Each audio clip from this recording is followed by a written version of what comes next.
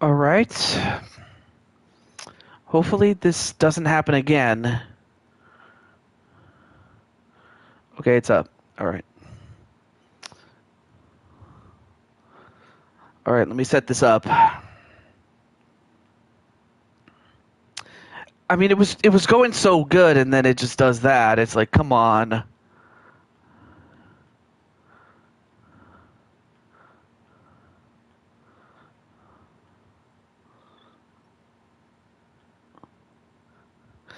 Anyway, welcome back there, Carlos and Troy. But yeah, the stream crashed though. But no, Troy, I do have a surprise for you. But if you want to know, I'm more than willing to share it with you. Okay. And Patty's back. That's awesome. There we go. All right. Let me make sure everything else is good. So the surprise is that I actually found a spot for you, and that you and that I have a custom player review. Now, obviously, I don't have any preconceived notion of what Troy the dude looks like. Like I don't know what you look like, but I do have a character of you in this series. Like you're a baseball player now.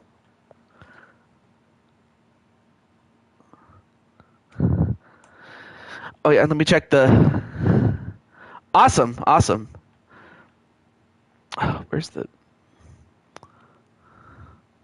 Oh right, I forgot. I got to do this. Let me get the pop out chat. Okay, come on. There we go. And also, welcome back, Goku. But yeah, I'm hopeful that this does not become a recurring problem, though. Okay, so I'm going to have to let inform those who I reached out to that there's a part 2 to this.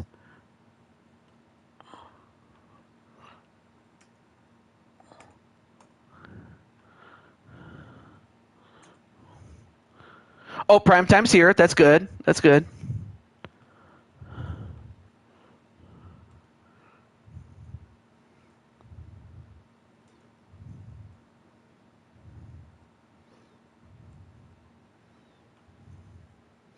Awesome. Yeah, that's what happened, and it sucks like that. But what could you do?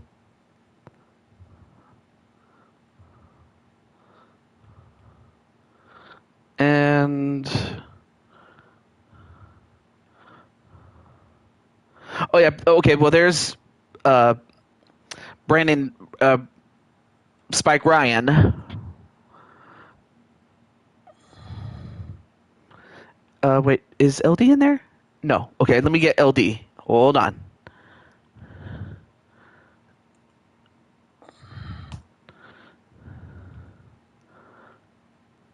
All right.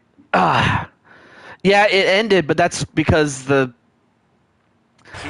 stupid thing ended when I did not want it to. But it is what it is. It's technology for you. So what happened between when it crashed between when it crashed and at this point, Houston was able to prevent a score by New York. And at the end of 6, it is still 0-0.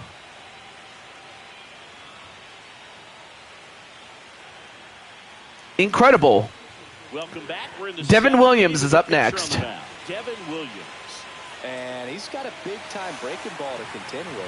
Hitters going to have to pick it up early if they're going to have any chance. Christian Walker digs in now. Well, we get back to Christian Walker. This game with one swing.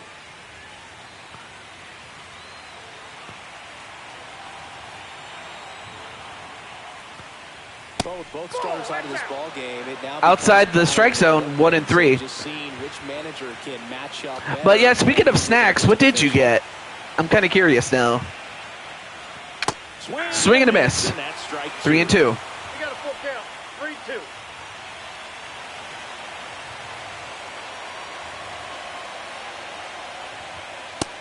Swing and a miss. Well, that at-bat's even One better. down. As soon as it started, 3-pitch strikeout. You've got to be better at the plate right there. At least to foul something off, extend that at bat.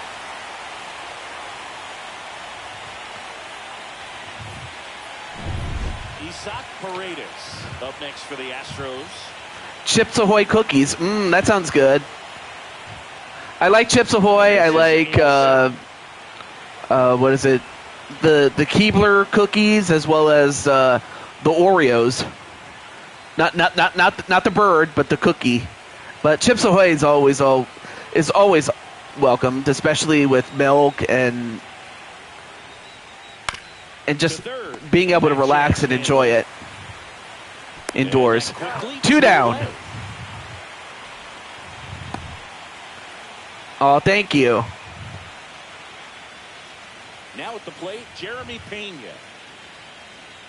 Well, right now, the biggest thing that you see on screen is the fact that Angelo is the catcher. The 1-1. That clips the corner. Ooh. I'm surprised that was called a strike. I thought that was going to be preparing to come on if needed. I thought that was going to be a ball, but it was called a strike. 1-2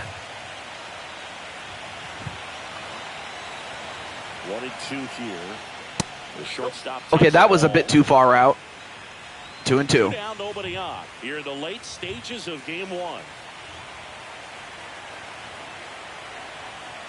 Welcome back there, LD. That's the third and foul ball. All right, well, I'm hopeful to get through your game, but if the games take too long or I keep having trouble with 3-2. you know, Two strikes. PSN or whatever it is that's causing me to crash. The 3-2 is outside. Like if I keep getting crashes, then I'll have to stop. But if everything goes well, then I can get 4 game ones today. So they're making a move. Victor Carantini's up next as a pitch hitter. The runner on first with 2 gone for him.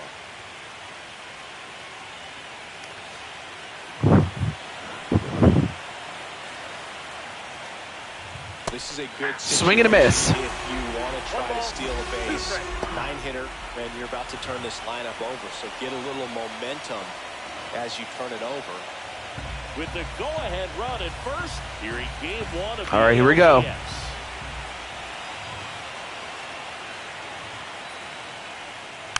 Foul ball still. Fouled away. 2 count.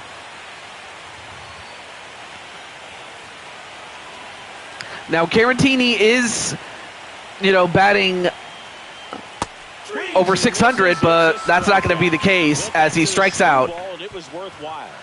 Houston still can't get any hits consistently, but the same could be said for the Yankees. But the thing is, they're having trouble scoring a run as well.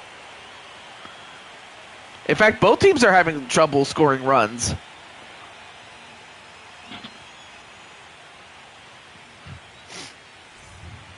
We're back in a new pitcher here to start. So we have Josh Hader. And of course, the last time I saw him, he was with the Milwaukee Brewers, in which Patty, Jamar, back to the top of the order. And Crushing Kelly, when she was, that is, won for the Milwaukee Brewers in season 3. Oh, I'm surprised that was called a strike, but there you go. Little Xenon. Outside low, 3-2 now.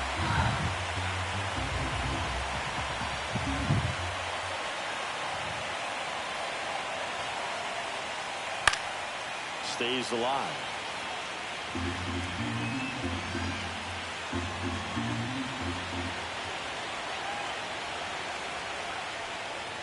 Sets him down on strike. And got him looking. So far, Clinton has not gotten any action today. And welcome back there, Tenu. Tell you what, you are baffled, expecting that to almost hit you and then end up as a called strike.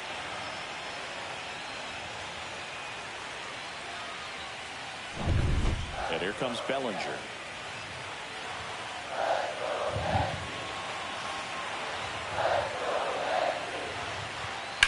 That one the other And way. hit the other way. Calls it in. Oh, but it was caught. Oh, for a moment I thought it was going to drop, but no, it was caught by Alvarez. He is 0 for 2 with a walk. This is a true five-tool guy. Not very many of them out there. But I got to say, he's on Goku. the field. You can't take your eye off of him. Anyway, here's your boy, Angelo. 2 outs. Too low. Fans come 2 and 1. to watch him play. And in baseball, to have such a talented player going out there every day and putting on the show that he does, just a joy to watch. Too low, but yet he struck. But yet he swung at it. 2 and 2. The ability to field the arm and 2 balls, 2 strikes. For those who don't know. Swing and a miss. And Angelo just cannot get anything going. Still no score. You're Super Saiyan, brother. Yeah. Well, at the end of 7, it is still 0-0. Welcome back and a new arm. Mark Leiter Jr. Mark Leiter Jr. Oh, Mark Leiter Jr. Sorry. As a Super Saiyan. Jose Altuve up to hit here.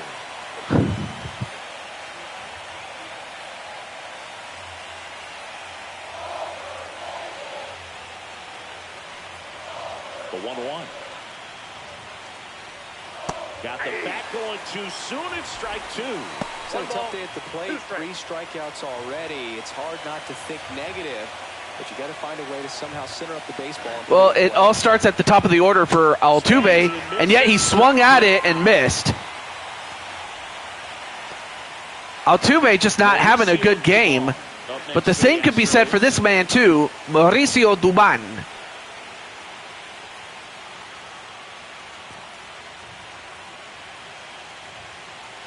I really think it's going to come down to which ooh, Najee's warming up in the bullpen. I better let him know. So let me do that for him.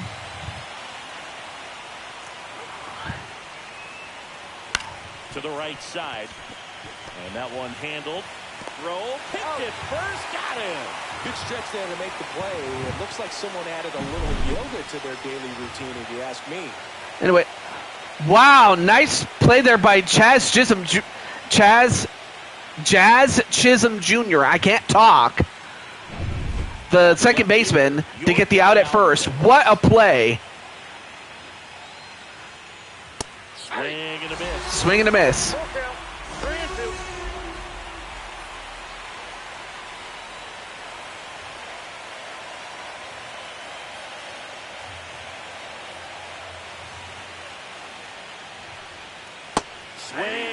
Swing and a miss. And Houston still cannot get anything. And we're still knotted at 0.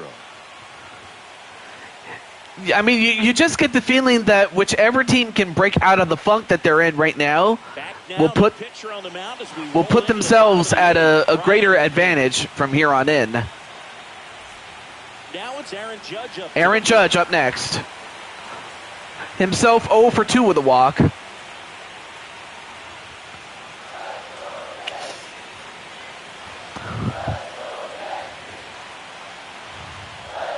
Yeah, it was a spicy meatball. 1 and 2. Come and get me fastball right there. He didn't look ready for the velocity. I think it'd be a mistake to throw him anything off speed right here. Next offering misses, and the count's even at 2.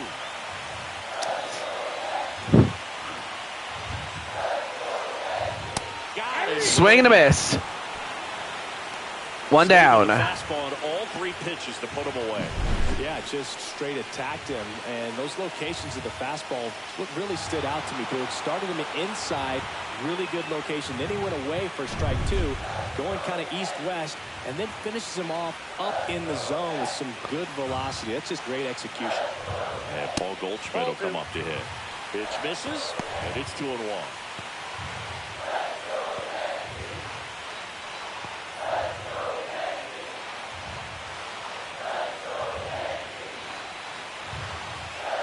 down, bases empty.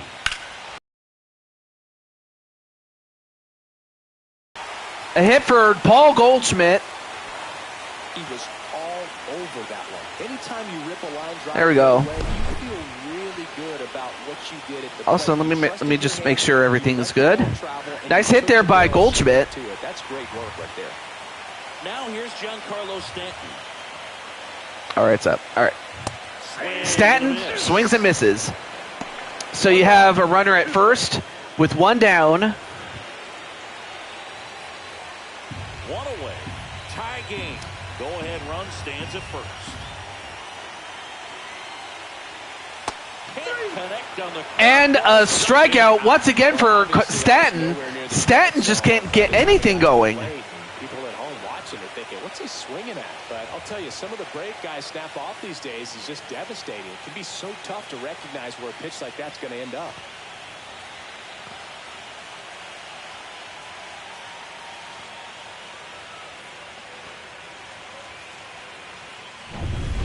And here is Jazz Chisholm Jr. So Jazz Chisholm Jr. so far 0 for 3.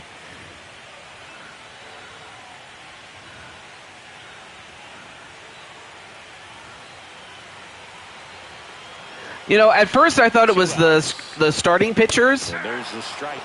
but now I'm starting to think maybe it is an offensive problem. You know, by both teams, really. But you also have to credit the pitching, too. Next one misses. Now 2-2. The guy at the plate could recognize slider out of the hand. Didn't stay in the tunnel very long in terms of depth and perception. He knew right away it was an off-speed pitch. In the air, left. And it's hit the other way, but it hooks foul. 2 gone. 2-2. A possible go-ahead run at first. Ooh, good hit. Right field. But it's hit right towards And the inning is over. hit right towards Spike Ryan, and he makes the play and gets the third out. We're on to the 9th in game 1. So now we go to the top of the 9th for the Astros.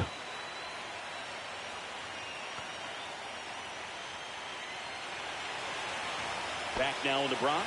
All And it set starts to out start the with 9th Spike inning. Ryan, Now it's the right 0 for fielder, 2 with a walk. Ryan. And Mark Leiter Jr. is still out there. I'm surprised. I thought they would have. Waves at the Well, it didn't matter. down.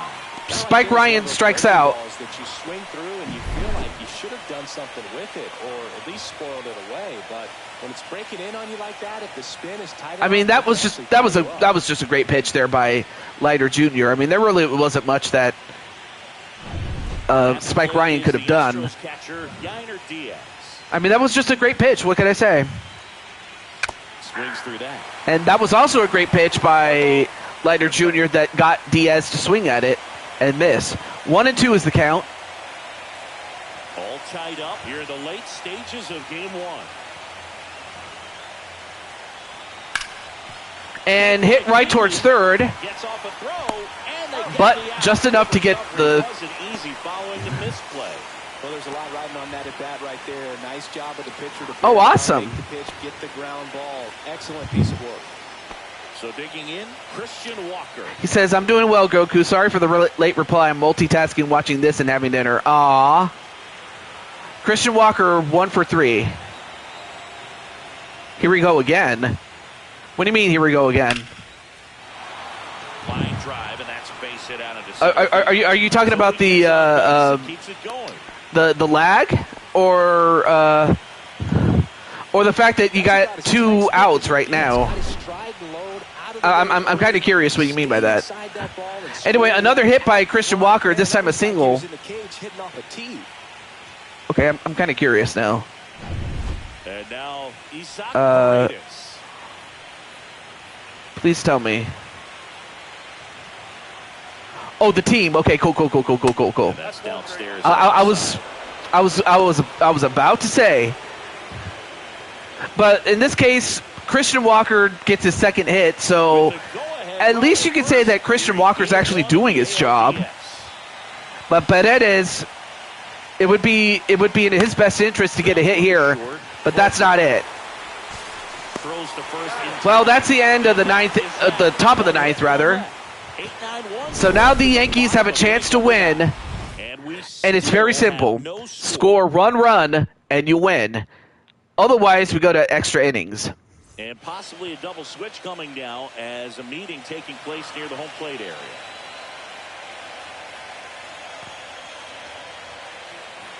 Taylor Scott on to pitch now, and he'll slide in. Well, up next is Taylor Scott. On the double switch. Pedro Leon. He'll move into the Oh, okay. Anthony Volpe getting ready to hit.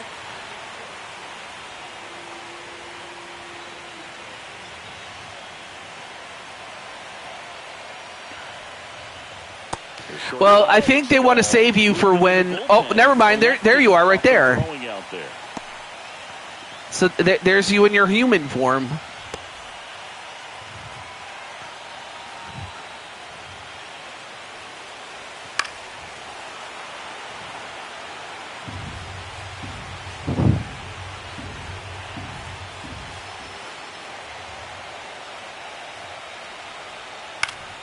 Fouled away. With 2 strikes.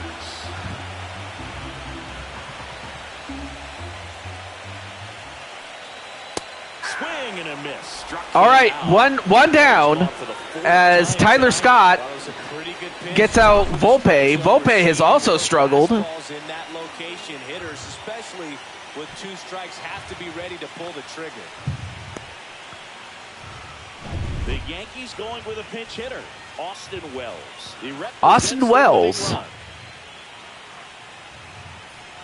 The name sounds familiar.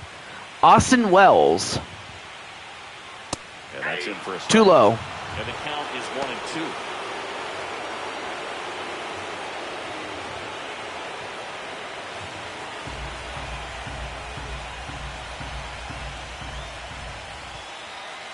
Foul ball left side. Fouled away. Another.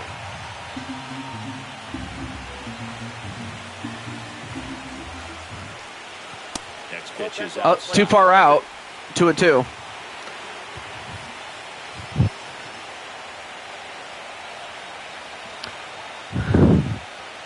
That one missed. Too high.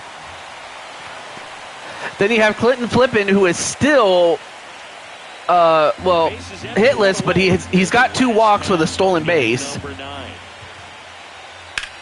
Swing and a Oh, drive good hit. to right field. Going back.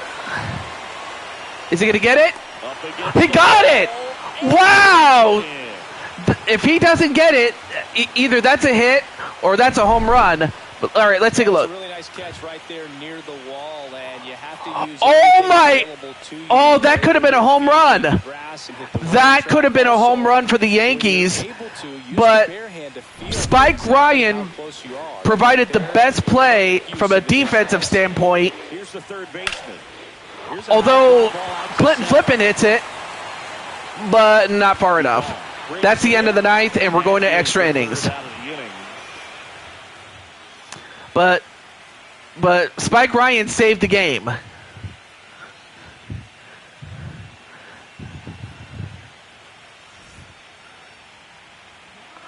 We're back. Thanks, Goku. Out is the closer, number Okay, 7. there's Najee. And I got to say, Najee looks really good with that mustache. But of course, the mustache is to fit with.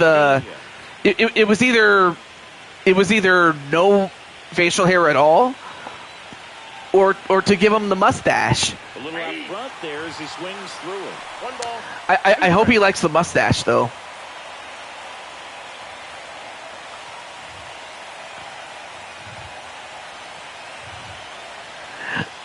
Though, And now no, I'll give you credit for that. I appreciate that. Got to keep it PG, bro.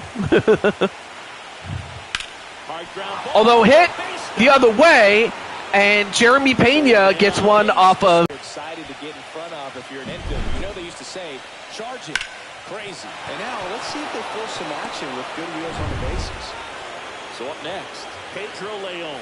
Pedro Leon up next. Way outside. Way outside, 2-1.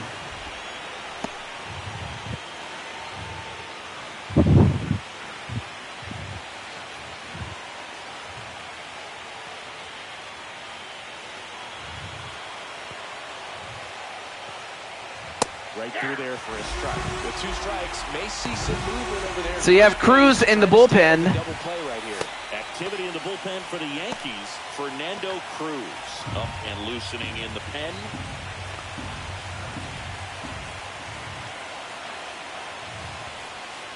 That just misses. Just outside, 3-2. So here we go. Base runner at first. Could be running on the pitch. He's got good enough speed to steal the bag and get in scoring position, even if it's a swing and miss at the plate.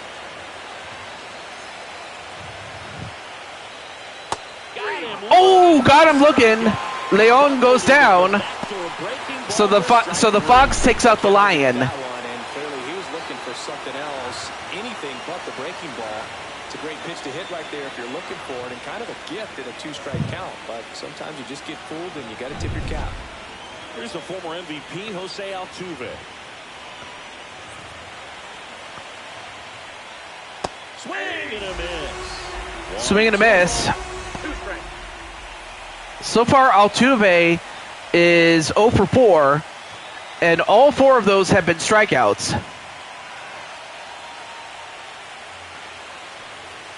That one almost got Ooh, him. that almost got him. Although I don't think that was malicious. I think that was just a pitch that almost hit him by accident. Picks over and he breaks. Uh-oh! They caught him. Oh, they caught him. So they picked off the runner. Great job there by Najee. Of course, the manager not too happy with that. Hey, Jennifer, the Grand Empress. And also got him looking. Altuve just got stunned. And LD's like, oh, come on! We're in extras here. Here's the center field. Although right now Taylor Scott is still on the mound. I guess they want to make sure that LD's ready. Which I get. And the count 1-2.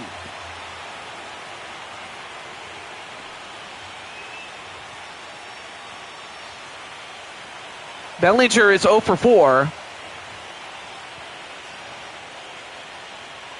Good eye in that spot. Oh, laid off of it and was rewarded with a ball. 2 balls, two strikes. Swing and a miss.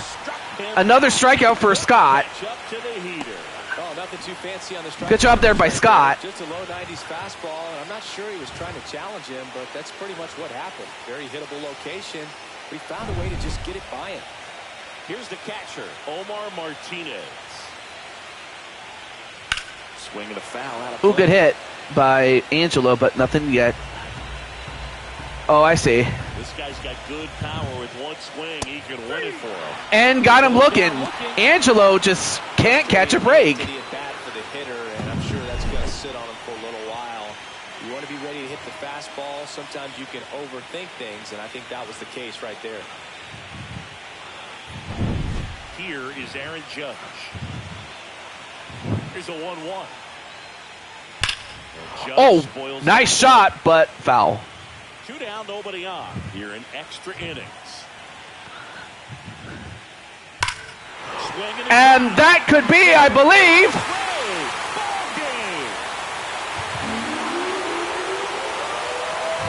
It's out of here. The Yankees win. The Yankees win. All rise for the judge, the jury, and the executioner.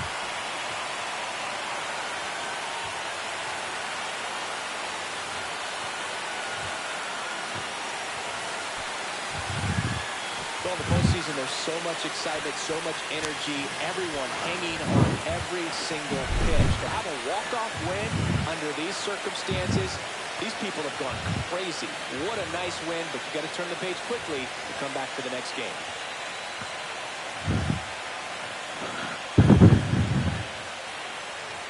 And of course, Najee's happy about it.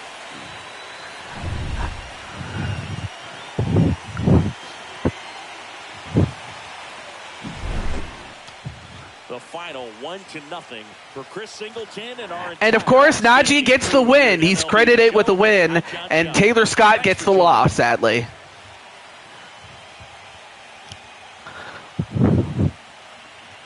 Wow, what a game. Well, who knows? Maybe who knows? Maybe by the time we get to the next game, and the Astros are in a better position than they ended up being. Oh, they'll definitely need you. I'm serious. Well, that's the first game, but we still got more games to go, and hopefully we won't have any more interruptions. And if we do, or if we get longer games, had this game gone any longer, I might have just limited it to 2 games, but thankfully it didn't. So while Stargamer gets a no decision, it really wasn't his fault. In this case, you can blame the judge, Aaron Judge. Especially after he hits this home run.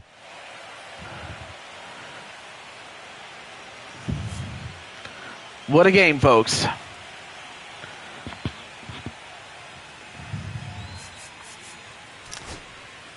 All right, let's get to our next game.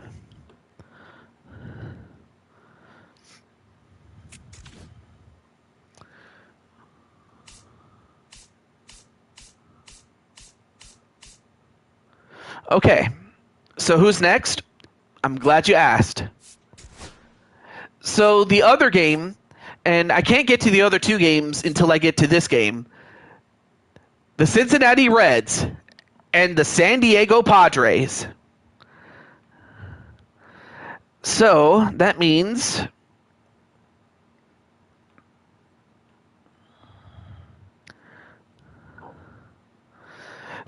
we'll have the likes of yours truly, TJ Toad, Dakota Sheldon, Professor Kyle Akers, and then, of course, the Padres will be making their first debut with primetime Sean Sanders, Jesse Jackhammer, and Tenu Miyalagin. So your buddy Tenu's going to be up next. So, of course, I'm here, so I don't need to call for myself. I don't know if primetime is still here. Or if Tenu's here. I want to say he is, but I'll check and see. But first, let's get the people who I know haven't come in yet. Starting with Dakota Sheldon. Let me get him.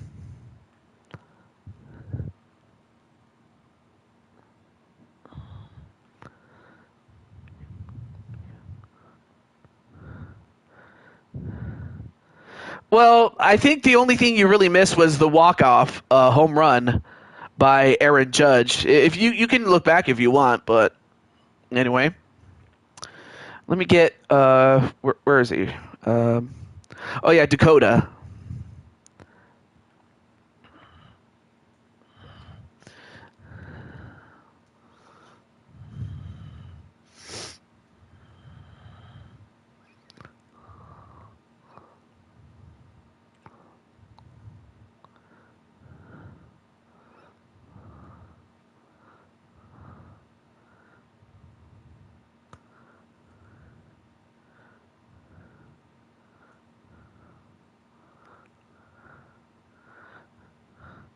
Wait, let me catch that.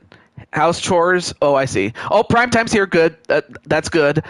I'm just gonna get your opponents and the rest of your teammates, except for Jesse Jackhammer, if only because I don't have him.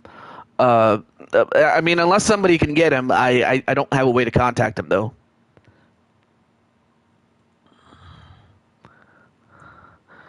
All right, not a problem there, LD. Thank you for coming in.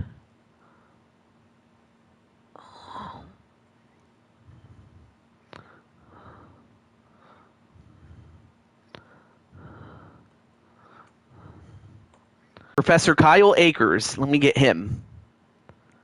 But yes, I see you there, primetime. All right. I'm just getting your opponents and Tenu. Who else was it? Oh, right. Professor Kyle.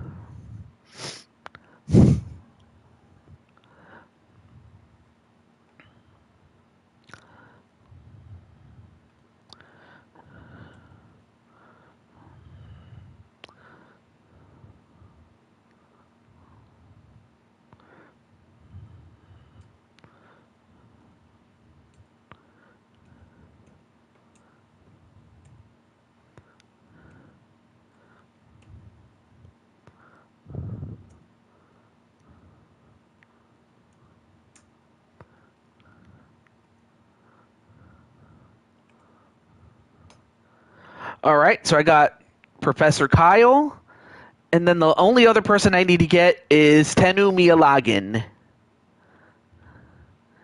Okay, yeah, let me get Tenu then. And then we'll get started.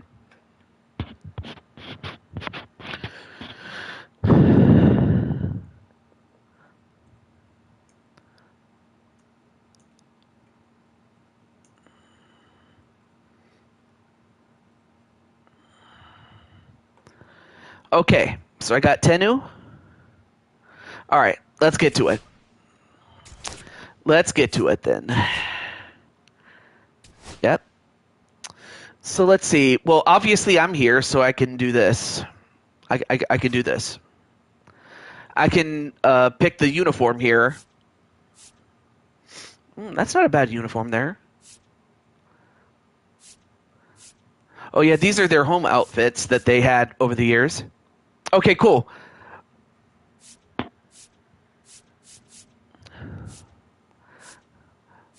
I was looking for their road outfits. But really, when Cincinnati was at the height of its power, it was in the mid-'70s, and these were the outfits that they wore back then. But for Mr. Primetime, what are you feeling for your home outfit? Let's take a look. So these are the outfits that the Padres have currently. They're white uniforms, and they have pinstripes, but the main colors are brown and gold. But you also have digital camo, and a second variation. Oh, you're on the Padres, San Diego, the home team. Or you can go with the City Connect and go Miami Vice if you want to, Mr. Primetime, since this is his team. Or you could go back in time to 69 or to 78 with the Padres, or to 80 or 88 or 98. Yeah, I'm very sorry about that. But hey, I still got you on the list for next year, my friend. And then they had an alternate in 99, or their outfit in 04. And they had a digital. They also had a camo in 06, or one for Jackie Robinson Day. And then after that, they have their road uniforms.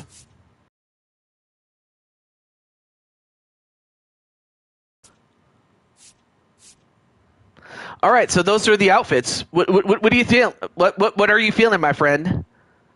And by friend, I'm talking to Primetime.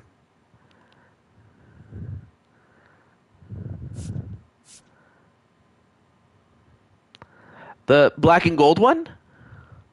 Black and gold one.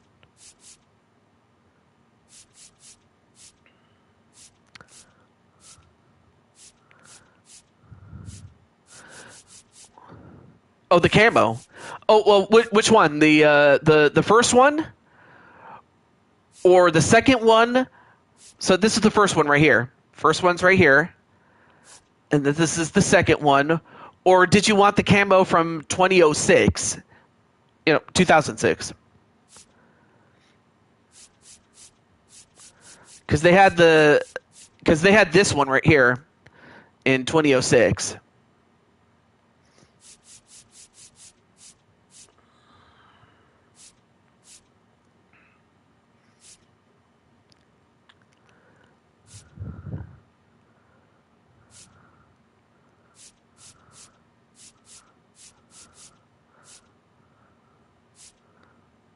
Prime time?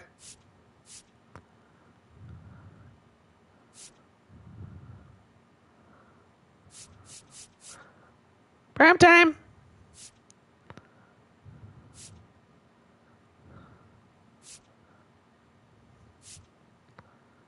Okay, I guess I'll have to pick myself. You got to say something, man. All right. I'll just let that go. Oh, I'm happy. All right, so. Or are you asking me to suggest an outfit for you?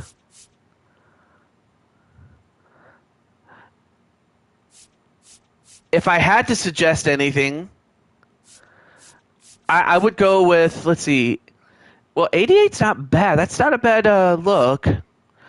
But then 98, that was when the Padres last went to the World Series. Jackie Robinson. All right, you got it. Jackie Robinson. You got it. Oh, no. I did not mean to go back. Hold on. Jackie Robinson. I meant to leave it here, but then make it to where the computer's playing. There you go. Petco Park. By the way, there's also... I may as well also show you this there, Mr. Primetime.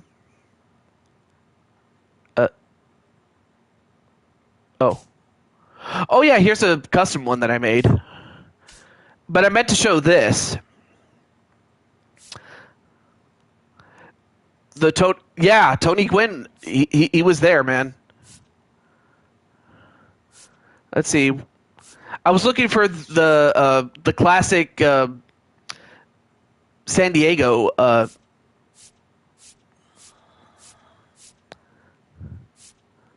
the San Diego stadium that they had back then. Southside Park.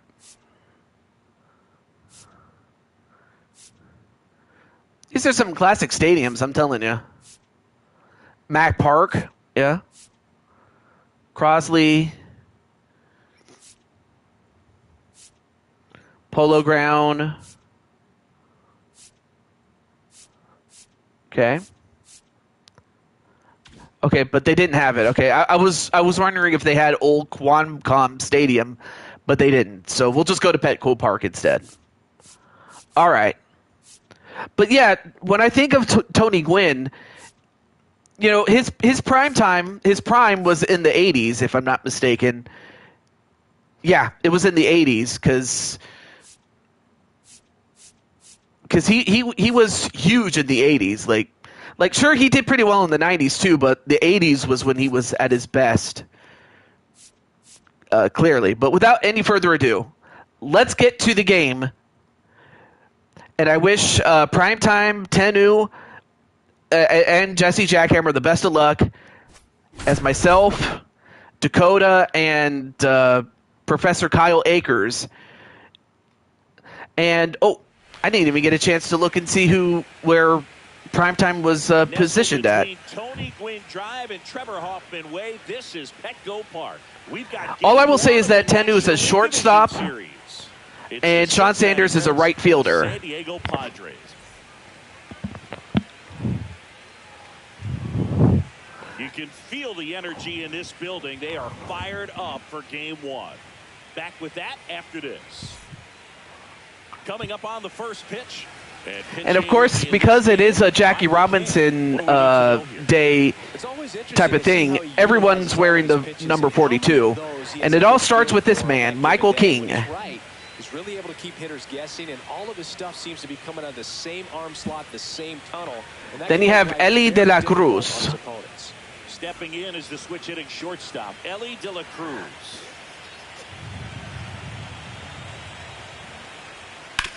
Right side. And hit right towards second. They get the out at first. One down. And there you see me, TJ Toad. You gotta appreciate a guy who's this good defensively. I mean, watching him track balls in the outfield, it is beautiful. Ooh, good hit, but fouled away. I would say that most great defensive outfilders, it's kind of natural. There is some work that you can do to it. To improve Polo Grounds, yeah, that would be good for if we had the either the Giants or the Mets or the Yankees, because those were the three teams that shared that field. Was did for the Polo Grounds. Those were the three main tendons of that field. Swing and a miss by yours truly. I get struck out. Next is the speedy first baseman. So next up is Dakota Sheldon, number 4. And that is Too low. downstairs. And that's ball 2. I got to say, Dakota looks really good in that outfit.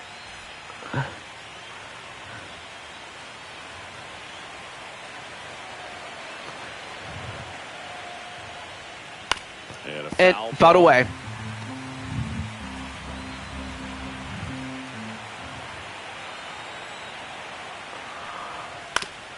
And hit right towards short, right to Tenu Miyalagin, and he gets the out at first. Tenu makes a play, and he gets his first out of his career. Back here in San Diego, and on the hill in this one, Rhett Lauder.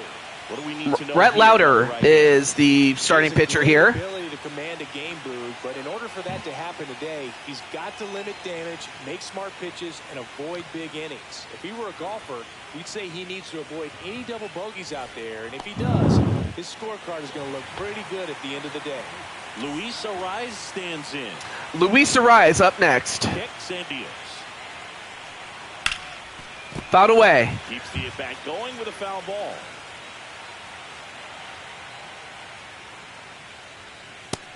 Of course, with the 1970s/1980s presentation, they didn't have a pitch count, so we don't even know how many pitches each pitcher had. But that was not even an issue back then. And as that happens, I made a catch in left field. One down. Jackson Merrill up next. One out, base is empty.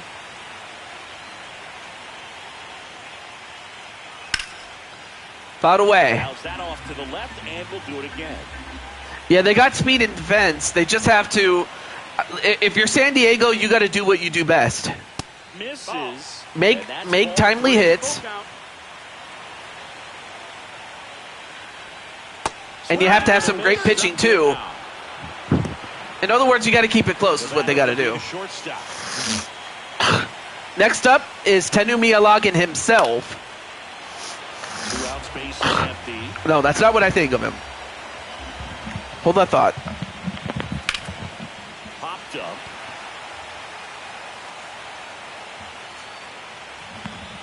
Candelario brings it in. Unfortunately, he popped out. Oh, there's a statue. There he is. There's the statue of Tony Gwynn. You were just talking about him. Division series. Now it's the power speed combo, number 12. And here is Kyle Akers. 1-1. Fouled away.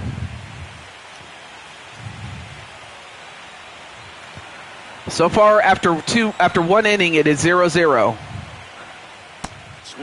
Swing and a miss. Another strikeout.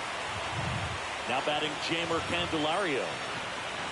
All right, so Jamer Candelario for Cincinnati up next. And he hits it, but it's popped up. And that's two consecutive. And there's 2 away. Well, and that's 2 outs for Mr. Tenu Miyalagin. I gotta say, Primetime, your buddy Tenu's doing a great job defensively. And then hit towards second, but they'll get to the outlet first, and that's the end of the top of the second.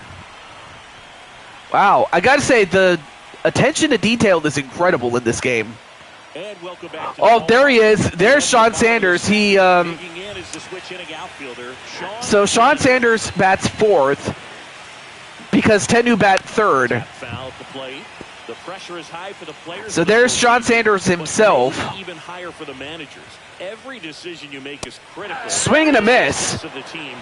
Well, Lauder was able to use Sanders' aggressiveness against him. And another strikeout for Lauder. And here is J.D. Martinez. J.D. Martinez up now. 2-1 to J.D. Strike 2. Well, for better or worse, managers are remembered for what they do in the postseason. Pull the right strings, they might build a statue of you someday. One bad decision, and you might be updating your resume. You've got to be sharp. Fans another, and that's 3 straight strikeouts.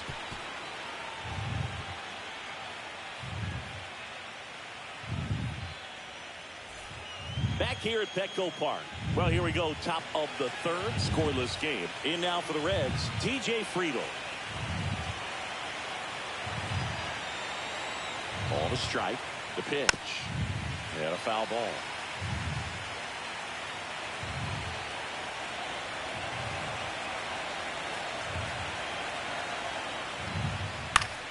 Gets a piece and stays alive. Yeah, he is. He's definitely playing good defense. And that one is in the dirt. The count now 2-2.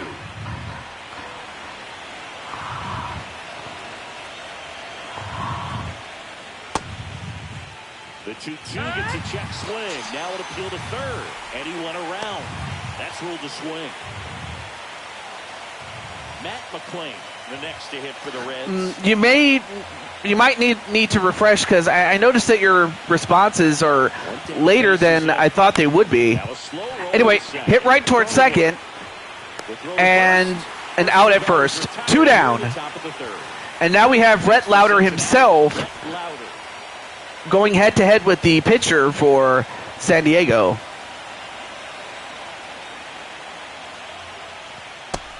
Swing and a miss, and he strikes out. Well, so far we have a no-hitter by both teams thus far. And we're back, set for the bottom of the third, and now it's Elias Diaz.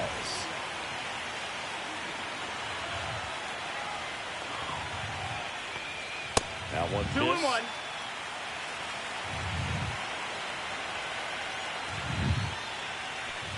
There we go. Swing and a miss as he was out front that time. 2-2. Next offering misses. All right, so 3-2 is the count. Bottom of the third. If you aim at the outside corner, that slider's going to end up way off the plate. Perhaps and hit right towards second, and they get the out at first. And of course, Sheldon, Dakota Sheldon, is the first baseman.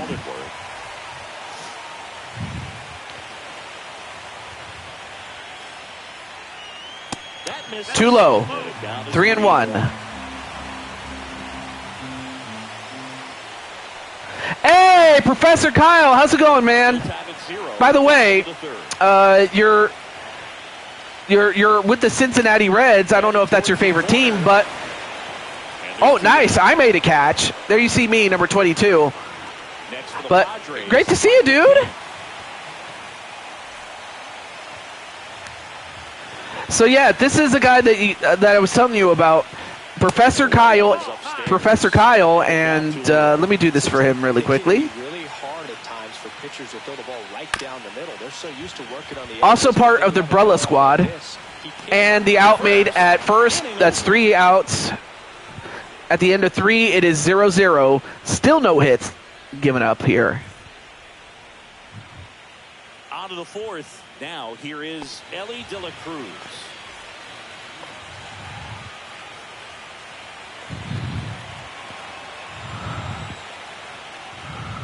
The shortstop takes the ball. But yeah, the stream is going well, man. Oh, we haven't gotten to your team yet there, Mr. Jamar. Yeah, we got a pitcher's duel so far. Yeah. 2-2 now. And another strikeout. Now the number 2. Well, there you see me, TJ Toad. I mean, you look around the other sports, basketball, football. But yeah, that's Professor Kyle for you. But I wanted to give you a shout out, dude. Whoa, what a shot by yours truly, and we break the tie, or the hitless streak. And of course, Primetime is the right fielder, and I got to say, he's got a cannon for an arm. And now the first baseman. Oh, yeah. Oh, I forgot his name. And it's 2-1. 2 balls, 1 strike. Oh, Manny Machado. Manny Machado. That was his name. Well, anyway, here is Dakota Sheldon. Yeah, Manny Machado. Yeah. One of the NLDS. And the next pitch is way outside. But yeah, yeah, And ball four. and ball 4, and Dakota Sheldon is up. And of course, look who's at bat. Professor Kyle Akers himself. So now the pressure's on. With 1 out. Runners at first and second. Fouled away. 4th inning underway. No score.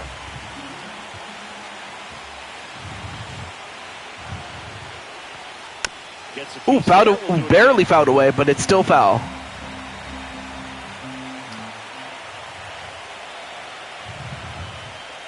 Ball in the dirt and it gets away. And that's a strikeout, but it's a wild pitch, and that's going to allow. So while Kyle got struck out, now you have runners at third and second. Here's a 1-1. Too low.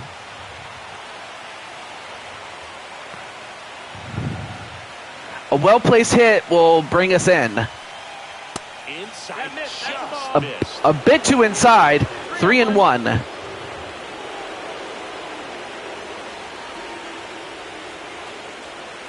And they're all loaded up. Well, that's going to load the bases up as we get Tyler Stevenson up next. Stevens, the next to hit for the Reds.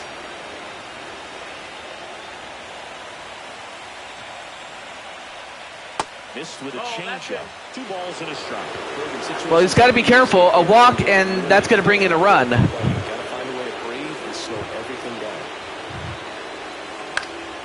And that is Popped up, but fouled away.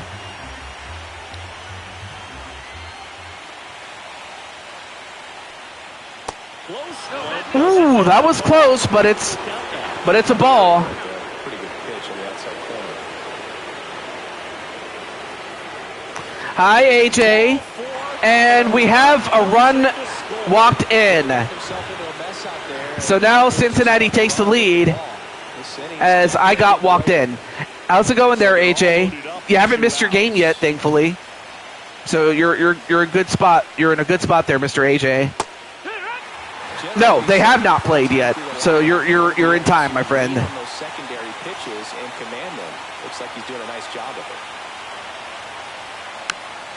Fouled away.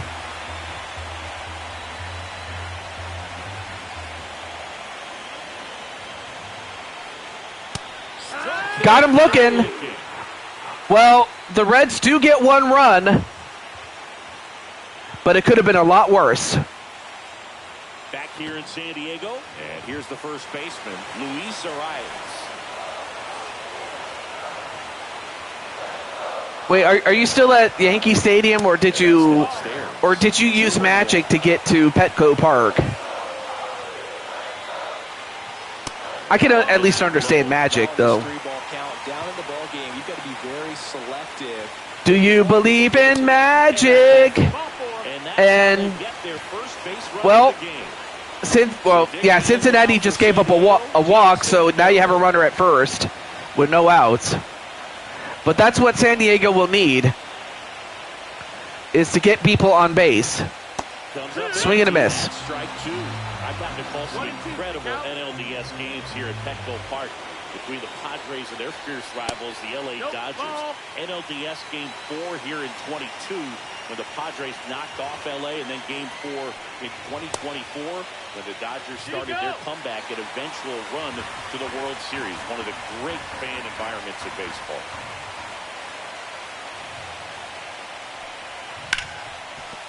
And nice hit, got past the third baseman. Now I made a play to keep it with runners at first and second. So now San Diego is making a run. But up next is Tenu Mialagin himself. So yep, there you see Tenu Mialagin, the Blue Tiger himself. No outs, runners at first and second.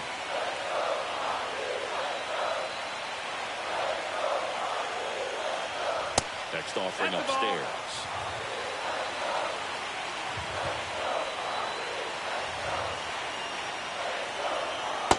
Too low. And outside.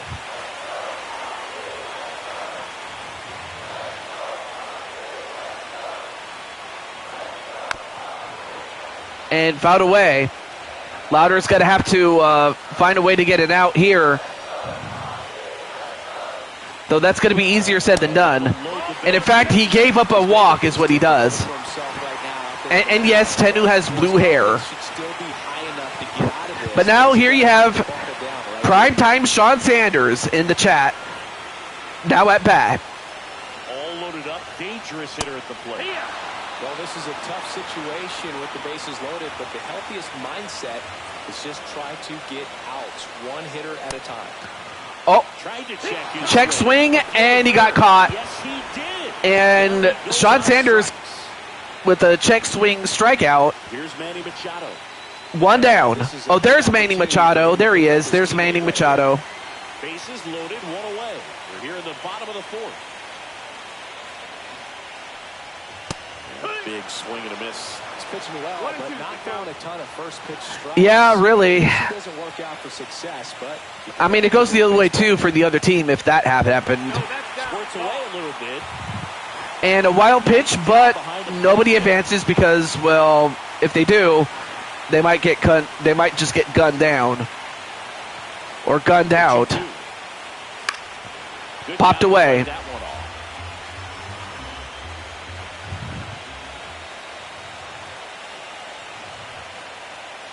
On the ground. And, well, just foul. Close.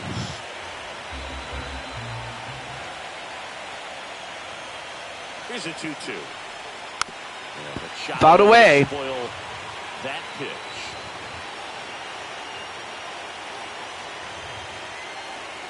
Two now. Swing and a miss. Machado swings and misses, and that's 2 outs. here is J.D. Martinez. Love how the guy out there in the mound did not panic after loading the I give Lauder a lot of credit for staying in there, although this does not. And welcome to Slam Diego as he hits a grand slam. A grand slam for Slam Diego, and San Diego takes the lead 4-1. J.D. Martinez with a grand slam for Slam Diego. And just like that, San Diego, well, he paid the price all right, but at the end of 4, it is 4-1 in favor of San Diego. Well, it's not over by any stretch. I mean, Cincinnati is still dangerous. You gotta account for them. And by them, I mean the Reds. Down the middle for a strike. And a count 1-2. He's pitching well, but not throwing a ton of first pitch strikes.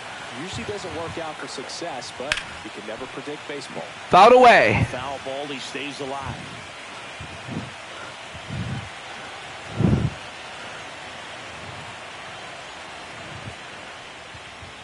And now And, well, that was a check swing strikeout because he missed. And another swing and a miss. 1 down. his 8th strikeout of the game. Woo! Cincinnati making a move for a pinch hitter. Jake Fraley is up next. With 1 gone.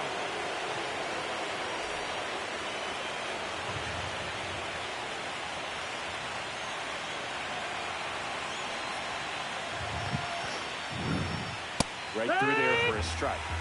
Bases empty. I mean, it was becoming a pitcher's duel.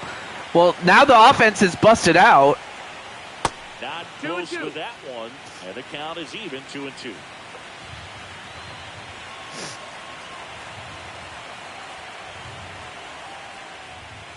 Battling here as he fouls it away.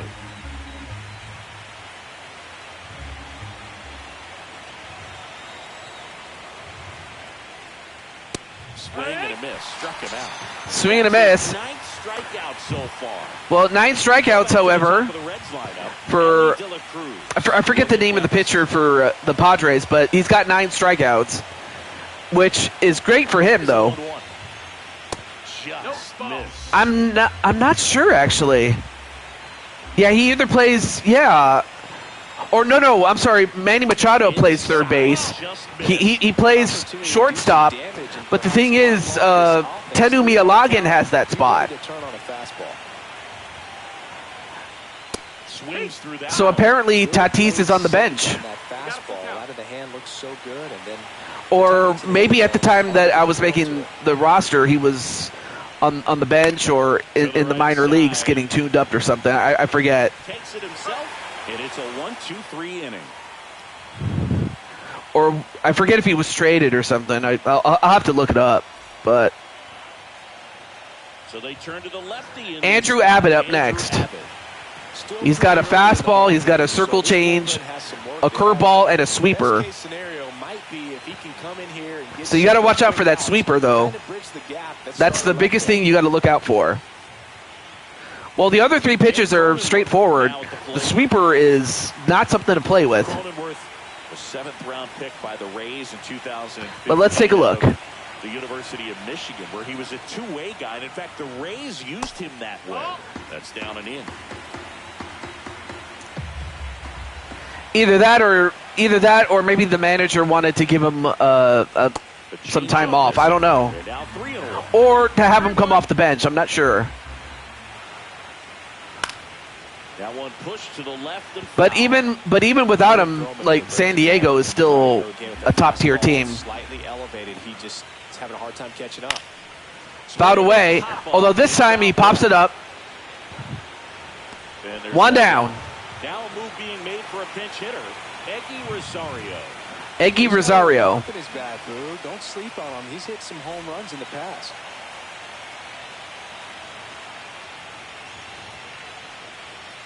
Just no, missed. That 2-1. That one finds the zone, and that is strike two. Got him looking for but yeah, to go back to your original question, which was, where are you on the batting order? So Tenu bats third, you bat fourth. So you're not the leadoff and you're not the cleanup. You're fourth on the batting list. So, which is actually a really good spot to be in, if I'm being honest. Oh, good hit, but nice play there by Dakota. Dakota doing a great job at first base. I mean, he's athletic enough to make plays like that. We're back, and they make a change to start the sixth. Also, welcome back, Riley. And by the way, your friend Dakota and Professor Kyle Akers are playing for the Reds. Meanwhile, your other friend, Tenu Mialagin, is playing for the Padres, and I'm also playing on the Reds too. So those are some of the big. Oh, and Primetime is also playing for the Padres too. So you got friends on both teams, though. Wow, what a shot by yours truly. That's 2 hits by me. And a good start to the inning. I mean, just the crack of the bat was incredible. Look at this. Next is the speedy first baseman. Speaking of Dakota, there he is right there. Next pitch is outside. Now you see even sluggers from time to time try and use the bunt really as a way to beat the shift.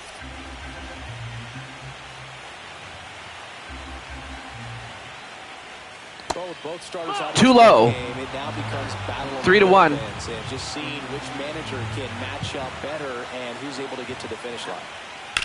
Oh, thank you for this. Thank you for the kind words. Although, well, Dakota was fast enough to beat the throw at first, but he reaches first base on a fielder's choice, and I get thrown out. Favorite? Ooh, that's a good question. That's a good question.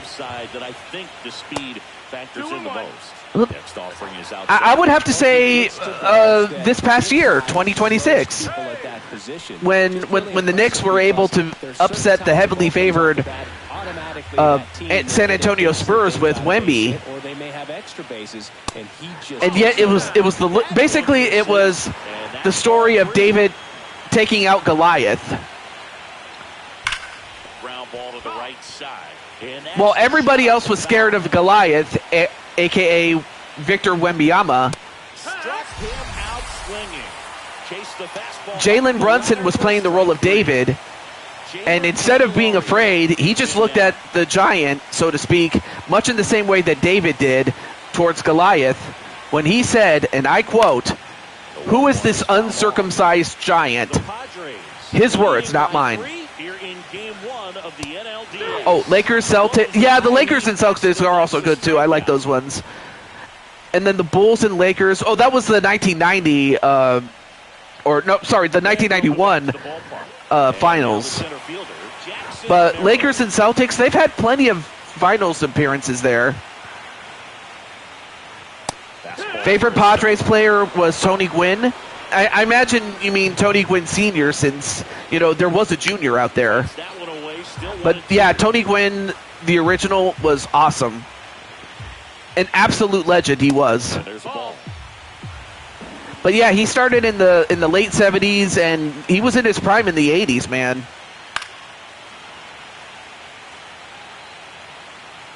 Absolutely, an absolute legend, even by,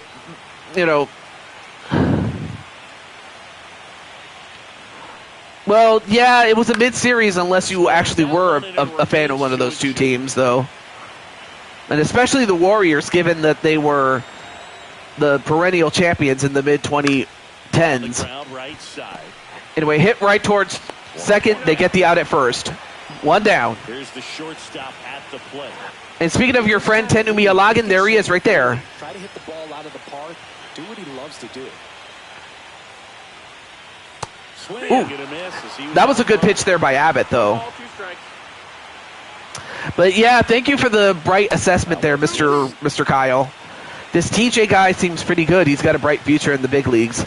I would love to be part of your big leagues too, but hey, if you're already full, I completely understand. If I need to fill out an application, I will do it. Oh, nice hit! Oh, but they still got him out.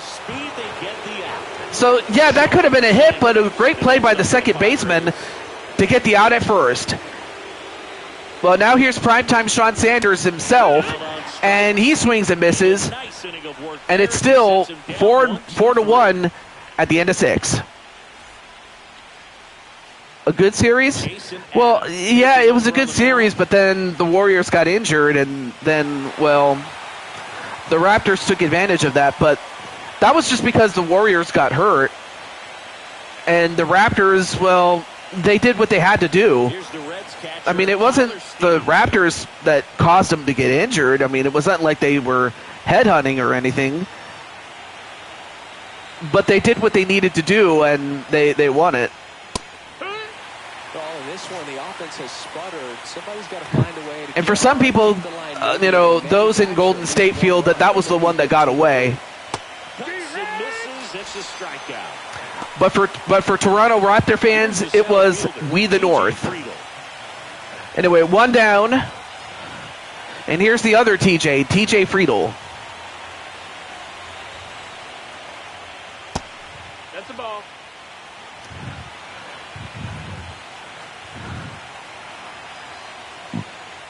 Two to one. Outside. Well, make it 3-1 now. 3-1 now.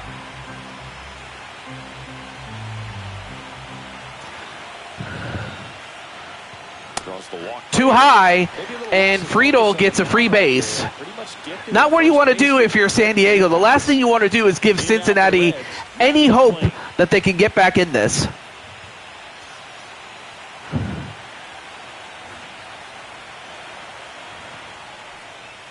Inside. Now 2 balls and a strike.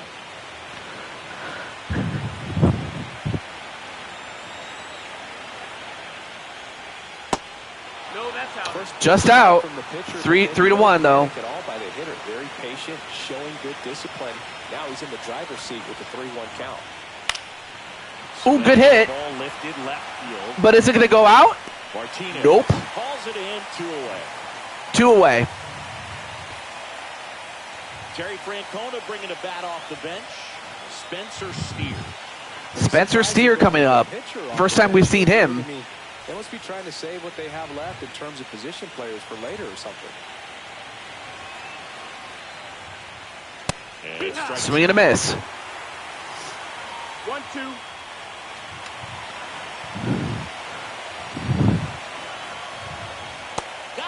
Too low. But yet, they got him looking. And now it's the 7th inning stretch. We're back in a new pitcher here to start the bottom of the 7th. Emilio Pagan. Emilio Pagan up now. For quality pitches out of him right here. Got to do his best to keep the score right where it is. Here's Machado. Oh, there's Machado, though. This guy checks all the boxes offensively. He's the ultimate professional, and it doesn't just start at game time. It starts in the afternoon, the way he prepares and gets ready for the ball game. I tell you what, his teammates feed off of the leadership that he shows on and off the field. Left field. And hit the other way, but he hits it right to me. One down. Well, here's J.D. Martinez, the man that hit that grand slam to give San Diego the 4-1 lead, which it still has since the last time he went at bat. Well, I'll tell you one thing. At least J.D. has you covered there, Mr. Primetime.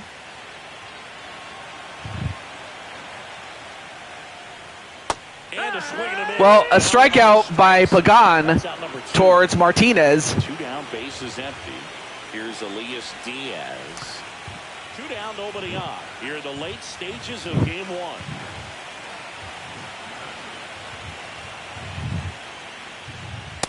Ooh, swing and a miss.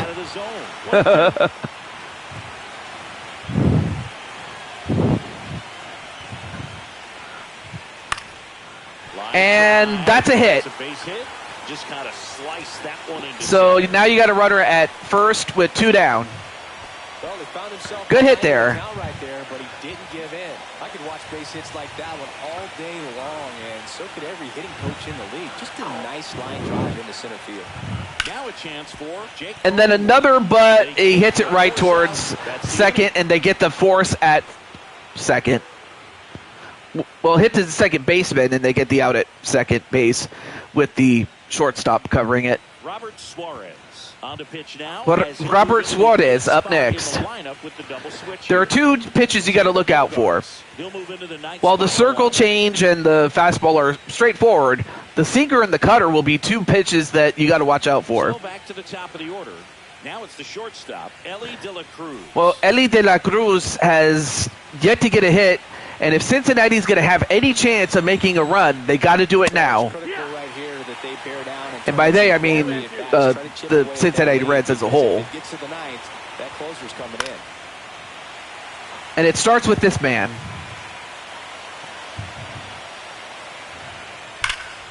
Ooh, good hit, but it hooks foul.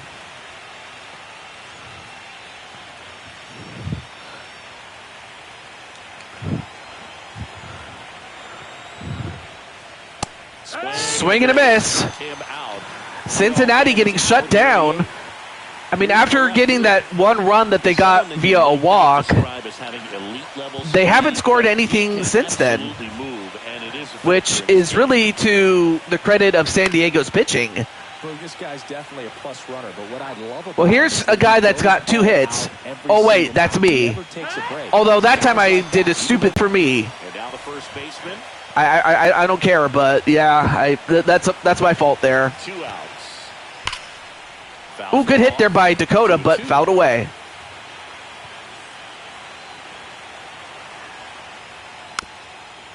Well, I gotta ask Mr. Professor Kyle Lake, or not Mr. Professor Kyle. Fouled off. If there's any other players he's scouting.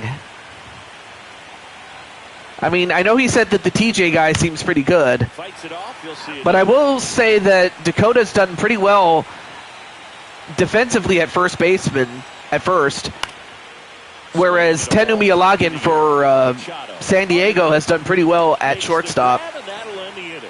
So I'm just putting in a good word for each of those 2 guys, but as it is, It's still 4-1. Now, new pitcher on the mound as we roll into the bottom of the 8th. Tony Santillan. Tony Santillan. He's got a slider. Got to look out for that. Their players a chance to fight back into the game.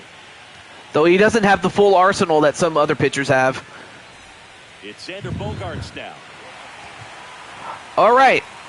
Now we have Xander Bogaerts up now.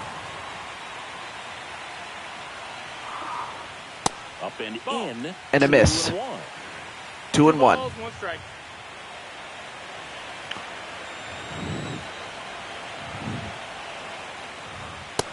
I think Dakota's got potential. But you know what? If I had to give a glowing endorsement for Professor Kyle, I think he's got some potential too. He makes the grab. Of course, TJ Toad making his case as to being part of Professor Kyle's team. With that out, 1 down. This is a guy that puts the bat on the ball and is kind of different from the players that we see day in, day out. Ooh, that almost hit him though. Yeah, his swing is so good. It's in the I think we might need to send him back to the minors. Yeah, but hey, if Kyle's doing pretty well defensively, then that's going to keep him in the majors. But yeah, he's got to. He'll definitely need to step up though. But the really good offensive teams combine. Ooh, got him looking though. More contact with less swing and miss. Well, Cincinnati, we're approaching the end of the game. But so far they got to get out of this inning, and that's not going to do it, as a walk was given up. Jackson Merrill up now with 1 single.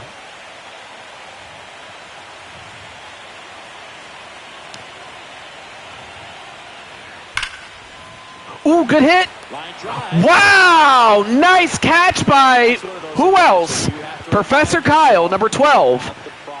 I mean, bro, he hit it like a laser, and it just went right towards Kyle. Of course, Kyle had to get in front of that, but also not let it hit him so hard that it takes his breath away. The shortstop takes the ball. Well, here's Tenumi Alagin, the shortstop for San Diego that I was telling you about, now at bat. Ooh, good hit, but fouled away.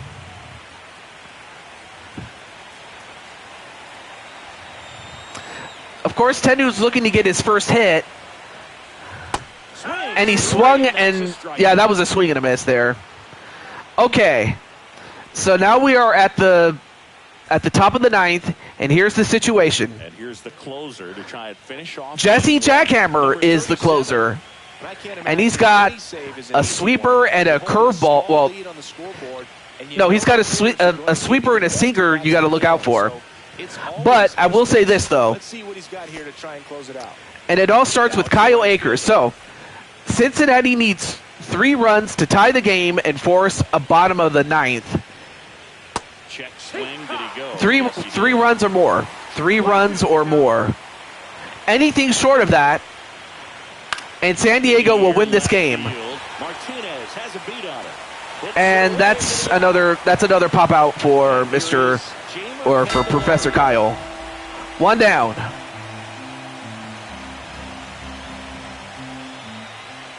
So yeah, Cincinnati needs 3 or more runs to force a 9th inning. 3 to tie, 4 or more to take the lead. But anything short of that, and San Diego will win. Make that 2 outs. Well, it looks like the Padres are ringing the bell. Outside, and it's 2-1. Well, primetime, this is your buddy Jesse Jackhammer at the mound. Although he gives up a hit this time. He gets 2 outs, but Stevenson gets a hit, and that might be a double. It is. Although, nice throw there by primetime.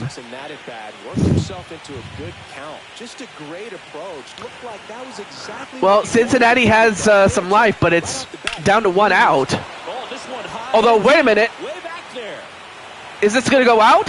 No, it does not. And the Padres win 4-1 thanks to JD Martinez and that grand slam.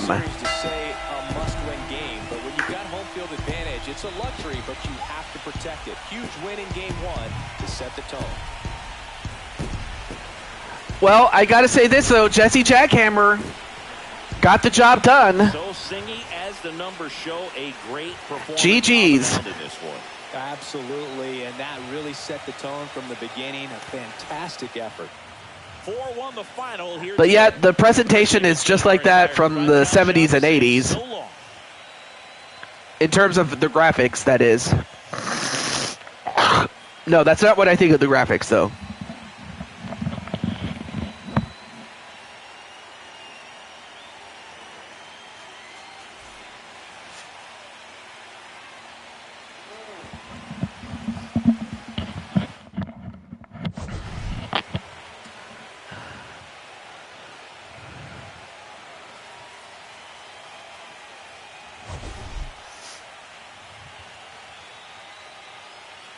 What an incredible game, though. So the Padres take the lead in this. And by the way, each series, the division series that is a best of 3. It's a best of 3. And the reason is that one game is too short, and 5 and 7 games are just too long. 3 games is just right. Best of 3, that is. And that was a great out right there, because if he does not make that play, then Cincinnati still has a chance, but they don't. Or they didn't, because he does make the play. Michael King does get the victory, and Louder, unfortunately, gets the loss.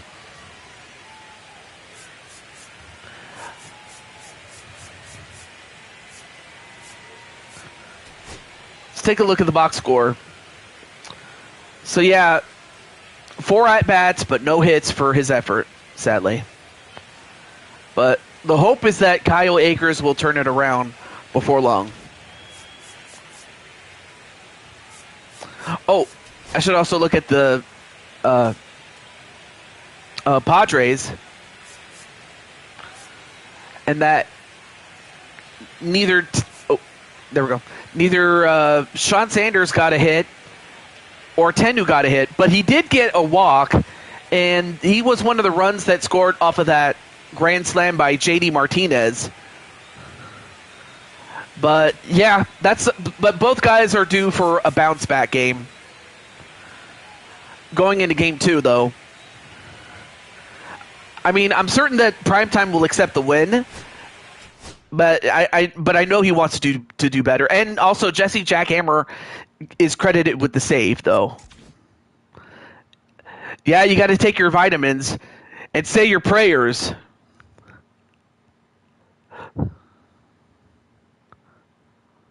The training, the vitamins, the prayers, my brother.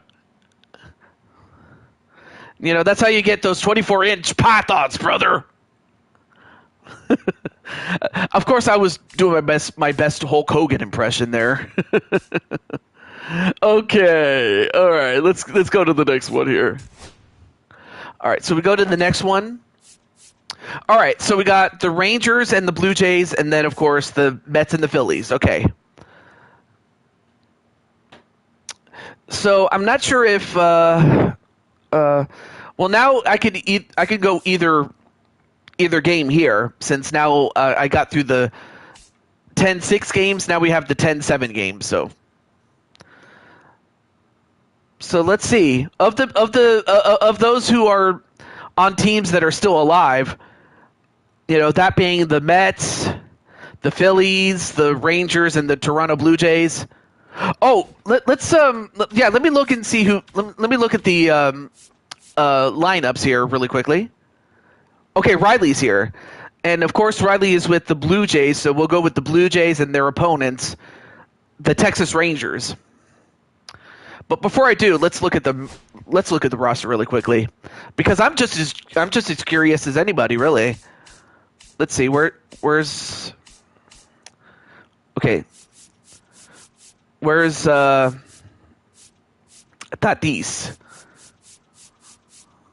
Oh wait. If I remember, Tatis is no.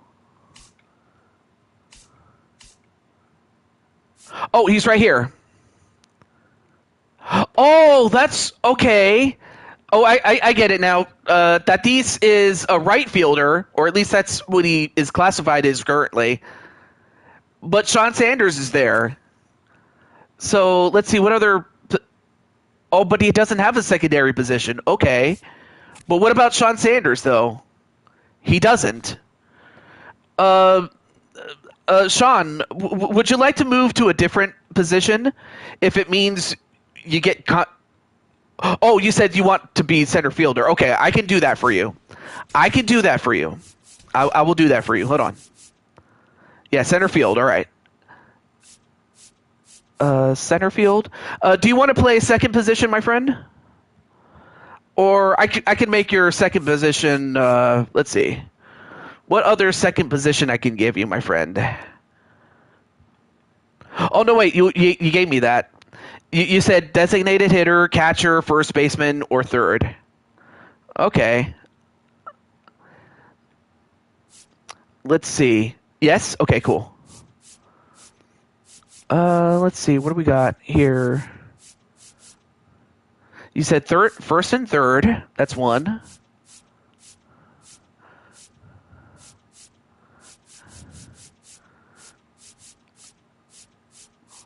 Oh, I got it. Infield. Yeah, infield. We got it.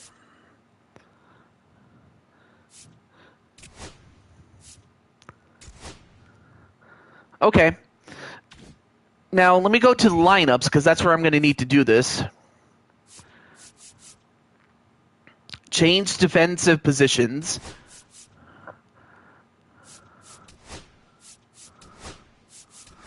There. And then bring in Fernando Tatis Jr. Of course, that means he'll bat second.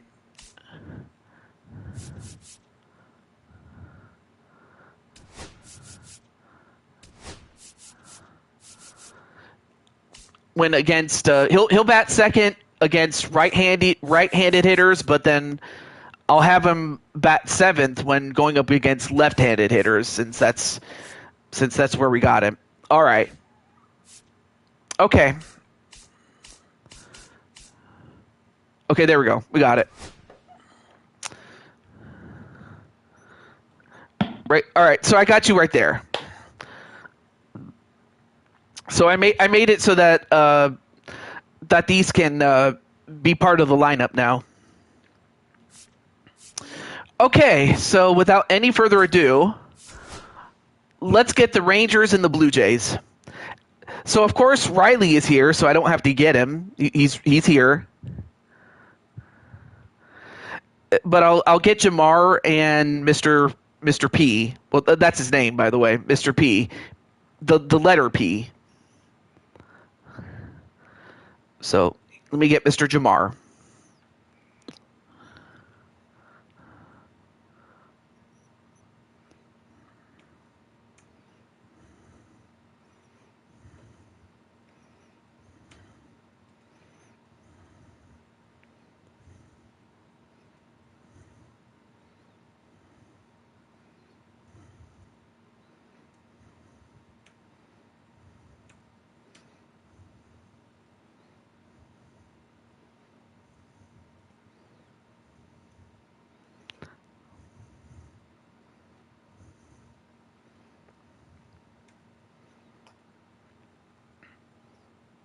Oh, I am so stupid. I forgot to do this. Oh, how silly of me.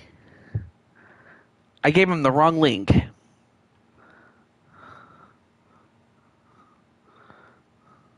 There we go.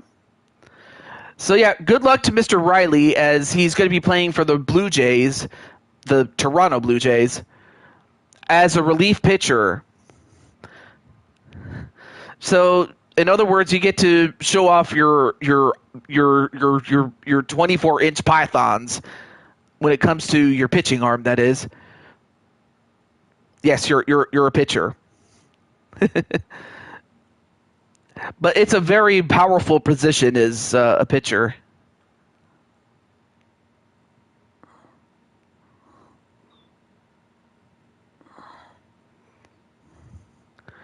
Are the D-backs in the postseason? Not this time around. But it's good to see you, Mr. Or Mrs. or to MLB The Show lover. Great to see you. I don't want to be sexist.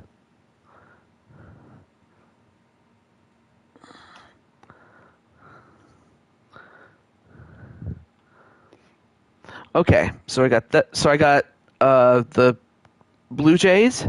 Now I just need to get the Texas Rangers. So let me get those guys, including Jose Blanco.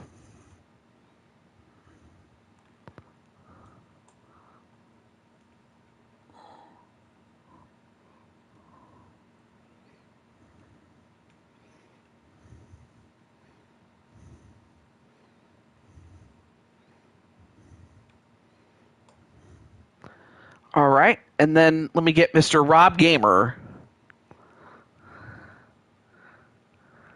Yeah. Oh, this is MLB The Show 25, which I was able to get on. Basically, I got it on what is it, on sale when it was on sale at the time.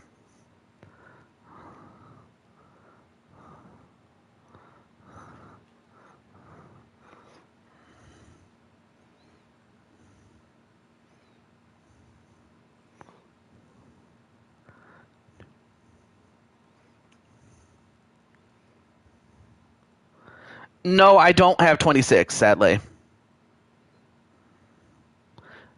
I wish I did, but I don't. But and plus, even if I wanted to get it, I probably would have waited until it came out. But alas, it is what it is.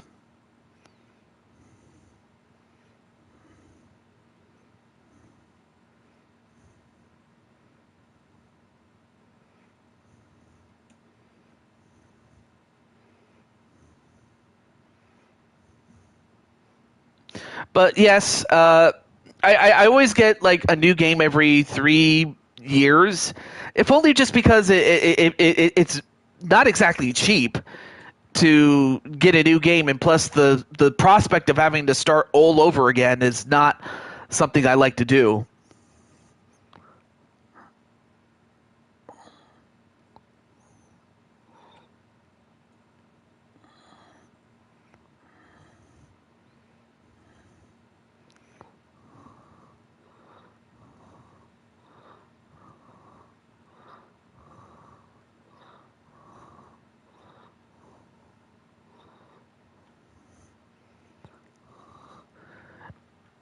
I mean, like I said, if money wasn't an issue and time wasn't an issue, I probably would get it. But I have to go to work. That's the only problem. But anyway, let me just get AJ, and then we'll start this game here.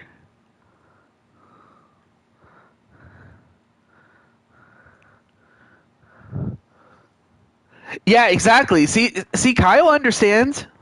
You know, like the time it takes. You want to get your money's worth with the game before you get a new one, unless of course you change a system or or the game that you did buy was nothing but problems. Because that did happen one time when I got MLB 19, but then when 21 came out, I then got it. But that was just because I actually had the time to do it. And it also wasn't too expensive either at that time.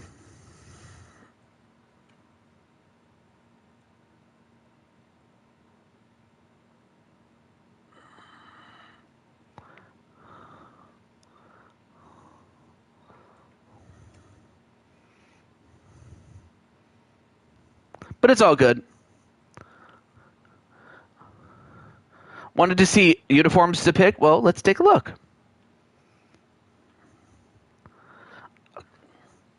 Oh, I'm sorry. That was Mr. P who said that. Okay. Well, all right. Well, let's get right to it then. But I finally got to AJ though. I was so happy when they brought 22 back to the Switch. Yeah, that was awesome, man. Okay. Let's start with the Blue Jays since we have Mr. P. Oh, yeah, Mr. P. Yeah, Mr. P. So, of course, you have the current Blue Jays home outfit. You have their alternate one, which is their blue outfit. I like it. Or maybe you want to go red and go with Canada Day. Or it's light blue alternate. I like this. This looks pretty cool. Or the City Connect. Or you can go with the classic 77 look. Or the 92 look, the one that they had when they won 2 back-to-back championships. Or you can go with 01. Or you can go with this look, which they had for quite a time. Or to Jackie Robinson Day. And then, of course, you have their road outfits, in which they have most of the uniforms, albeit in their road outfit uniforms. But, all right, so those are the uniforms, man. So what are you feeling?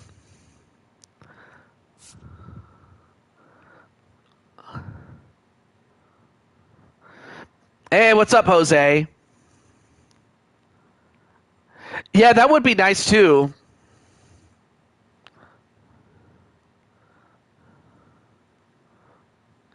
But if they had, oh yeah, that's right, I forgot. Madden doesn't have, or I'm sorry, yeah, Madden is not even on a Nintendo, which sucks, really.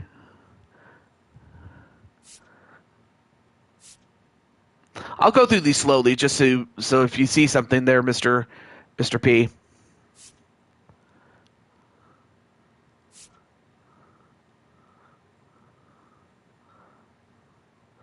The all black uniforms. Well, oh, that's the City Connect one. All right, I'll let you wear that.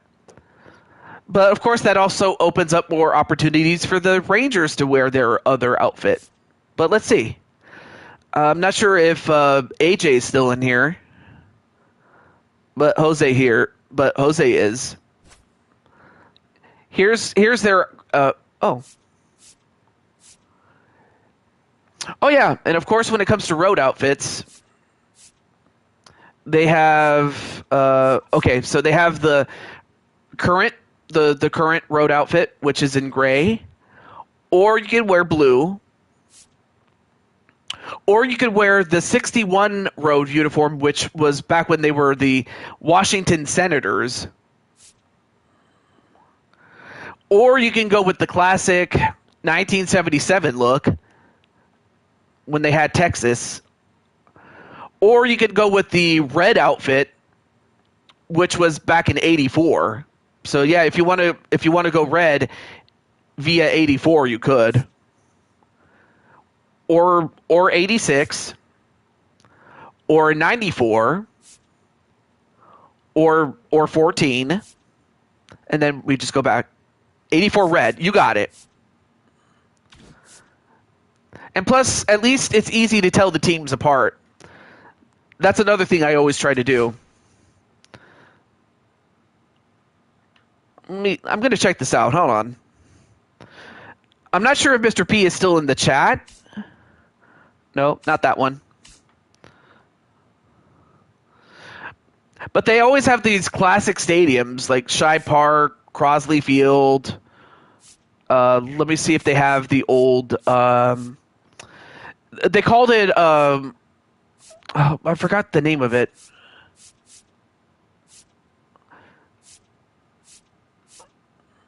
Oh, Exhibition Stadium. That's it. But they don't have it. Okay, never mind. Never mind. So in that case, we'll just go to Toronto then. To the Rogers Center. All right, let's get to it.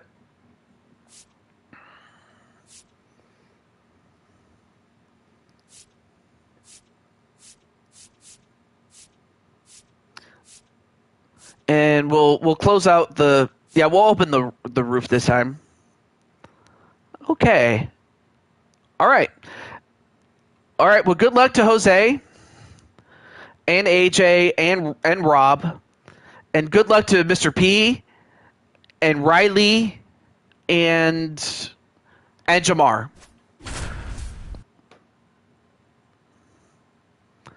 Of course, Jamar and Mr. P are first and third. on the batting lineup.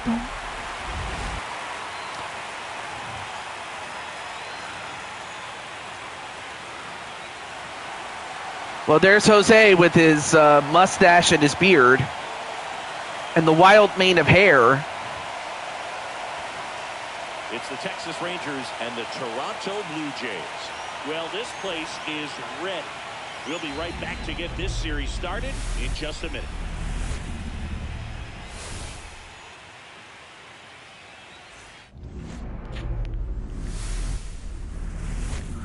Yes, you're on the Rangers. Of course, this was when AJ drafted you. You know, before you and him started to feud. Alongside Chris Singleton, I'm John Shambi. Game 1 is. But I will say this though, the Blue Jays did a great job with the renovations that they made. You're full of confidence that you've got, because it no longer looks like a multi-purpose stadium anymore. It is now a baseball-only stadium. And I got to say, the amenities that they did. That's the #1 way to cancel out the home field edge we just mentioned. Yeah, so there you see the men in red going up against the men in black. Really good game 1 as this series gets underway. Introductions wrapping up down on the field. And first pitch just minutes away. Just about ready to go. Our starting pitcher in this one, Kevin Gausman. Kevin Gausman starting up, and we're going to find out how he's going to do in his first start in this season. Ready to go. And it all starts with who else? Jose Blanco himself leading off. Mr. 76.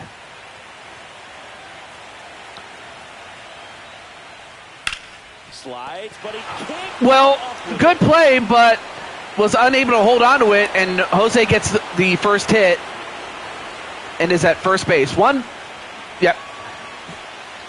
Now it's Marcus. He's on first with no outs. All right, not a problem, Mr. P. I'll let you get to what you need to do. But it's all good, though. Marcus Semien up next. He's dealing with a catcher that has one of the best pop times in the game. He needs to pick his spot very wisely. Nobody out. Runner at first. Oh, got him looking. I mean, that got the top corner of the top part of the strike zone. Good hitter at the plate. He'll be the one to get the benefit of the doubt if he lays off on a close pitch like that. But just of course, Semien not too happy with it, but it is what it is. Corey Seager up next. He's hitting .429. Here comes the pitch. Runner breaks for second. And Jose? Wow, Jose successfully stole second. A stolen base by Jose. That was close, but StatCast shows it was close, though. They almost got him, but seems to be on the safe side of these steal attempts, Chris. Yeah, you see that plus speed, and he needed. And of course you get, and of course Emma gets to see some of Jose's hair. But a swing and a miss by Corey Seager. 2 down. And 2 strikeouts for Gausman. Rookie left fielder. So up next is Rob Gamer, number 19. Let's see if Rob Gamer can come through. Man on second, 2 down. Too high. Jock Peterson in the on-deck circle, hoping to get a chance to make a big impact here.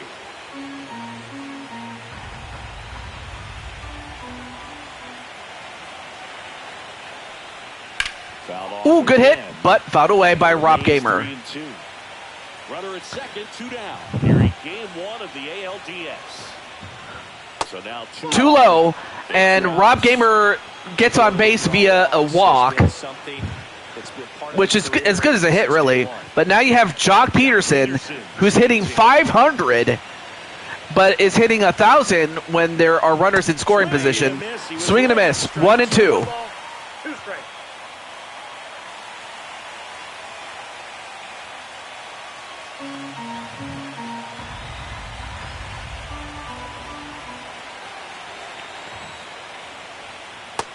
And swing and a miss, and unfortunately for the Rangers, they don't cash in. They do not cash in, and at the end of 1/2 inning, it is 0-0. So while Jose and Rob did exactly what they needed to do, the others could not get the job done.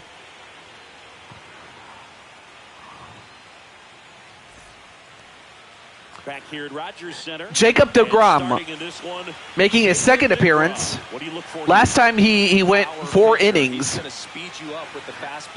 But if he can get past the 4th inning, then the Rangers will have a great chance of winning. But then, making his first appearance in this series is Jamar Games. But on the other hand, deGrom has not fought Jamar yet, so let's see how this turns out. 1-2 is the count.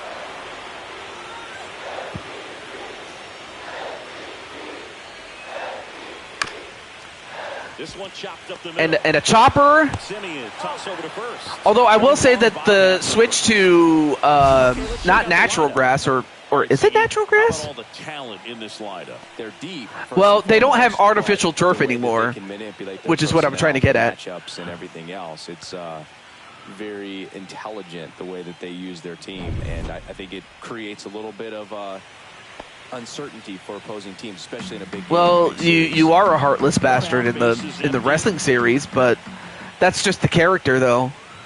Swing and a miss, 98 on the gun. One ball. Cold night tonight. Andres Jimenez, acquired from Cleveland in 2024. Memories of getting jammed. And he gets a hit, but it's hit right towards the shortstop. They get the out at first. 2 down. Hey, man, 4 pitches, 2 outs. That is an excellent pace. 2 outs, base is empty. Now it's the switch hitting outfielder. 2 outs, base is empty.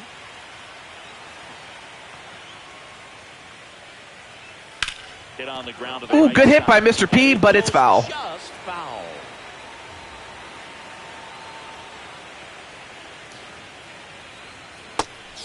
Swing and a miss.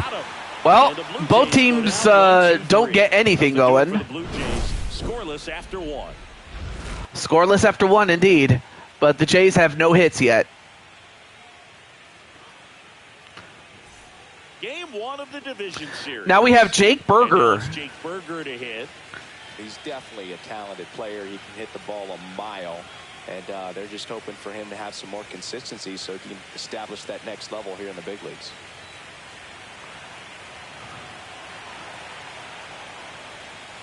Tapped at the plate. Fouled away. It's a foul ball.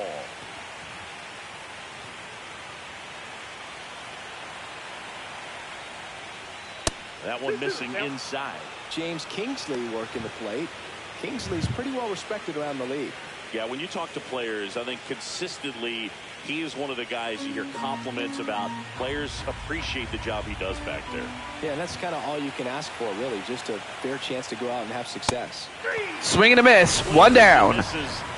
Berger is done. Thought it was a pretty good pitch, top of the strike zone. We're seeing more fastballs in that location. Hitters, especially with 2 strikes, have to be ready to pull the trigger. Here's the catcher to hit, Kyle Higashioka. Righty delivers. Swing and a miss, and he was fooled. Gosman, he has a reputation. I don't know, maybe a... All right, so you have Kyle Higashioka, who is hitting 286. So he's done pretty well, but he's not faced Gosman yet. They can get out of a tight spot. That is pretty valuable. A 7th round pick in the 08 draft. I mean, hey, that's a pretty good career for yourself to, make it as far as you've had. But unfortunately, he goes down. 5 strikeouts for Gosman. Yeah, he's really settling in and getting a feel for his pitches. Then you have Josh Jung, also hitting 286. So now 1-2. Swing and a You miss. won't see the skipper rush to get somebody up in the bullpen as soon as he starts to see some signs of trouble. This guy's earned a longer leash, and because of that, confidence grows with the players and teammates playing behind him that when things get a little rough out there, they know he'll find his way through it. Swing and a miss. Well, the Rangers cannot get a hit here. Impeccable command in that one. 3 batters, 3 strikeouts. That's electric stuff out there on the mound.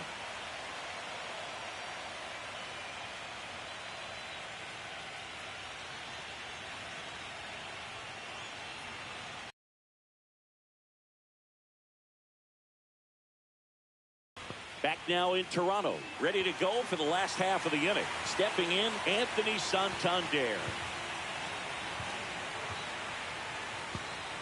Boog, it's always fun showing up to the ballpark on a day DeGrom is pitching.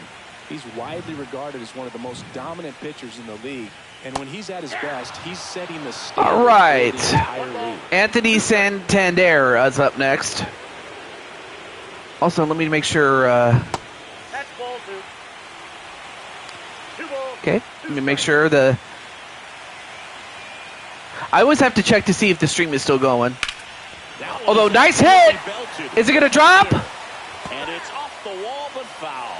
Oh, it's off the wall, but it was foul. Oh, that was close. Just a little bit more to the right, and that would have been out. But instead, it's a full count. And of course, you have Vladimir Guerrero Jr.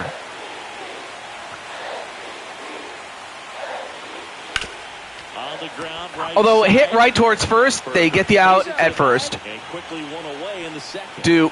And by they, I mean the Rangers.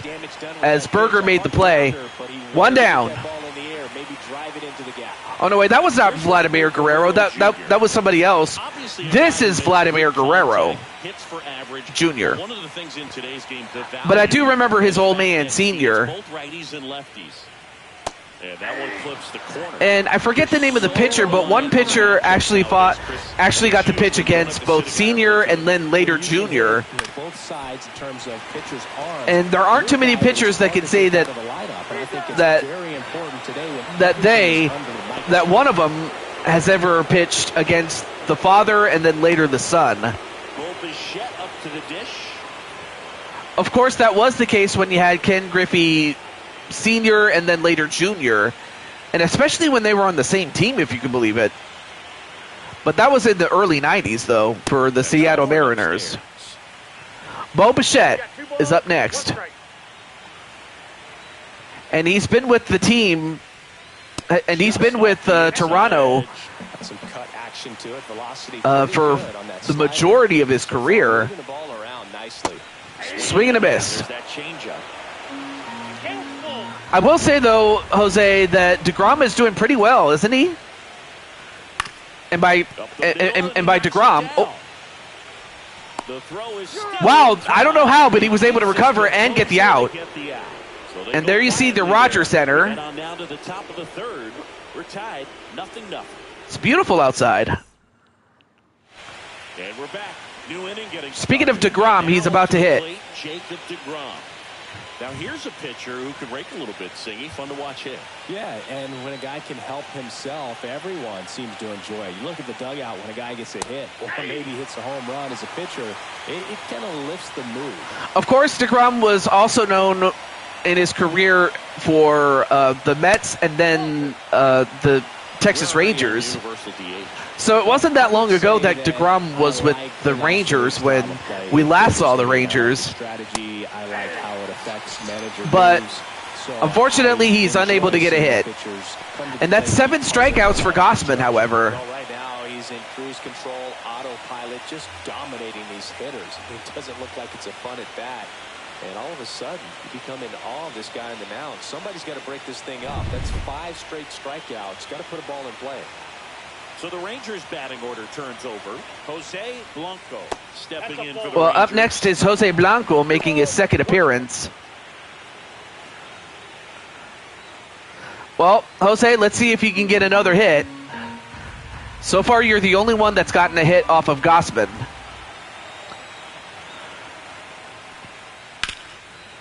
Oh, good hit, but it's fouled off.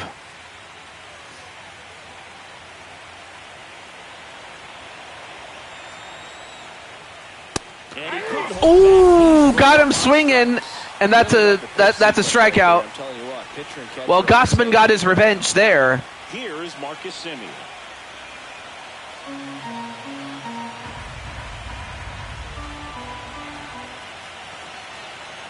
Two down, nobody on.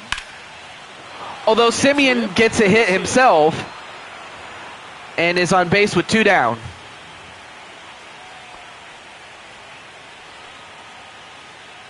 Here's Corey Seager.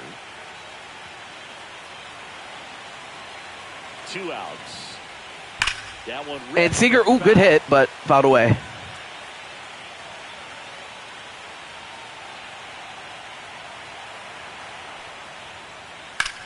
Out to center. Ooh, good hit. Hey, what's up, AJ? Ooh, wow. Almost got it. Just a little bit more further, and that would have been a home run. But good to see you there, AJ. Well, so far it's still 0-0.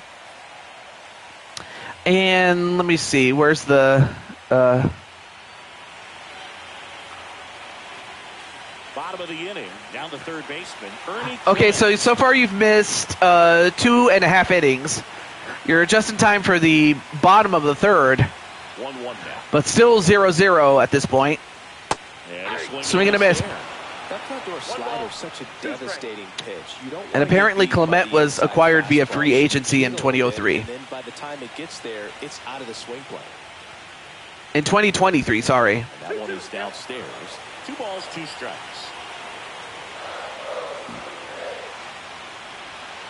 Swing and a miss, struck him out. Swing and a miss by Clement. And that's 2 strikeouts for DeGrom.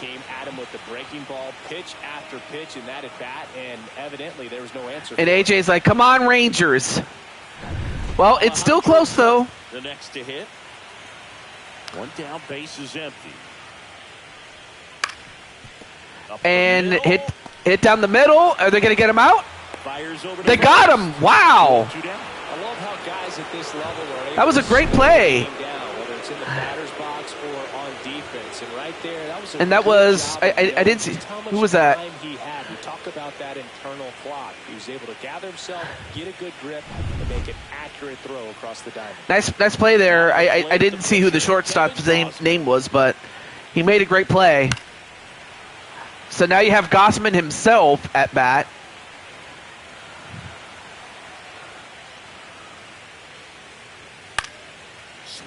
And he pops it up.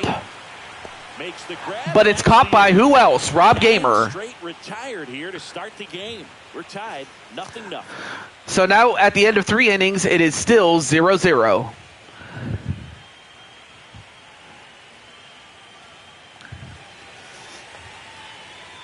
And welcome back to the ballpark. John Shambi with Chris Singleton and set to lead off the 4th. But yeah, you're the team in red, by the way. I forgot to mention that there, AJ. And, of course, the man that's at bat is this man, Rob Gamer.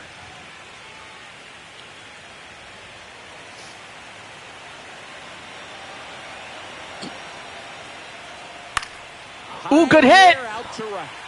Oh, but not far enough. 1 down. And he makes the catch. 1 away. Here is Jock Peterson.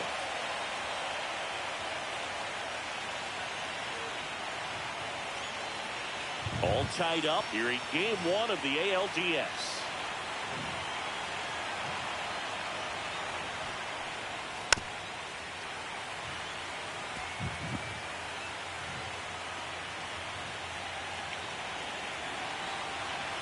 One down, base is empty. That's off the mark. 2-2.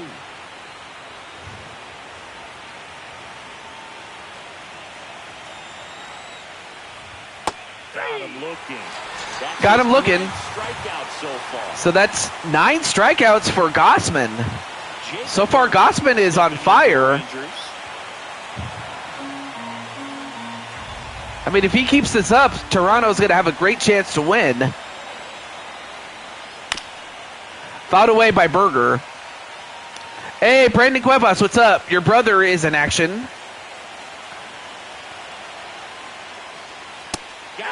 And a swing and a miss by Berger.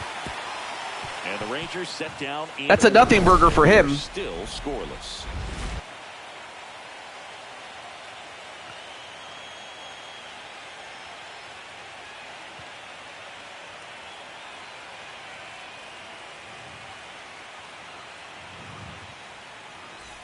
Back here at Rogers Center, bottom 4, and now number 20.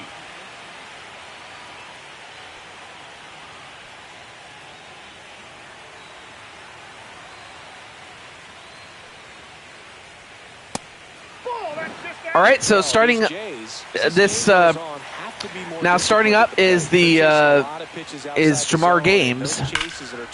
Oh, good hit, but fouled away. We'll see, but I think they have to. All right. Ooh, swing and a miss. One down. And for DeGrom, that's his third strikeout. The other way, so credit the pitcher for having him out in front of that pitch. Clearly, he had him fooled.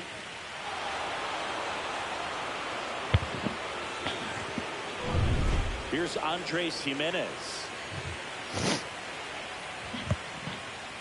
Andres Jimenez up next. And he hits this. But of course, Rob Gamer, he's got the speed. Like, he's a good mix of speed and arm power. But he used his speed to get that one. I got to say, AJ, you did a great job picking him to be your left fielder. But then, of course, you have Mr. P himself.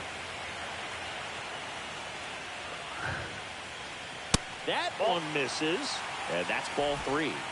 Oh, okay. Well, hey, what's up, Mr. Super DK guy? To keep attacking, make sure that they don't get any confidence. You know, I do have some openings for other series, but how are you, man? Right side, hard hit. Well, hit right towards second. They get the out at first. In fact, that was Jose who got the out at second. He plays at second. But at the end of 4, it is 0-0. But yeah, great to see you, man. Game 1 of the division series. Now the catcher for the Rangers. Oh, I live in I live on the West Coast, dude. I live on the West Coast, dude. And that one upstairs. Well, these Rangers showing. And I still have one more game left to go, provided this game doesn't go into overtime. Well, for too long, that is. And a hit by Hishagoga. That starts to pay off soon. Throws to second. And that's a double. He legged it out. We look for the first run of the ball game. Yeah, I live in California. Perfectly forward right there. Really good swing Oh, right there. no, that's not what I think of it. Let me spit something out. Hold on. Just a tad bit longer, and he hit the ball on the screws. A chance now to take the lead, and at this point in the game, that could be a deciding run. Runner in scoring position, no outs. So next to hit for Texas, Josh Young. That misses the zone, and it's 2-1.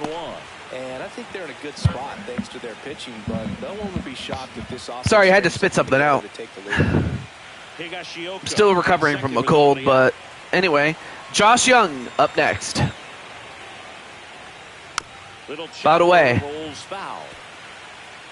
Oh, wait, you moved to Nevada? Well, I was in Nevada in Reno not that long ago. In fact, about 2-3 days ago. That wasn't an easy and then I was in Vegas in late May. And it remains 2-2.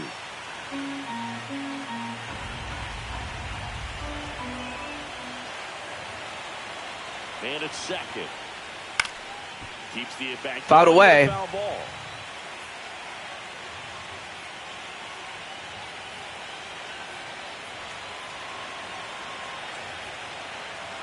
Oh, you live in Carson? Interesting. 5 foul balls in a row. I have no idea what that feels like. But Well, Gossman is up to 81 pitches. Swing and a miss. One down. Swing and a miss. Struck him out.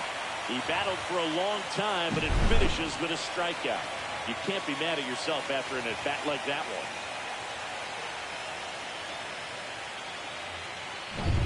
Jacob DeGrom stepping in for the Rangers.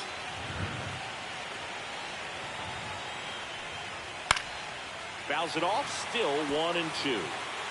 One out, and a runner at second, and we're at the top of the fifth.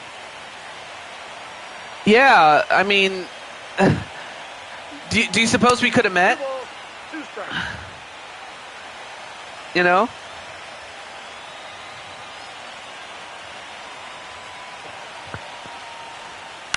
In the air on the infield. A pop-up, 2 down. 2 down.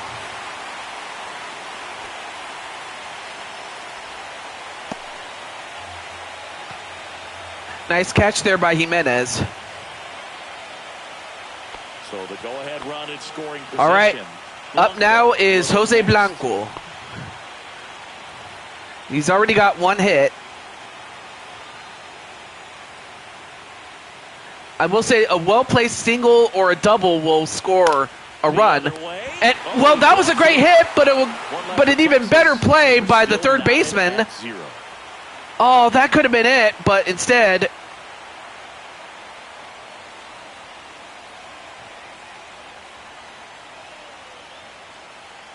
well, don't get me wrong. I like, you know, I like spending time on the internet, but sometimes I do take time away just to decompress a little bit. If not, just relax, you know. But I get it. We're in the back half of the game, and they're still searching for a base runner. He's been great out there on the mound, no doubt. But it's also been a disappointing performance at the plate to this point.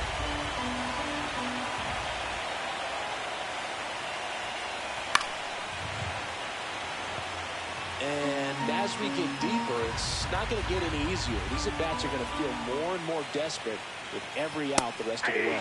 And got him looking.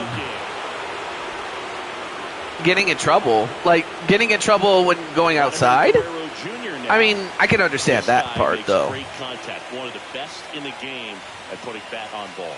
He's got such quick hands, and he's gaining pitch recognition. That keeps him square to the plate. There's a good chance that his bat stays in the zone. Nice hit, but fouled away. And that produces solid contact consistently. Vladimir Guerrero Jr. up next. Fouled away. The Jays still looking But for their by the first way, win in like, this one. out of all the series that I do when featuring people, like, are you interested in, like, baseball, football, hockey? I also have pro wrestling and a few other series. You can't do much better than that on a pitch that far outside of the strike zone. Got him to chase him a 2-strike count, but he wasn't fooled. He hit that. Because I do think you're a super guy, super DK guy. Bo Bichette up next. And now 2-1. NFL? I think I might have a spot for you in the upcoming season. And I'll make a player of you. Like, basically make them off of DK.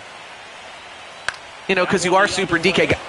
Wow, great play by the first baseman to catch that. I believe that was Jock Peterson who made that play. That was a great play.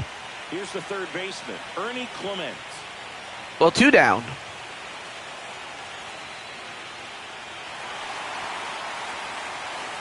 And then there's the Blue Jay up there doing his little dance. 2 outs. Gets him to chase after that one. Some activity in the bullpen for Texas. Dane Dunning up and throwing. Milner getting loose as well. All right, Dunning and Milner in the bullpen.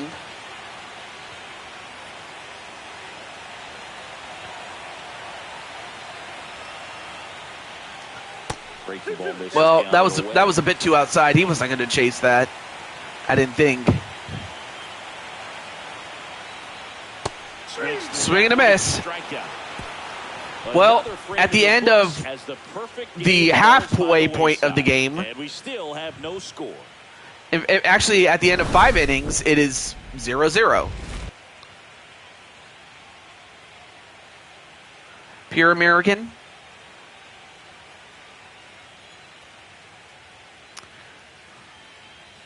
Very laid-back person. Ah, okay. And we're back. Here's the second baseman, Marcus Semien. So, So maybe just a slight tan, but otherwise. Swings Whoa, here what a shot! left field, And it's out! Into the home bullpen for a home Marcus Semien with a home run for the Rangers, and the Rangers take the lead. Well, that one won't stay below the radar. That made a lot of noise. So kind of like that guy right there, number 6. And also let me know if you want like facial hair or something like that. Pitch he wanted to hit, spent on some other pitches. Look at this. In this at bat, was very patient, and it paid off. Manager out of the dugout now, and it looks like we'll see a change on the mound. Kevin Gausman makes way. And I don't think I've ever seen a manager with long hair before. Because usually most managers either have short hair or they start to lose their hair. That's kind of weird, but then again, either he could have... Though, then again, he may be a very young coach, so I can see that. Nick Sandlin up next.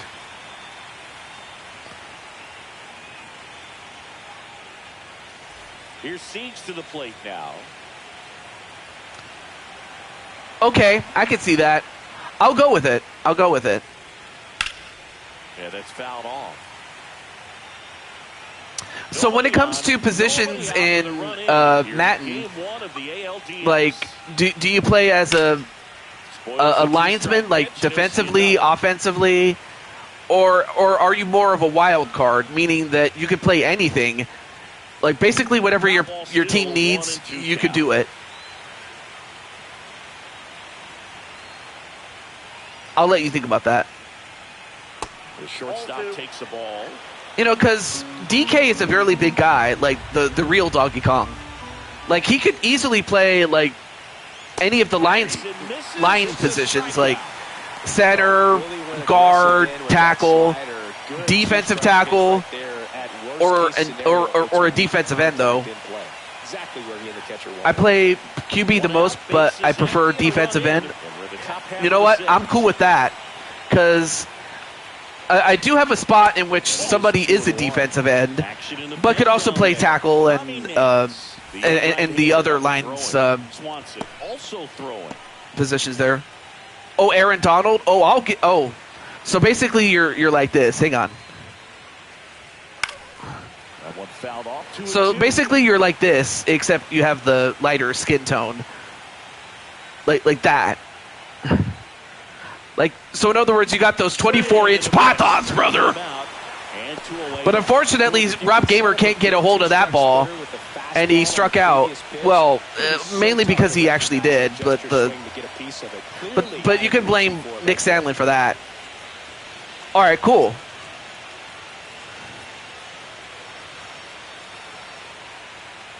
All right, back to the match, though.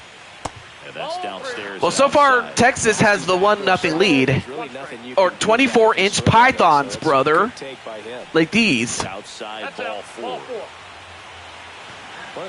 So that's what I refer to as muscles, or the largest arms in the world, brother. But if you don't know what a python is, well, that's a snake. That is if you are the offensive side of it. But it's supposed to be a euphemism for, like, the big muscles, though. Yeah. But, hey, I get you. I mean, I can see how anyone would be confused if this is your first time, so it's all good. All right, 2-2 is the count. Popped it up. Still foul. Still 2-2.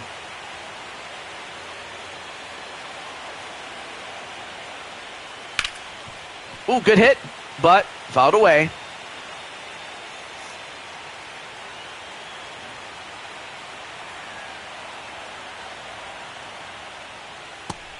Swing and a miss. Well, the Rangers do get a run, and it's a home run by this man, Marcus Semien. This is the American League Division Series on the show.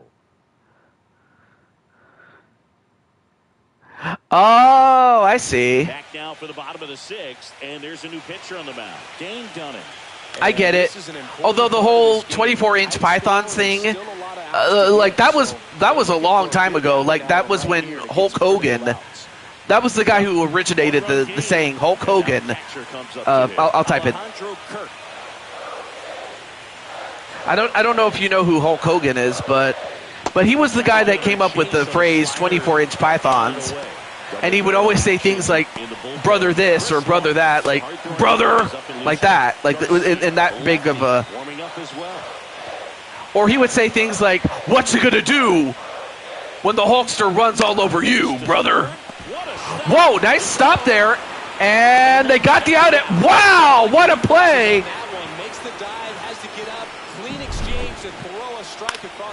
Look at this. What a stop. He gets the stop at third. Yeah, so it was invented before you were a thing. Yes. Will Wagner up next. Blue Jays down a run.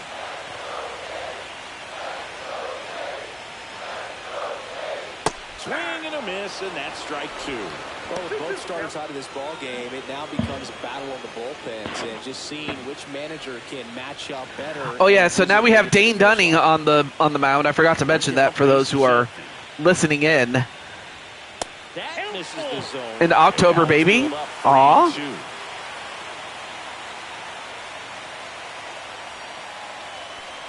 And there's ball four. And a walk given up by Dane Dunning.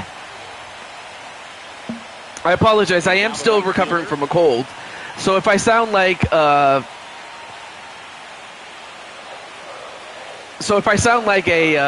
nerdy kid, it's just because I'm recovering from a cold. Well, there's AJ. Lifted in the air, right center field. AJ Cool Kid, the guy that put the Rangers together. Nice catch. Oh, I'm sorry. Jose Blanco's the center fielder. My bad. But anyway, great catch there by Peterson. Manager out of the dugout, and he's going to make a change. Dane Dunning departs, and he leaves in a one-run game. Well, Dunning will have to give up the ball. I imagine he's not too happy with it, but it is on the captain's orders here. The skipper's orders, rather. Holby Milner up now. A fan of the Raiders. Hey, let's go. A's, awesome. And Chicago Bulls, interesting. I mean, I can understand the A's and the Raiders because they were in Oakland. But the Bulls, well, I mean, I understand that Michael Jordan was a big thing, so I get it. You might have family there. I mean, I have family in Arizona, so I could totally understand the love for the Phoenix Suns and the Diamondbacks. Also, hello to Carol as well. Although in Carol's case, it's more so the Indiana sports, like the Pacers and the Colts. So it has more to do with those two teams. Fouled away. Oh, you made as good of a team as you can get it.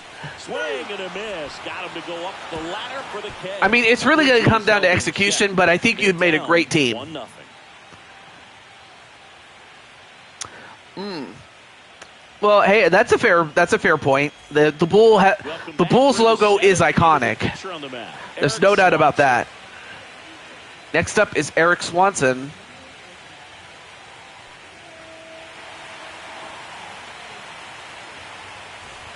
Well, one-run game. Kyle Oh, that did it. Getting ready to hit.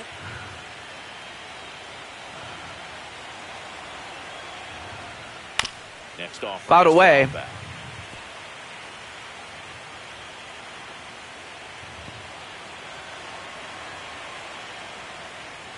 And that one is inside. And the Braves and the Ducks, awesome. Swing and a miss. Struck him out. Well, if you know what, I'll look to see if there's. Oh, I'm sorry. Oh, that was Carol who said that. A team idea. You and Max Crosby for both pass rushing the QB. Oh, okay. Anyway, the Fever. Oh, I see. Josh Young now at the plate. And then the Braves for MLB and Ducks for the NHL. Okay. So the GM in this case, general manager. I forgot to say AJ. Just missed. 3 balls, 1 strike.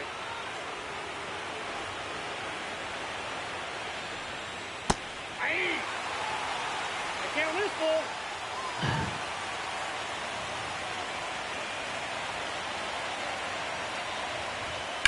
Ripped on a line. Oh, nice hit, but hit right towards Jamar. Nice play there. Now a pinch hitter coming on. Oh, of Toronto? That's Mr. P. Looking for a 2-out spark. Mr. P is the GM of Toronto. I forgot to mention that part. Though I thought I mentioned it. That one is upstairs. That would be a deadly combo. I just wish that, the Raiders did better with their drafting. But it just goes to show that, the people making the decisions. I can't even talk. The people making the decisions Fouls one off. 2-2. are not qualified to do their job. But on the other hand, there are times where they made the right pick at the time, but it just didn't pan out, though. So I guess you could say there's a little bit of this and a little bit of that. But you have to look at it as... Hot shot to first base, and he snags it to end the inning. You just have to look at it as a little bit of both. But really, though, it's frustrating because you just get the sense that if they can make the right picks, they can be a better team. Though I'd like to hope that they get out of the cellar sooner than later. Relievers really make a name for themselves late and close. There's not much margin for error, but at the same and that's all we have. That's all we can do is just wait to see. 3, 4, 5 due up for the home team. All right, so Mr. P is up now. There's the GM for Toronto, though, as he goes up against Chris Martin. Swing and a miss. Right now, Texas leads 1-0. It'd be a mistake to throw him anything off speed right here. Just misses. 2-2. Man, oh man, I don't know how you take that pitch. That's as close as it gets. That one outside. And it's 3-2. Anthony Santander in the on-deck circle, hoping to get a chance to make a big impact here. Looking to get the tying run on base. Got him swinging. One away. Big time out leading off the home. Well, yeah, but I mean, obviously that doesn't help. But you have to think at some point those 3 teams are not going to stay playoff teams for long. You just have to. Ultimately, you got to do your best, which I know that's easier said than done, but you got to do it. That one fouled off. Trying to hold a 1-run lead. Sure, it's easy to get into the playoffs when you have a weak division, but chases that one out of the zone. But it never really stays weak for long. Just like it never stays strong for long either. That is, unless of course you're working against teams that have superior general managership, or they know how to circumvent the caps, the cap space. The salary cap, excuse me. Or they know how to draft. And it just seems like the Chiefs are really good at that. Holding on to a 1-run lead.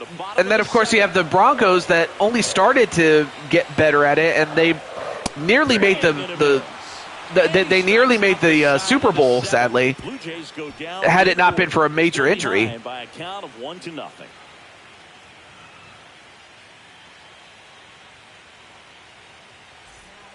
Welcome back, and a new arm on the mound to start the 8th. Yeah, Vladimir Guerrero Jr., yep. But yeah, McDaniels really just messed everything up. I'm very sorry.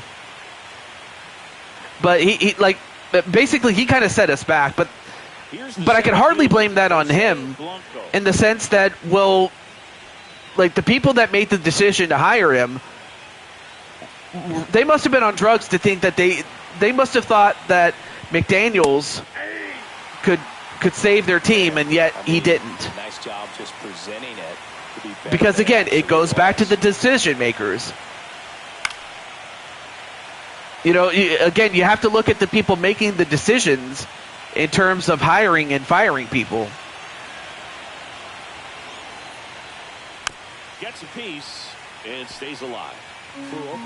So I pretty much place the blame of hiring the man as something that you could point to the decision makers to that. You know, the general manager or the owner. What, you know, one of those two things really. One of those two people, I should say. Sorry. Yeah, the pitching's been outstanding. But you're right. So that home run is really he definitely made the Raiders worse than they would have been, honestly. Well, here's Marcus Semien, who's 2 for 3, and with a home run, and that home run is what is the difference in this game right now. There for a strike. Yeah, they pretty much, yeah, he did Derek Carr dirty. I mean, Derek Carr was... Well, I don't want to say he was the greatest player in the world because I don't think he was good, but I don't think he was the greatest. But they certainly could have utilized him a lot better or built around him. Well, that at-bat seemed to be over as soon as it started. 3-pitch strikeout. Future might. Oh yeah, so this was before he went to New York this season. Okay. 2 down, bases empty. Corey Seager, that's the guy who I was thinking of earlier. But yeah, man, like to say that he was done dirty, it set him up for failure.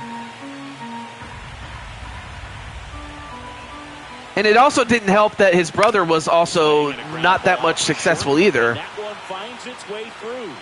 So a 2-out knock keeps the So I can imagine that while Derek was a touch better than his brother, I couldn't really say that it was that much of an improvement, but still.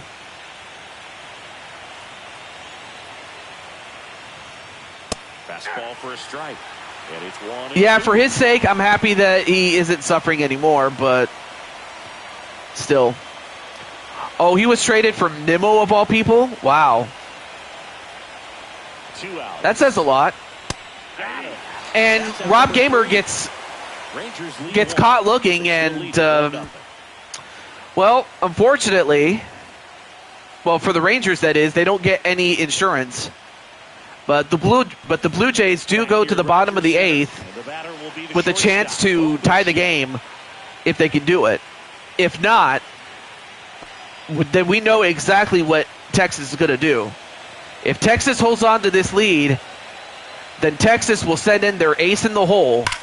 And that man is A.J. Coolkid, although that might not be the case if they keep giving up hits like this, as Bo Bichette gets a double to start off with. Not what you want to see if you're Texas, though. On time with everything, really good balance, nice extension, and he met it out front for the line drive knock. And now a crucial opportunity to tie up this game with another base hit. Ernie Clement will hit next.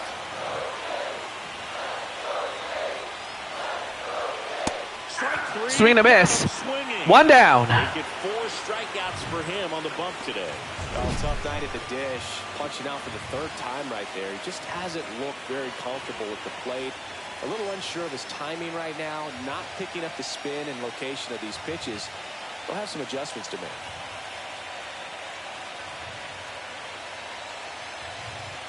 Here comes the manager out of the dugout, and he'll make a move for the bullpen. Chris Martin done for the night, and he's responsible for the runner on second, so the book isn't closed on him yet. We'll be right back. Yeah, that's definitely true, because they need one that cares about the team. I mean, really, he kind of soured, like, he soured on Oakland when, number one, they wouldn't give him the stadium that he wanted to stay in Oakland. So the tying run is second. Late on that fastball. And then, obviously, because he didn't get what he wanted, it's like, all right, so you're going to embarrass me? I'm going to embarrass you with a crappy team. or that he just didn't care anymore. That was just the thing that I got out of it, was that he didn't care. Battling here as he fouls it away. And the same could be said for his time right now in Sacramento. It's like, well, yeah, even though you're out of Oakland, you're still you still don't care. It's like it's like the only way you're going to care is when you get to Las Vegas. Then, you know, it's like if you don't start putting together a better team now, by the time you do get to Las Vegas, well, you might not even make it then. So what does that say? Well, what it says is that, yeah, they do need an owner. But I just feel bad for the people of Oakland that they lost a team. As that happens, that's going to drop. And that's going to tie the game. Garcia just could not hold on.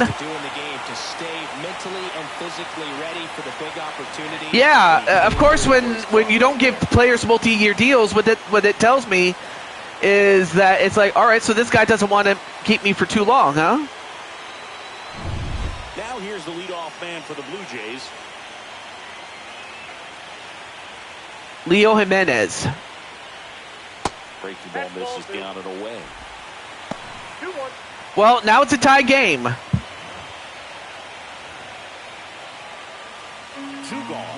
So now you have a runner at first with 2 outs. Swing and a miss. Well, of course, now that the game is tied, they'll save AJ for when they do get the lead, if they can get the lead, that is. Yeah, go for it. Oh, about away.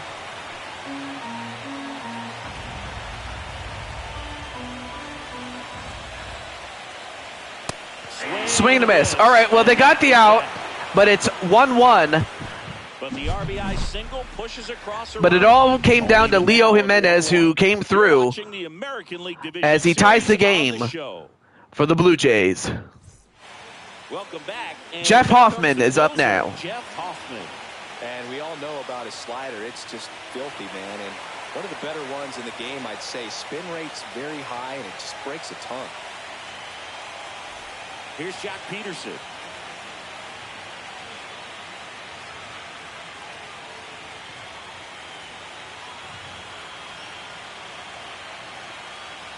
Okay, maybe he's starting to maybe the owner is starting to care again. But now he just is but obviously now he has to deal with the remnants of a crappy team and build around the parts that do work. Swings and misses on the fastball. Oh, the closer, Jeff Hoffman? Oh, okay, so he's the closer. But I guess he wants to make sure that he gives his team a chance at the bottom of the 9th. And he's off to a good start as he takes out Peterson. On developing that spin rate, having a good grip on the baseball. Those high fastballs, they kind of look like to the hitter that they're yeah, I mean, they've had some good QBs, and then when they've had some good ones, they build pretty well, but Now here is Jake Berger. well, I don't want to say their drafting is not bad. Yeah, you're right. The drafting is not bad. 2-2.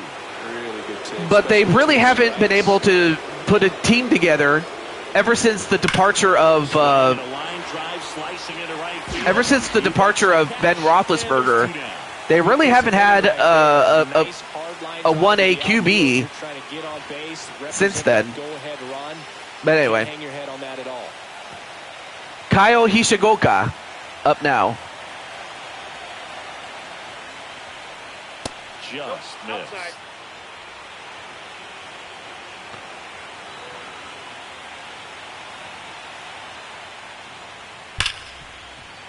Ooh, nice hit, but fouled away.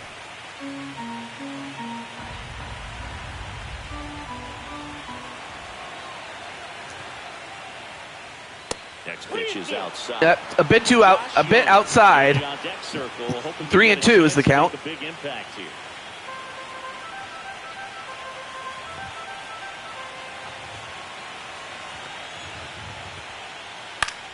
Fouled away. And it remains a full count. Higashi Oka. Down, nobody on. Oh, I see. Foul. We'll see. It's very hard to pronounce. I'm not going to lie. Well, you put good velocity in the head of the hitter. He's got to get it ready early and then change speeds. Keep him off balance. That's the goal. Got it. And good work there as he gets a 1-2-3. So no runs, no hits, no errors, and no one left. 2-3-4 set to hit in the bottom of the ninth. All tied 1-1.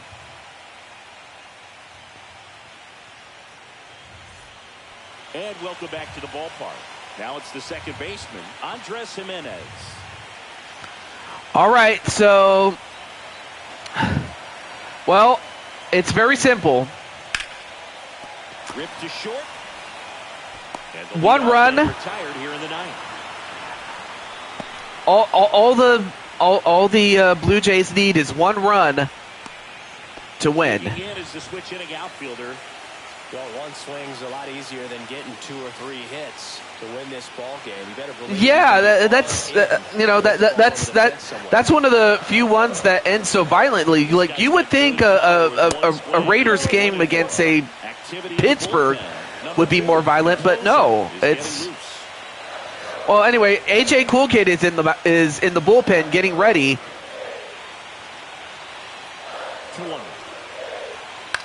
But as that happens, ooh, nice catch there by Peterson with his right hand and manages to get the out. But that almost got it. Now it's 2 down.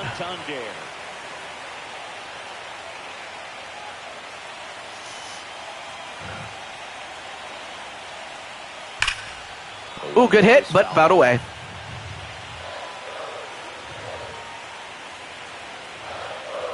Trying to send this to extra innings. Swing and a miss. All right, so we're going to go to extra innings again.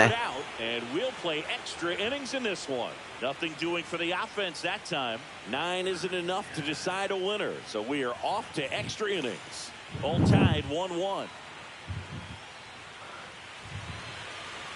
All set for the start of the inning. Down the third baseman, Josh Young.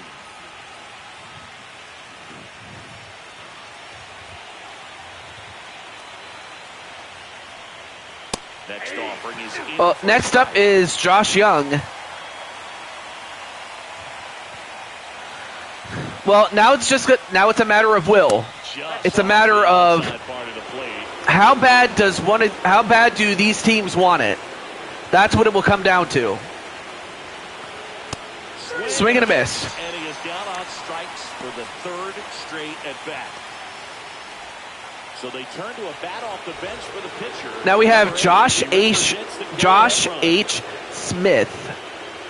Interesting.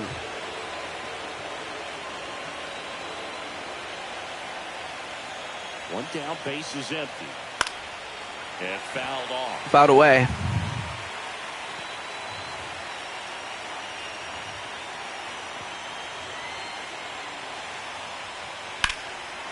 Ooh, good hit, but fouled away.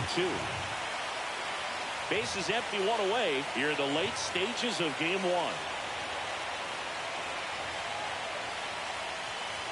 Nope, that's off the plate. Ball 2. All right, 2-2 is the count. But yeah, it is a very passionate. I mean, both of those fan bases are very passionate, and a swing and a miss, just reaching out for it. I mean, the Rangers, aside from a few people, have struggled at bat. Is against the Rams. Well, that could happen, but the other way. Oh, a slicer the other way. Got him. Nothing doing here this well, now Toronto has a chance to win at the bottom of the 10th. 1-1.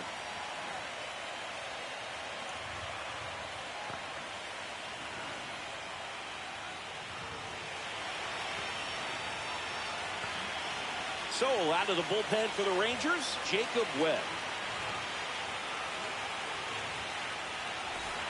And here's the first baseman, Vladimir Guerrero Jr.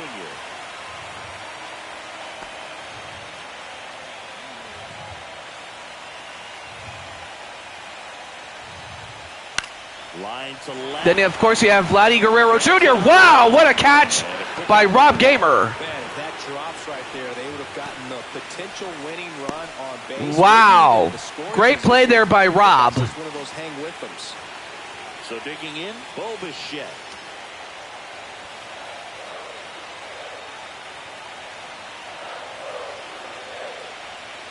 The shortstop takes the ball.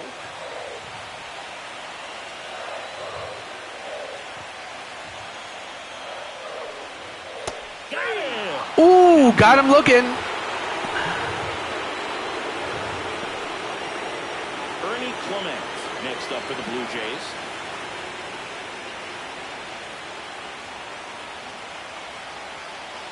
Two outs. Swing and a miss. Swing and a miss. It's a tough day at the plate. 3 strikeouts already. It's hard not to think negative, but you got to find a way to somehow center up the baseball and put it in play. Bounce it off. Still Nice hit, but 1-2. anyway. Two down, I mean, this is a very close game. One of the ALDS. 2 down, And a swing and a miss. and we're going to go to the 11th now. Incredible. In order go the Blue Jays. Still tied, 1-1.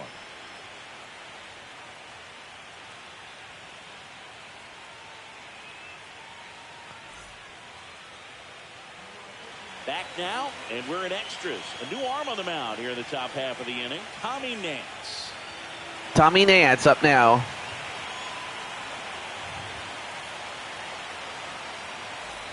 Marcus Simeon now at the plate. Ooh, yeah, that is awesome though that we got a legit starting center. I guess the Ravens couldn't afford him, I guess. Swing and a miss. Well, that's that slope right there. Either that or we made him an offer he couldn't refuse. So I don't know. To get that barrel to.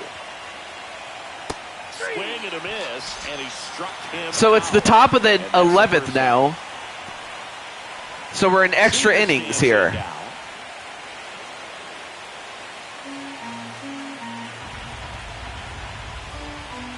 It's tied at 1-1. Nance sets, fires. That one the other And way. it goes the other way. Over to first. And they get the out at first. 2 down. Open the 11th. I mean, the Rangers just cannot get a hit to save their lives. Next to bat, the Texas But up Rangers. next is Rob Gamer. 0 for 3 with a walk. Well, after getting the walk in the first inning, ever since then, Rob has not been on base.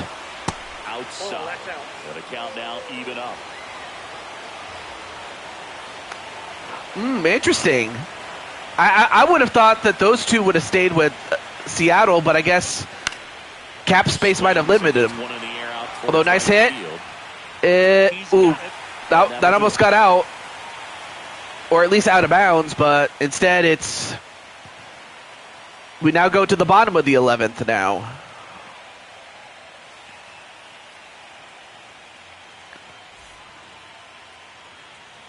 And we're back. All set for the bottom of the 11th. Here's the Toronto catcher, Alejandro Kirk. This guy, one of the best defensive catchers going. You talked about framing, the ability to block, catch, and throw. He is at the top of the game. Swing and a miss. Really good athlete, and many times we talk about the feet of infielders. This catcher as well. Yeah, I would have thought that Quay Walker would have stayed, but I guess I guess maybe he felt that he didn't get the deal he wanted. I guess I don't know. Or maybe he had family in Las Vegas or something. I don't know. You never really can tell, like, whether it's for the money or whether it is because they think that he's hit some home runs in the past. that the team that they sign on with will be a good team. I don't know. Your first World Series game for your franchise playthrough went 18 innings. Yeah, that was incredible though. Not so much if you're trying to get through a show. One down, base is empty.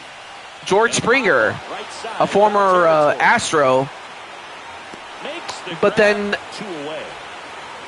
he pops out and gets out. 2 down. Now here's the leadoff man for the Blue Jays.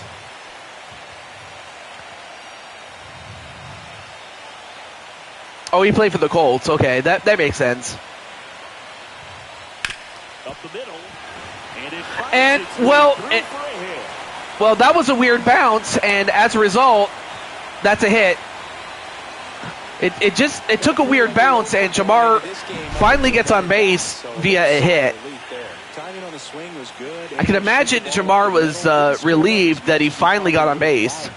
That's a good approach paying off. And now they've got some speed on first, so we'll see if they try to get him. Now we have Andres Jimenez. Now for the Jays, Andres Jimenez.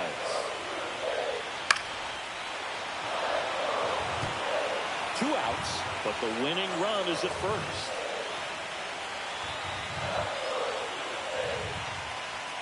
And a good idea. Too high. 3-2, 2 out, runner on first. A lot of movement in the infield. Hitter's got to stay focused on the pitch.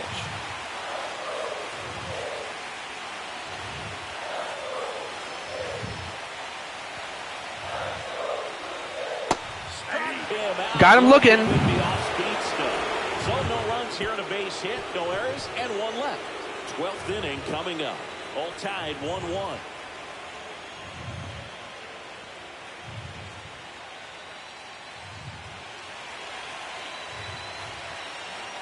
Back now, we're in extras, and there's a new arm on the Oh, absolutely. And he'll feature a Oh, slider to work off. hang on a moment. Let me let Riley know that he's on. That he's in. I did not think he was going to be called on unless they needed him, and they do need him. Where's Riley?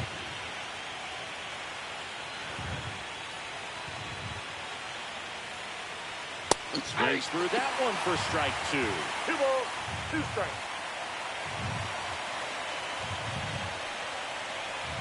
Next pitch misses inside, and it's 3-2. Jake Berger in the on-deck circle, hoping to get a chance to make. Yeah, I'm not sure if Riley is still in the chat, but he's now in. Raiders also signed Nakobe Dean. Okay, that's pretty good to get him because I remember he was a steal for the Eagles, and he did pretty well for the Eagles. I'm surprised he didn't get a deal. Like I guess either they couldn't afford him or they had to keep other people. But that's something, though. They're finally building a team that can win. But that's a team that can win on paper, though. Like, it usually doesn't matter about winning on paper, though. They very well could bring out. They very well could bring you out. Anyway, Riley does give up a walk, though. A perfect idea for your jersey number. Well, what would that be?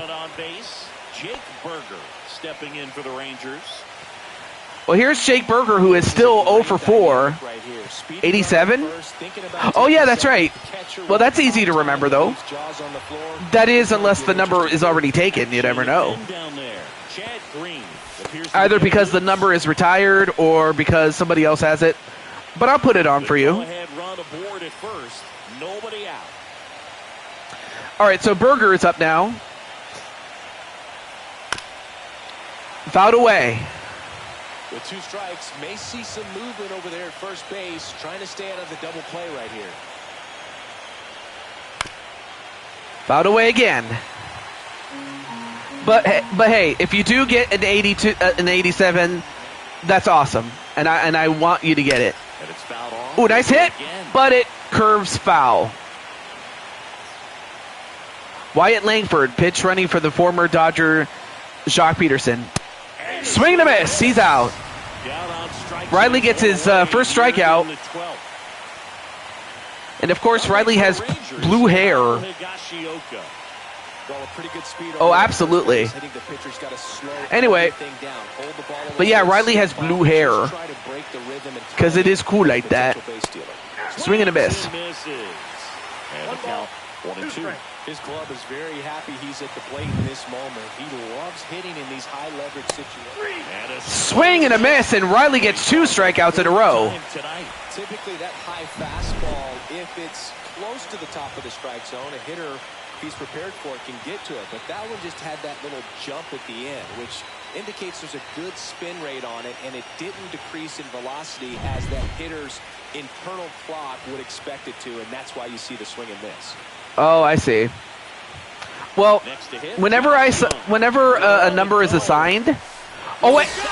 Well, Langford got caught stealing. That's gonna end the inning. base attempt, got in position or half inning. quickly, and a strike down to second base to end the inning.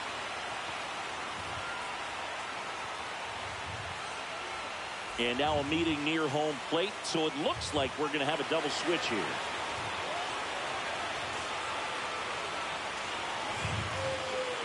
Back here in extras, and a new pitcher on the mound in the bottom half of the inning, Sean Armstrong.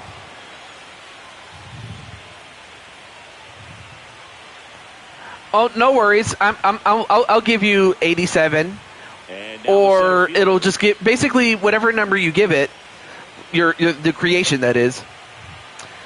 It'll give you the closest number that you can get, or at least the number that's available. Oh wow! Mr. P hit that ball, and it nearly hit Mr. Armstrong in the head had he not gotten out of the way. Look at this. He hits it. Well, okay. Well, we didn't get to see the what happened to the pitcher, but he nearly got hit with that batted ball. Well, now they're going to keep Mr. P from stealing second here.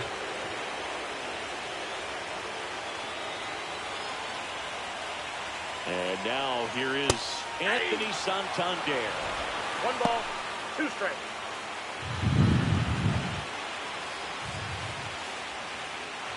With the winning run on Okay, cool.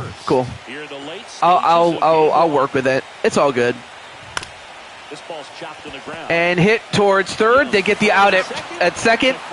They got a double play. Great job. What a smooth double play. That was a thing of beauty from start to finish.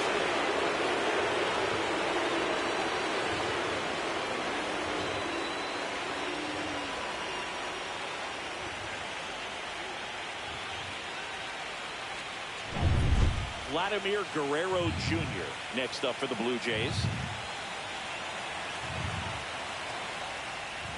Next offering is in for a strike. 1 ball, 2 strikes.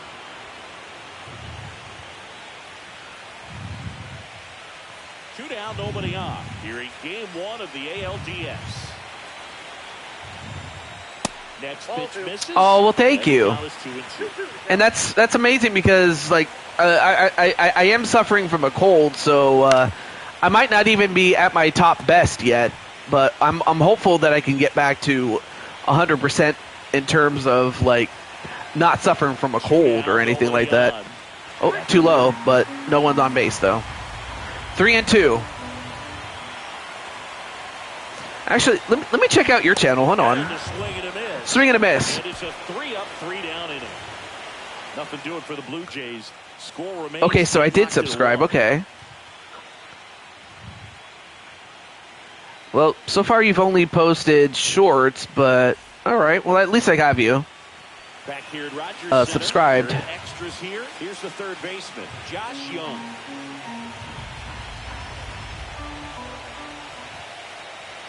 Swings through that one. 2 balls, 2 strikes.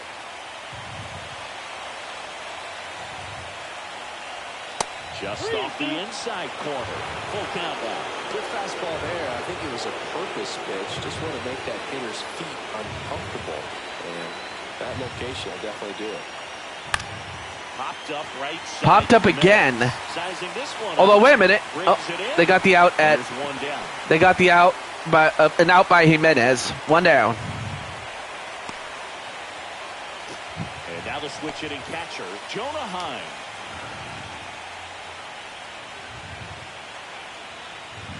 Base is empty, 1 away. Oh, Extra innings. well, I didn't realize that. Anyway, there you see Riley, number 37.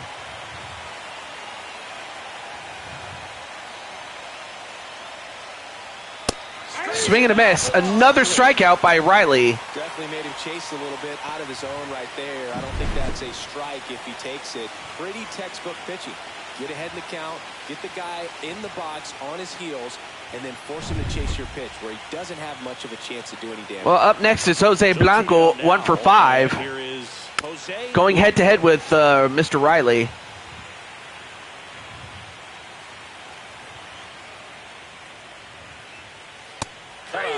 and he swings and misses. Nice inning of work there as he I mean, at the rate we're going, I'm starting to wonder if we can get any sort of runs here. Tied 1-1. Oh, understandable. Back now in Toronto, ready to go for the last half of the inning. Leading off, Bo Bichette.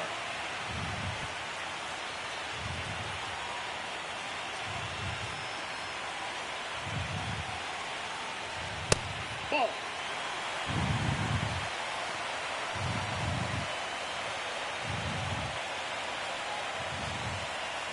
And that's off the outside edge. And the count is 3-1. Ernie Clement in the on-deck circle, hoping to get a chance to make a big impact here.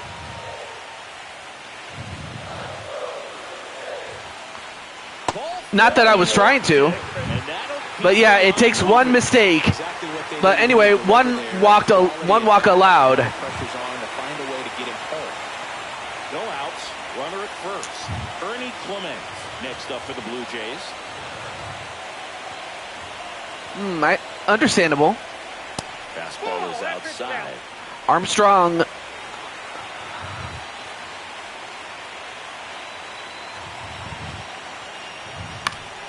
Oh, popped him up. Foul ground first base side. Brings it in.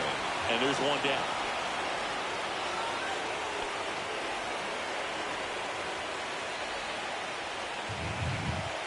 So up next, Alejandro Kirk. I mean, all these guys are struggling offensively, so it's a matter of who's going to be able to get out of this, or who's going to be able to come up with a big hit. That's a little bit high. If not, a string of hits to get this done. Well, here's Riley, and it looks like he's going to stay in, given that he can bat, unlike most of the other pitchers. Although, is it going to drop? It does drop. So now you have runners at first and second with one down. Now it's second with only one away. Well, they call that an advantage count for a reason. You're so much more likely to get something you can handle. That ball right there landed in what they call the no man's land. On alligators? Let's see. I remember there was an alligator, but I was wrong because there was one named Uncle Albert, but it turns out he wasn't an alligator. 1 ball, 2 strikes. He's a croc. But I do remember the alligators from Live and Let Die, where James Bond gets out of. He's stuck on a little island that the bad guys put him in, basically so they could feed the alligators James Bond. However, James Bond crosses the moat, or crosses from the little island back to land by stepping on the alligators and, Frogger style. And that might do it. And it's over. The Blue Jays win. Well, the Blue Jays, they kept at it and they won. And while the series will go back to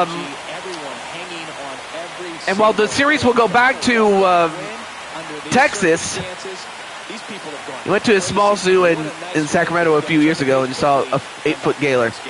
Well, no, it's a best of 3, AJ. It's not a best of 1. It's a best of 3. So that means that the Blue Jays need to win one more to win, whereas you can still win and tie the series up. So you're not out, not yet. So it's not over. So Sean Armstrong gets the loss and Mr. Riley gets the win. Interesting. But we still got one more game left to go. I didn't think we were going to be able to get it through, but it looks like we will. But yeah, this is baseball night in America here, or Canada, since we were in Canada just a moment ago. And plus, I've been meaning to do this for a while, but for one reason or another, I always had to put it off because of either other projects or because of my very busy schedule. And because of how busy my schedule is, it usually left me in a position where I was just tired, really. But yeah, at one point the Rangers had the lead, 1-0, and they couldn't hold on to it.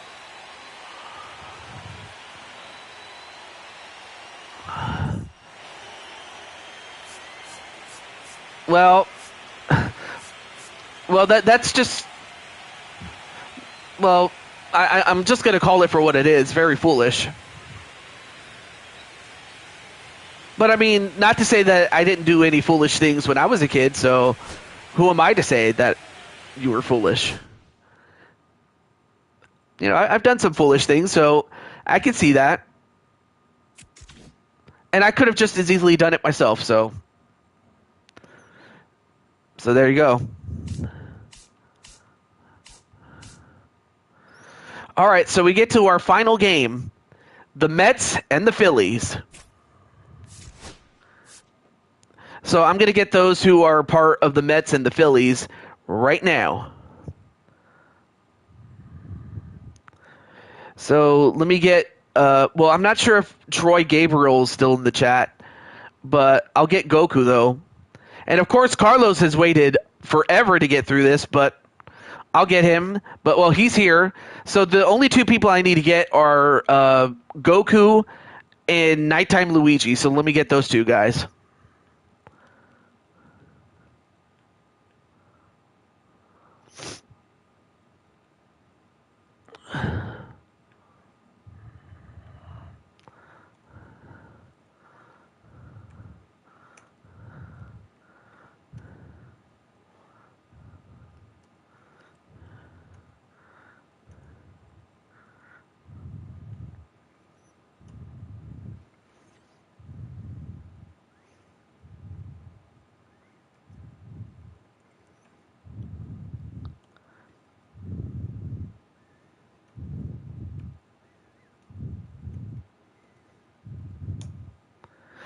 All right, so I got him.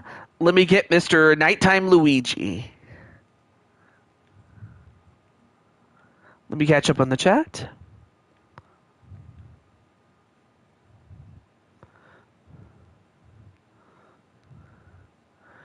Oh, no.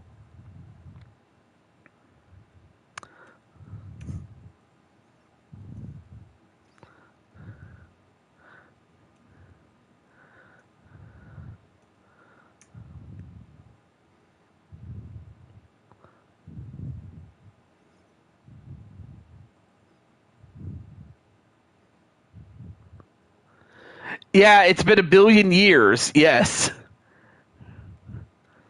Of course, I say that as a joke.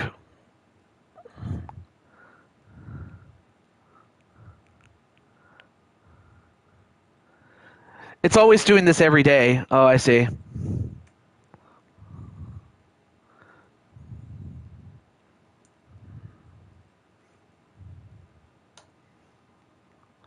All right. So speaking of Goku, Goku is with the Mets, and Carlos, Larry, and Nighttime Luigi are with the Phillies. So let's go with this. Let's start. Let's begin this game here.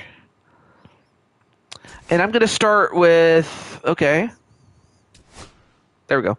I'll start with the Phillies, starting with Mr. Carlos Larry. So of course we have the Phillies with their home uniform. Just been hanging out with family. That's awesome, man. So of course you have the pinstripe white uniforms, and then of course you have the non-pinstripe white uniforms. Or you could also go with the light blue or the baby blue. I don't think Nighttime will expect me to be here. Well, wait, what do you mean by that? Anyway, so we have the baby blue outfit. This is for Carlos to decide here. Or the City Connect. This looks pretty cool. Oh, the light blue? Okay. I was going to show you the other outfits in case you change your mind, but I'll keep that in the back of my mind in case, you're not interested and you just want the light blue. But yeah, here's the City Connect, which, this looks pretty sweet, dude. Or you can go with the 1921 home look, or the 26, or 1926, or the 44.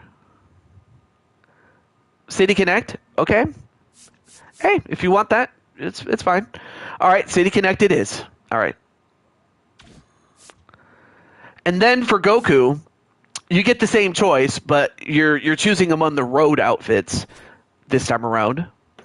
So of course you have your standard road outfits, or you can go with the New York blue that says New York, or you can go with the 64 road outfit, or the 85 outfit, or the 94 outfit, or the alternate road outfit, which is in black in 2000, or the Jackie Robinson Day uniform.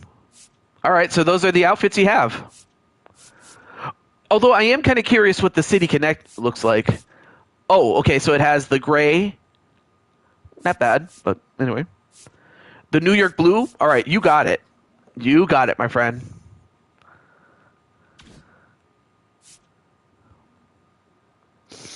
All right.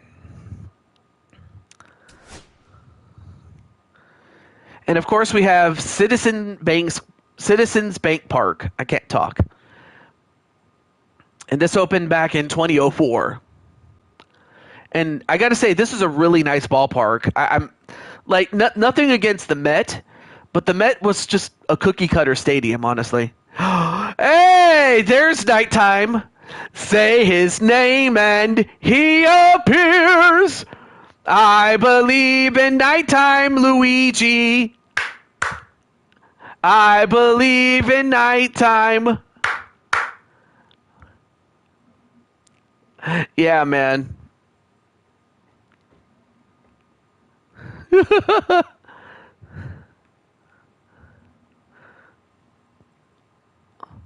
Of course, Kip Hayes was the one who was originally supposed to be the he was supposed to be the GM, but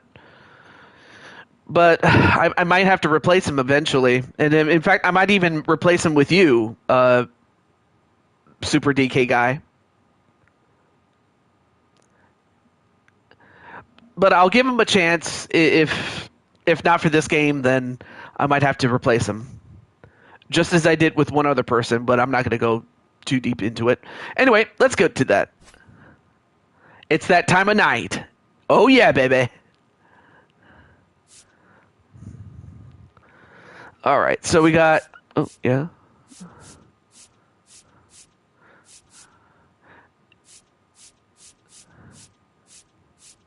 Yeah, overcast is fine. All right, cool. All right. May the best team win, and good luck. Final game of the day. So Carlos is batting fourth. Nighttime is batting third.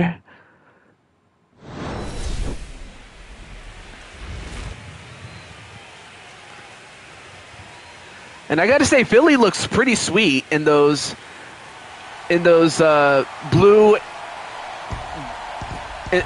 to black uniforms. You'll see what they look like in a moment. The New York Mets taking on the Philadelphia Phillies. You can feel the energy in this building. They are fired up for game one. Back with that after this.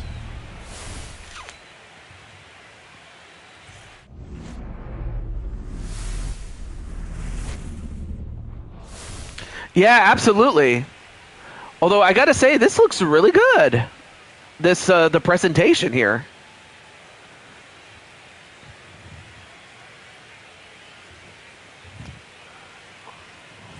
John Shambi on the play-by-play with you. Chris Singleton providing the color. Game one is always critical in a postseason series, Singy. Yeah, and this is when you love having home field advantage, Boog. If you capture game one, you're full of confidence that you've got a chance to ride that momentum for the rest of the series. And on the visiting side, starting pitching. Yeah, so there's the Philly outfits. Instead of wearing, the traditional red, you have this this blue on the top, black on the bottom. Look, like right here, look. We'll be right back to get this series started in just a minute. So it's a different look than the classic red. Just about set to go now, and on the hill, Well, Zach Wheeler. So on the hill for Philadelphia is Zach Wheeler. It's always interesting to see how he utilizes those weapons. He may lean on one. Yeah, I gave you a green bat because you're nighttime Luigi, darn it. But up first is Goku Blue for the Mets. Outside low. I mean, of course, the easy way to tell is that the Mets have gray pants and blue throughout, whereas Philly has blue on the top and black on the bottom. Timu? And out number 1 on the ground. No, it's Tanu. Take a peek at the Mets lineup here. They're dealing with a top-level arm on the mound. Of course, you also have Joker, but also making his debut is Troy Gabriel. Of course, his inclusion has, well, basically the guy that was in Troy's spot currently, or rather, the guy that was in Troy's spot, or that used to be in the spot that Troy now has. Let's just say he got suspended, and, well, he had to be replaced, so I'll just go over that. But no, it's Tanu, not Timu. Timu is where you go to buy stuff. And Tenu is not the guy that you go to buy. Like, you don't buy him, and you don't go, like, he doesn't even have a website. So there you go. 1-2 misses to even the count. And singing as a team. But I imagine it was not intentional though. He's going to give you, right? Absolutely. And if you don't get to. Oh, nice hit, but hit right towards second, and they get the out at first. 1 down, or 2 down, excuse me. If they do at all. Nice play there by Stott. Here's Juan Soto. Juan Soto up now. 2 out, space is empty. And of course, nighttime Luigi is the catcher. Whoa, what a shot! And this could be, I believe, out of here. And in fact, it actually goes between the two decks. It goes over the first deck, but it does not clear the second deck. In fact, it goes out of the ball. It went over into the concourse. Juan Soto gives the Mets a lead against their hated rival in the National League East. Oh, that would have been something, though. But look at this. Yeah, it goes. Yeah, it went right into the concourse. A Juan bomb. Well, here's Troy Gabriel. Of course, Nighttime and a few other people know who he is. But yes, that is Troy Gabriel. I mean, of course, the catcher is the only position in which you have to have armor. So I figured, well, what better position you can get in having armor? And Troy Gabriel gets his first hit. Insane. I got to say, Troy Gabriel, even though he had to replace somebody because the guy that he replaced got himself suspended, Gabriel, of course, is pulling his own weight, and I got to give him credit for that. Oh, I would love to bring him into the wrestling series, but that's up to Nighttime. I can't force him to do it. Yes, you're a knight in shining armor. Although, if you want me to change anything, like change any of the colors, let me know, man. Well, here's Brooklyn Joker, which is kind of fitting because this is his team, really. He's the GM of this team. And ball 4 to a board. But yeah, if Nighttime wants to be in the series, I will be very happy to put him in. I'll just have to remember to make him like Luigi in a knight in shining armor. 2 on, 2 outs. Oh, really? Okay. Hey, if you're gonna stream that game, I'll watch it. Well, that is, watch it if I'm not busy working my tail off. But sure. Well, right now the Mets have a runner at first and second with 2 down, and you have Francisco Lindor up now. And Zach Wheeler already in trouble. He's got to have to get himself out of it if the Phillies, well, they get out of trouble. And they only get 1 run, and that's the home run by Juan Soto. It's now 1-0. So the Mets take the lead 1-0 off of that home run by Juan Soto. Back here in Philadelphia. Meanwhile, the Mets will send in Kodai Senga, So dominant in his last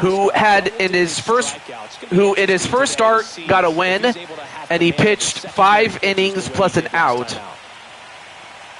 So that equates to 5 1/3 innings. In is the speedy Bryson Stott. Oh, absolutely. You're more than welcome to. But you're also welcome to do the same for Nighttime Luigi. And he hits a ground ball right side. And the Phillies get their first hit. On the leadoff single.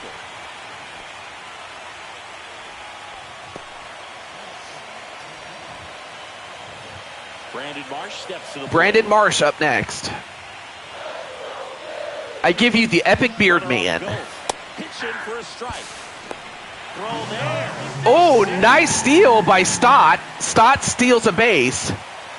And, of course, Joker usually throws out people, but I guess Stott is so fast that, yeah, look at this.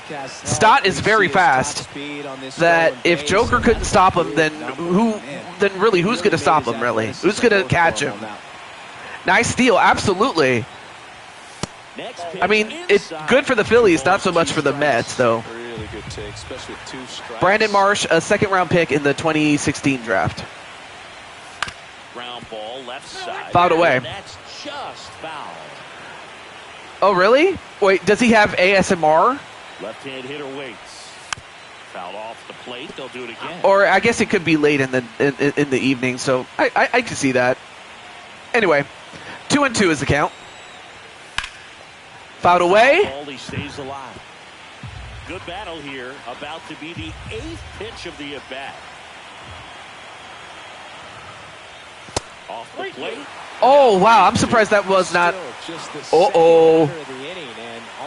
Nighttime Luigi. Of course, I gave him number 13 because, of course, I would. Right through there. Marsh got caught looking. They still get the strikeout. Well, even though he strikes out, he saw a lot of pitches and he battled. Plus, oh, there he is. There's Nighttime Luigi. The result he wanted, but it's still a good at bat. And now, although he hit it right towards first, and well, the only thing he was able to do was advance the runner from second to third. So a well-placed single from the next guy is going to do it, and that next guy happens to be Carlos Larry. here with a run of their own. Well, anyway, there's a good look at Nighttime Luigi with his sweet stash. They still want to put together strong at-bats. Be patient out there and get a feel for this starting pitcher. And here's the moment. And then, of course, there you have Carlos Larry, the other guy that's in the chat, that's in this game right now. Number 3. There's the strike. Yep. Absolutely there, Mr. Nighttime. Oh, fouled away by Carlos Larry himself. That wasn't an easy pitch to hit. It's much easier to do damage against mistakes, but that's not what that pitch was. Swing and a miss. And the Phillies strand a runner at third. But you also have to give credit to Senga because he didn't give up. He could have given up a run, but he didn't. But it's still early. At the end of 1, it is 1-0 New York. Game 1 of the division series. And now it's the polar bear, Pete Alonso. He's not going to get cheated. So we have the self-proclaimed polar bear. I mean, but then again, he is about as big as a polar bear. Chilly atmosphere here. Really what comes to mind when you think of postseason baseball. Fans doing whatever they can. Although, nice hit by the polar bear. I mean, really, since when did polar bears first and hustle you know, for second. use bats to hit balls, That's a leadoff baseballs. double. Well, that'll make you feel good as And right there. and also, when did a polar bear go so fast that he could get to second base? Seriously. These days you hear it all the Although time. it's a really good hit, I will give him that. You can drive a ball like that. More often than not, you're picking up a knock. Because when I think polar bear, I usually think of, yeah, Coca-Cola. See, you read my mind. If you could read my mind, love. Swinging a foul straight back. How I've got red, green, and yellow going. Yeah, oh yeah, I forgot to include purple for Waluigi, but okay. Although I think the yellow is part of the City Connect outfit, you know, the one that you're wearing. I think that the yellow is part of the City Connect outfit, though. Because usually it would be like the red from the Phillies. Or no, I'm sorry, it would be the blue for the Phillies usually, but in this case it's yellow due to the outfit. But I love it. It definitely makes you look cool. And it hooked foul. 3-2. And already Zach Wheeler's at 37 pitches. Brandon Nimmo. Too low, and Nimmo will go to first base. So now you have runners at first and second with no outs. And you have the pitcher to come up now. And he's batting 500 is Senga. Oh, he's going to go for the bunt.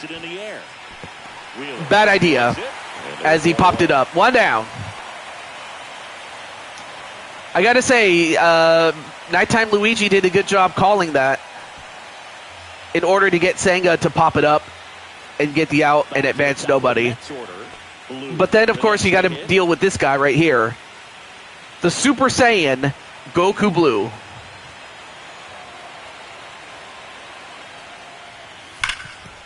And he hits it down the middle. That might score a run. No, it does not score a run. But it does load the bases.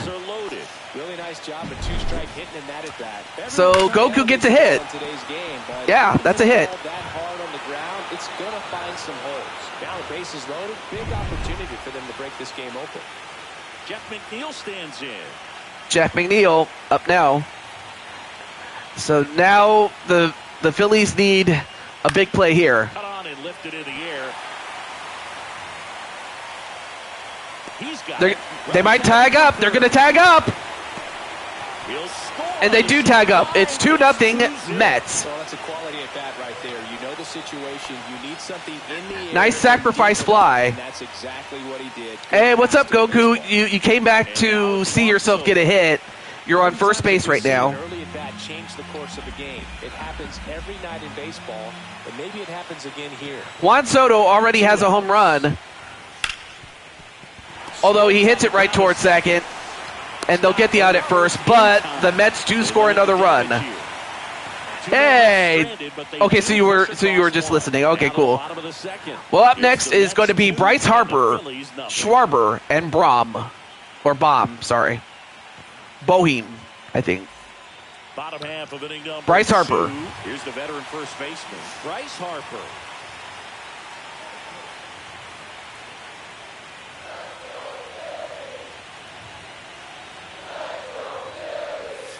That misses. Ooh, that almost hit him in the knees. Well, anyway, Goku Blue is playing third baseman. Is playing third base, so.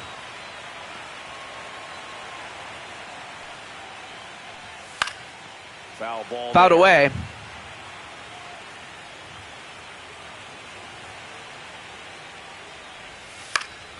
Foul ball, another 2-2 upcoming. Well, that's going to drive up the pitch count for Senga. Swing and a miss. To record the punch out. And for Senga, that's his third strikeout. And Kyle Schwarber. And it came at the expense of Bryce Harper. Kyle Schwarber up now. Of course, I do remember this young man during his time with the... In fact, he was a member of the 2016 out, Chicago bases Cubs, empty. the team that broke the curse. Hard And, hit right well, side. he hits it right to second. They get the out at first. 2 down. Schwarber out of the play.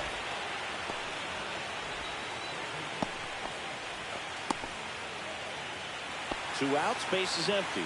Alec Bohm stands in for the Oh, Phillies. Bohm. Okay, Alec Bohm.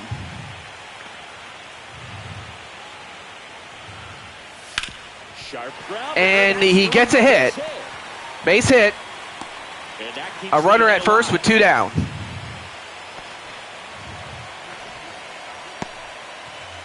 Nick Castellanos at the plate now.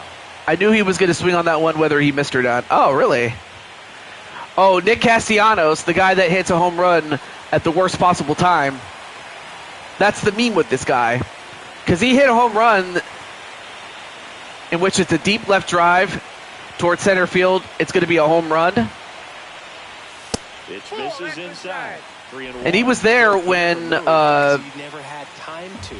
But that kind of velocity, what's his face? that pitcher work away. The guy's last name was Brenneman. Sweeper connects with the Not outside Marty corner. Brenneman. That's his dad. But I forget the guy's, the son's name. But his surname is Brenneman. Foul ball at the plate. But he said something he should not have said when it was picked up by a hot mic, and then when it was announced that Swing and a miss. he was going to be dismissed, that was when Nick Castellanos hit a home run. They trail things And here. ever since then, he became a meme. Oscar the Grouch? Wait, are you talking about Joker? The catcher for the Mets? Top half of the third I mean, inning. I guess he kind of does look like Troy Oscar the Gabriel. Grouch. Maybe. Well, up next is Troy Gabriel. That one ripped. And it Although was he just foul. just fouled it. 1-2 is the count. Oh, the green mascot? Fights that one Oh, away. that's Still the. 1-2. Hang on, I'll type it in.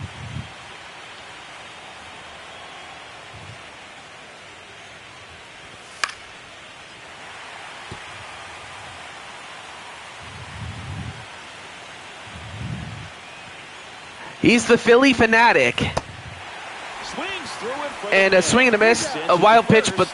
and they'll have to throw him out, and they did. Here in the third. And by they, I mean the Philadelphia Phillies. One down, so a strikeout to Troy Gabriel. But no, that's the Philly fanatic. Catcher for the Mets. One down, base is empty. Oh, that hit Ooh, hit right towards the feet, still and they do get the second out. And they do get the out. And now they'll hustle out to check on Oh him. no, Zach Wheeler just got hit in the foot. As you see him down on a knee. Oh no. Real pain, but he will not want to come out of this game if he doesn't have to. It's looking to me like he's going to try to shake it off and continue. Okay, well, it looks like he's going to continue, but they'll have to keep him on a short leash. Not because he's doing bad, but because, well, they don't want to injure the man further than he needs to be. Foul away. All right, here we go. But yet, that has got to hurt. But yet, it took a lot of athleticism on the part of Nighttime Luigi to be... Whoa, he actually got it with his glove this time. They get the out at first. Lindor retired. Wow. You know what? I got to give props to Wheeler for showing the toughness that he's got. Yeah, I imagine it would hurt like crazy. I'd probably be out. Set for the bottom of the third. And in fact, he's going to go out to bat right now.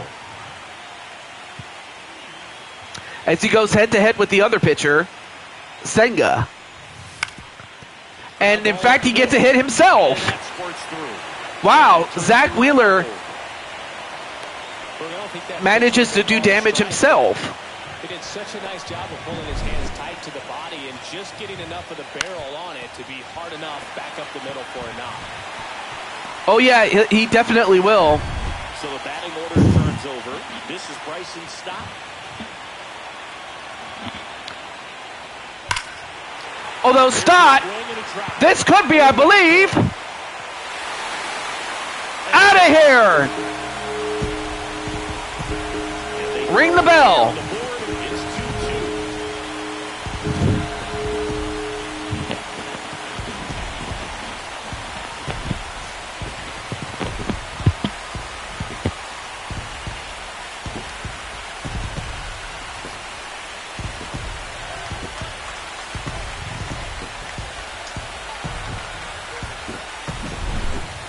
pitch he wanted to hit. Spit on some other pitches. Well, I think that's because I'm not a YouTube partner or anything like that.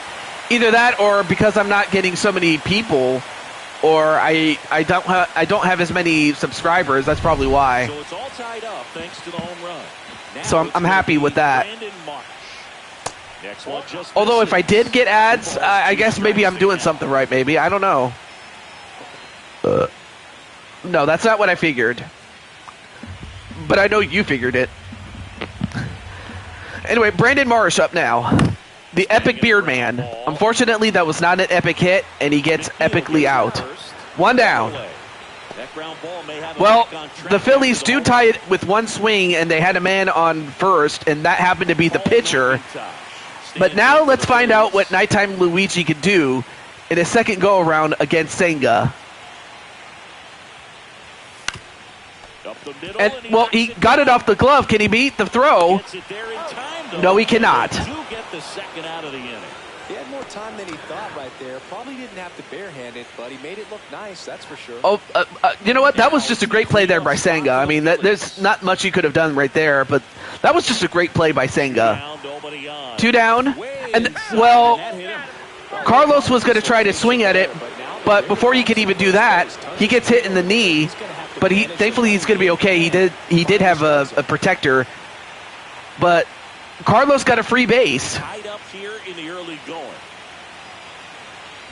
Kickoff move to first, and he's back in easily. Yeah, absolutely. But also, I guess you could call it a good play for Carlos as well. Although I guess you can blame Senga for that, for hitting Carlos in the knee, as Carlos gets a free base for that. Kyle Schwarber would be next. Big back with a potentially huge opportunity. But now that he's on base, a well-placed hit by Bryce Harper, he could drive him in. Ripped on the ground. That is, if he could hit, but he didn't. But regardless, Brian Stott was the guy that hit that home run This is the National League Division that tied the game up here.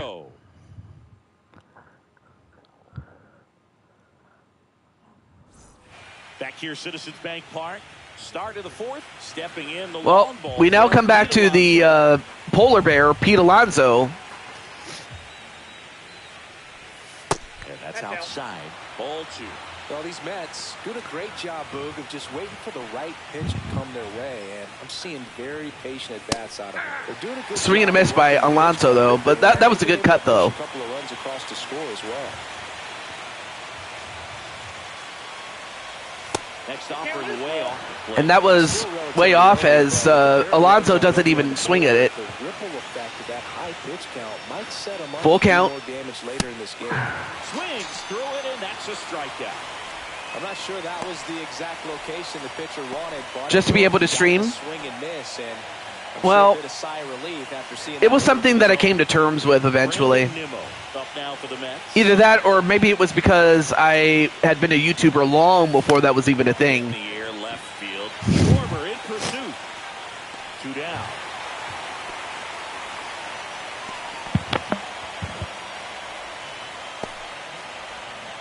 So digging in, Kodai Senga. All right, so Kodai Senga now up the bat, swing and a miss. It's a strikeout. A 1-2-3 inning. We're midway in the fourth. We are tied 2-2.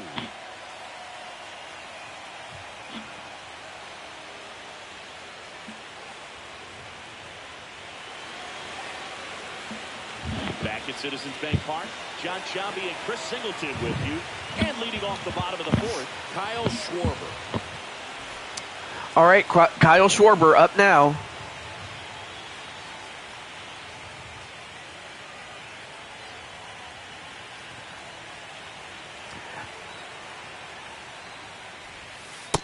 Ooh, that almost hit his knee, too. 2-1. You know, these Phils just lacking discipline at the Oh, yeah. ball game. Nighttime can catch the heat, you know. Contact on pitches they're Well, chasing outside of the strike zone. nice play there by the shortstop as he gets the out at first. 1 down. No, that's not what I think. Comes Alec Ball. Hang on. Hold that thought. When the hitters are swinging at everything, you feel no need to challenge inside the zone. You just keep working the corners and expanding that strike zone and beyond, and they just keep eating right out of your hand. That's a spice of meatball. Gets under and pops Although popped up this time by Bohm, and Joker catches it. on that one. And there's 2 away. Good hard Well, at fastball least you to now the get to zone see right there. Joker's awesome hair. Coming in, but so hard to get on top of. And also not to be confused with Batman's Joker.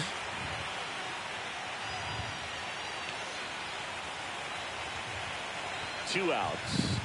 Nick Castellanos. So a foul ball makes it fouled away. 1-2.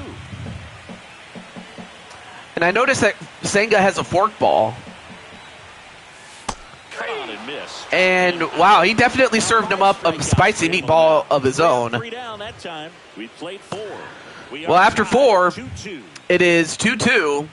So while offense hasn't been a problem for either team really. Game 1 of the division series.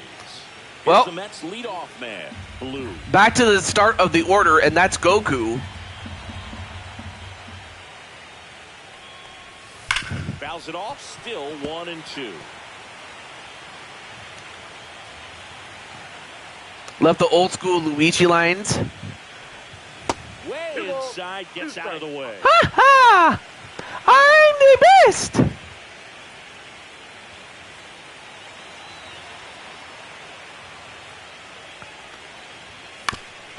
Fouled away.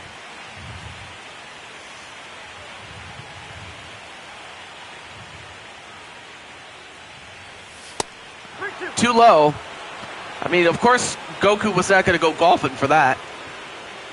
Here comes the 3-2. That one misses. And that was too high. And Goku decided to just let, Wheeler give him a free base, and that's what happened.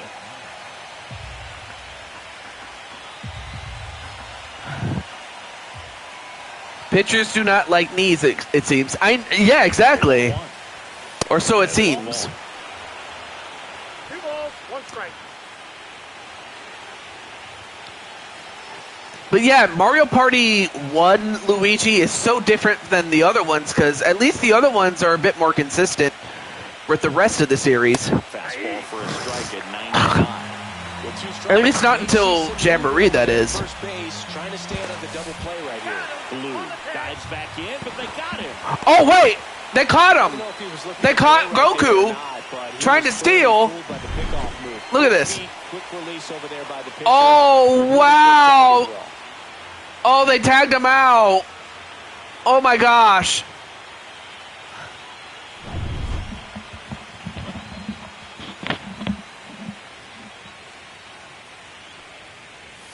Blows the high heat past him. That's the strikeout.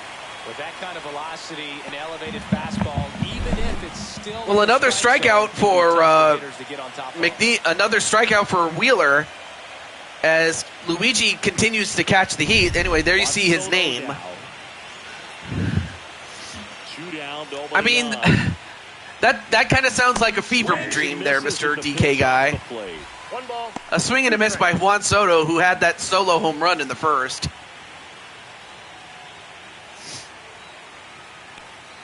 But now Wheeler's up to 95 pitches. And, whoa, that was a bit too inside, and yet it was called a strike. I mean, of course, Juan Soto not too happy with that. I mean, I probably wouldn't be either, but, well, what's done is done.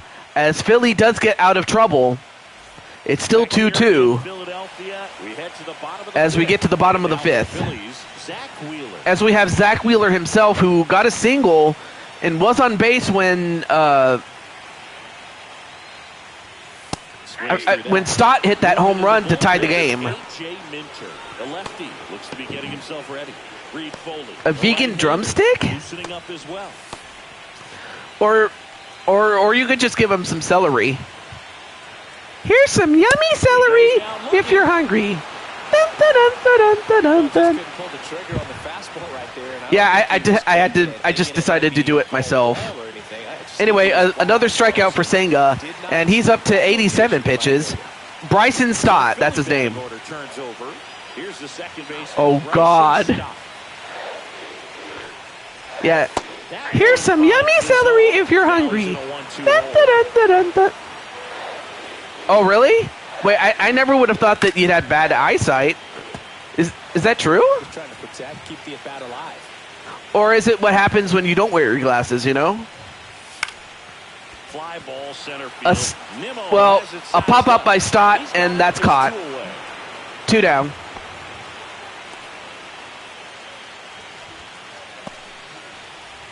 And now it's going to be Brandon Marsh.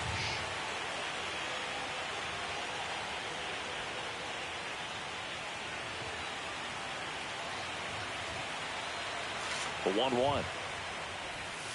Swing and a miss. Swing and a miss. As he was out front that time. 2 strikes. Just off the outside edge. Ooh, almost got him, though. 2 strikes.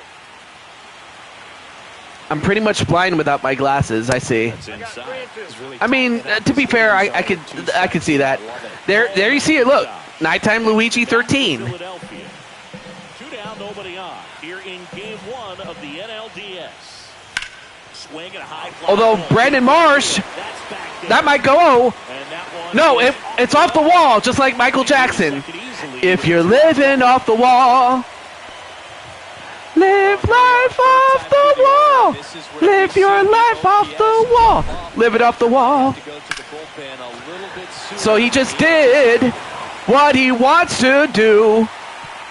There ain't no ruses. I love that song.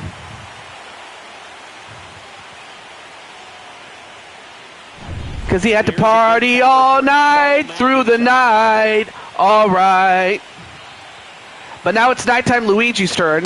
Next offering is And, ooh, that was called a strike. That century mark, 100 pitches in this game. A thunder swing? Well, let's see if it hits. Next pitch is going to be number 100. And you got to think, this is probably his last inning if he can get through this thing. swing and a miss. Oh, well, he swung at it, but they'll have to throw him out. Gets to it on to first.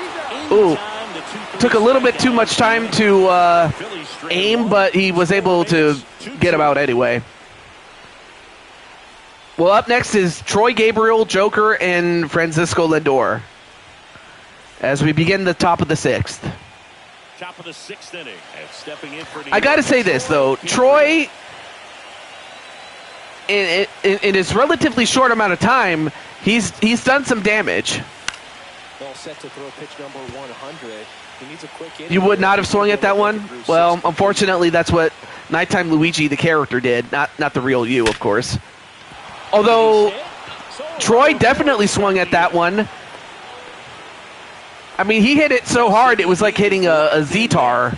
Well, he's really slowed the game down, and it's like he's moving in full speed, and everybody... Hey, can you read that? Wow, okay. Just want to be a smart aleck. I get it. That he is seeing it like a beach ball. Here's the catcher. Well, here's Brooklyn Joker. And the count 1-2. With the go-ahead run at first, and we're in the top half of the 6th. Breaking the law. And that just misses. Man, oh man. Don't feel bad, Nighttime. I struck out 3 times earlier. Oh, wow. Oh, that's confidence for you. But it's still early, though. I mean, you know, I've seen guys that had, like, they were 0 for 4, and then at their 5th at bat, that person goes on. You know, those batters, like, one of those batters goes on to hit a big home run, and that just kind of forgave everything, really. So I've seen games like that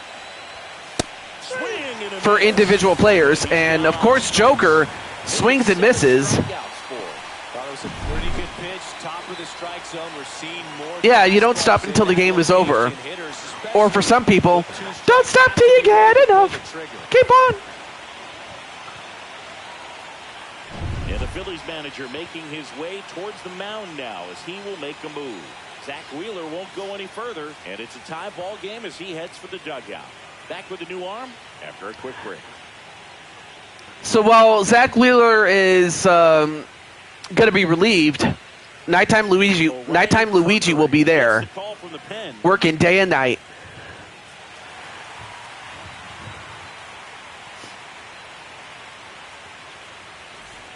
And even though the Mets were the ones that started, when they got the first run, for the Philly fans and for the Phillies themselves, they just looked at it as New York starting something. They had to be starting something. They got to be starting something. But the way that people react to that, it's only human nature. Tell them that it's human nature. Here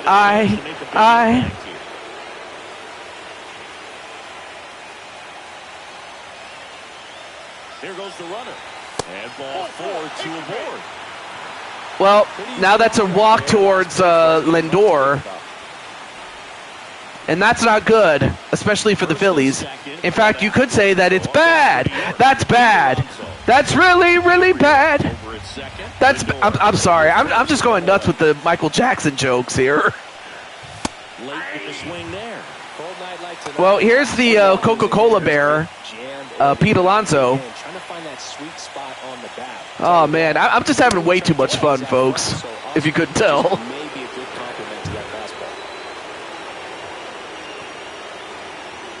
Kerkering is the pitcher here. Oh, they are? Okay. 2 on, 1 out. Swing and a miss. But, I mean, really, for those in the chat, it's the way you make me feel.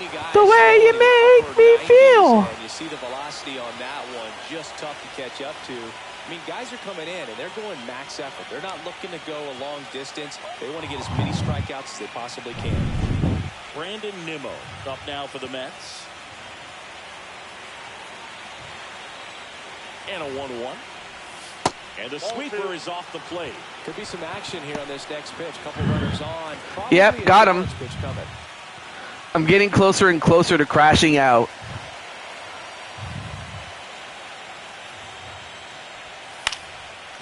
And popped up. Squeezes it. Well, and that's the third out. It's still tied 2-2. From the Philly bullpen that time. To the bottom of the 6th we go. 4, 5, 6. So the next 3 batters are Carlos Larry, Bryce Harper, and Kyle Schwarber. No relation to Professor Kyle, though. And there's a new pitcher on the mound. And obviously, this guy is not related to H.A. Cool Kid. This is H.A. Mentor. And by the way, there is a guy on the Pittsburgh Steelers by the name of DK Metcalf, but obviously no relation to Super DK guy. AJ Minter! AJ Minter hits it out! Oh no, I'm sorry, that's not AJ Minter. He gave up a home run to who else? Carlos Larry. Carlos Larry with a home run of his own. All Kyles are family, but it's Carlos Larry that keeps it in the family. It's a family affair. It's a family affair. But it had just enough behind it for the homer. What an attempt at the wall, though. Look at this.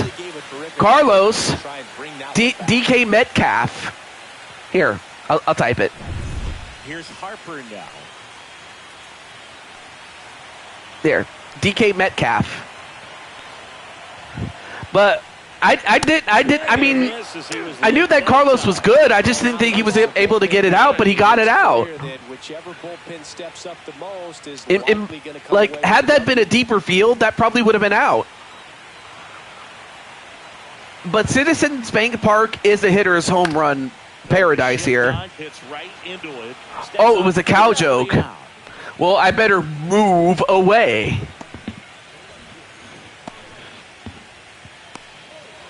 Kyle Schwarber comes up to hit here.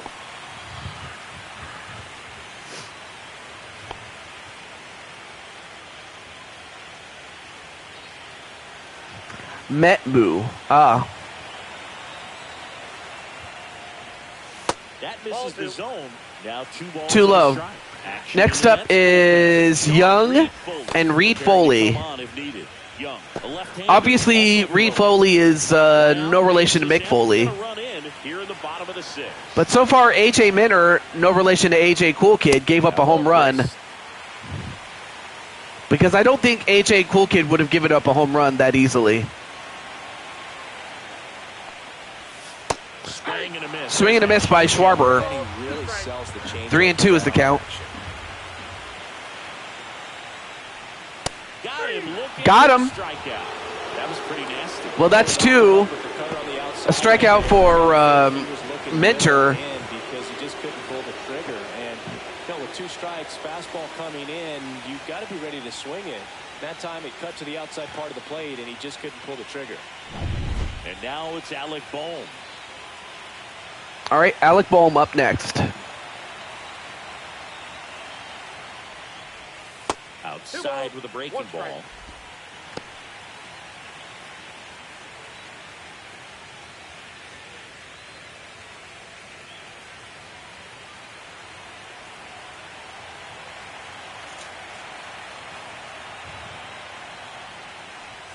Got the bat going too soon. It's strike 2. Wow. All right, well, strike 2. Now you have 2-2. 2 down, no one on base yet. Got him swinging. Well, they get the final out, but not before Carlos Larry does this. Look at this. By way of the long ball. It's now a 3. Carlos was able to hit it the opposite way, and it barely, and I mean barely, made it out. Now, and I think they're making a double switch. Yeah, you know, some of them are definitely better. Strong.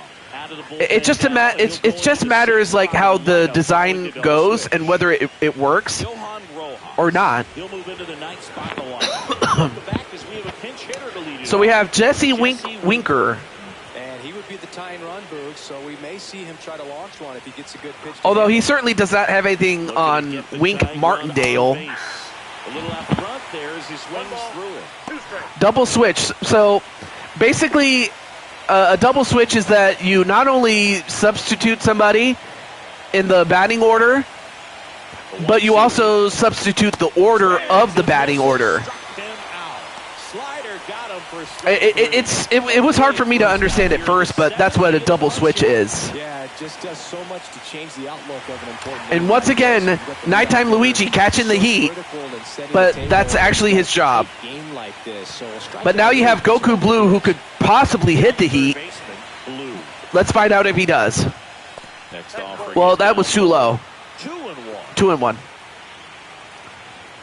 So yeah, a double switch is, well, number one, like I said, you substitute somebody in the lineup, the batting lineup, but you also switch the order of the lineup itself. And a swing and a miss. So that's kind of what it is. Double-barreled action in the bullpen. So you have Romano and Alvarado getting ready in the bullpen. Alvarado getting loose as well. Well, here's Goku.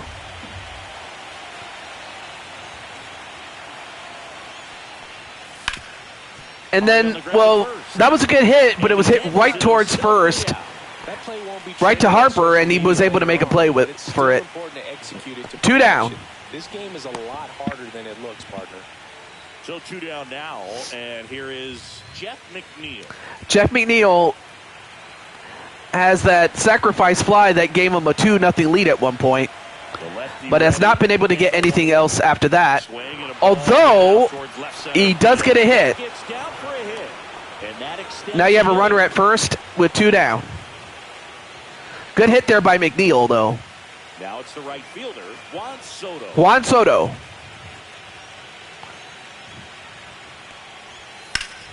The 1-1 is And, fouled. good hit, but fouled away. With a single base runner, because of all the power, they are dangerous to tie this thing up or take the lead. And a swing and a miss. And wow, catching the heat was The runs, one hit. Nighttime Luigi, but unfortunately, the Mets couldn't catch up to that. It's the Phillies 3 and the Mets 2. Here's the last pitch. Yeah, Soto just could not catch that.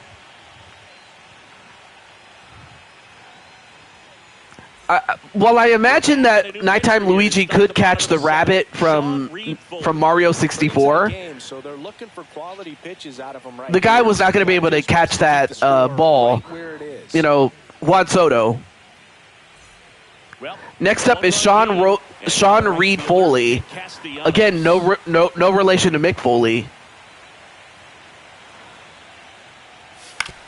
And Castellanos. Well, wow, great play there by Goku. Goku was able to make a play on that and get Castellanos out. That was just a great play there by Goku. He was able to catch it. Great play there.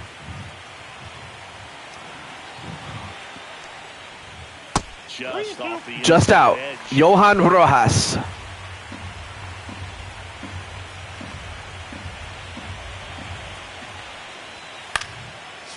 Although Rojas too high, and it was caught by who else? Troy Gabriel. Brian Stott. Here's the guy that tied the game at 2-2 in the third.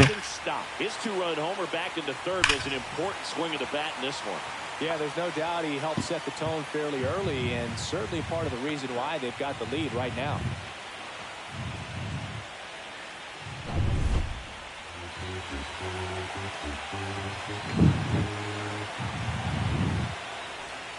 Inside, just missed. That's a really good take right there. Slider down and in. Very difficult to get on the same plane and do anything with.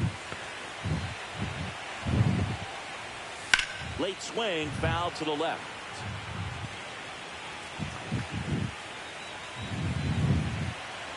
Two outs. Breaking ball. Got him looking. That's the end of the seventh. We got 2 innings left to go. However, unless the Mets tie it, or if it ends up tied, well, let's find out. Welcome back, and a new arm on the mound to start the 8th. Jose Alvarado is up next. No, that's not what I think of him.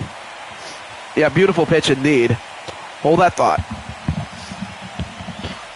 Troy Gabriel digs in now. Singy, he's a guy that covers both sides of the plate about as well as anyone in the sport. How difficult is that to do? Oh, just look at the back of my bubblegum card. You'll see how hard it is. These guys are great, man. They have the ability to look out there. And, Troy Gabriel up first. Those that can really sharpen things. He's 2 for 3. Those are the ones that so Alvarado's got to be careful with him. Not someone you want to trifle with. We'll do it again.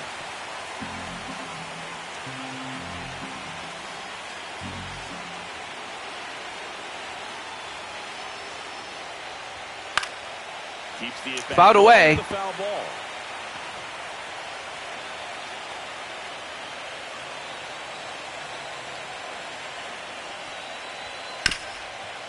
And he hits it. Yeah, it gets right past Stott. Not a bad play by Stott. It was just he got under his glove. And Troy Gabriel is 3 for 4. This guy is this guy's incredible. I mean, he's able to find ways to hit a ball and get on base. That's just incredible. Here's Jose Siri as the pinch runner. Here's the catcher for the Mets. And next up is Brooklyn Joker. Although Joker popped it up. One down. And there's one away.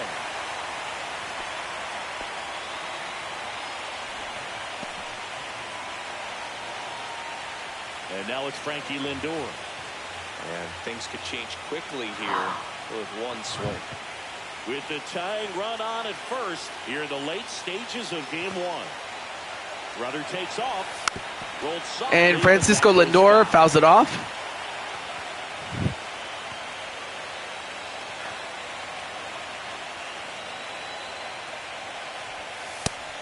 Swing and a miss. 2 down.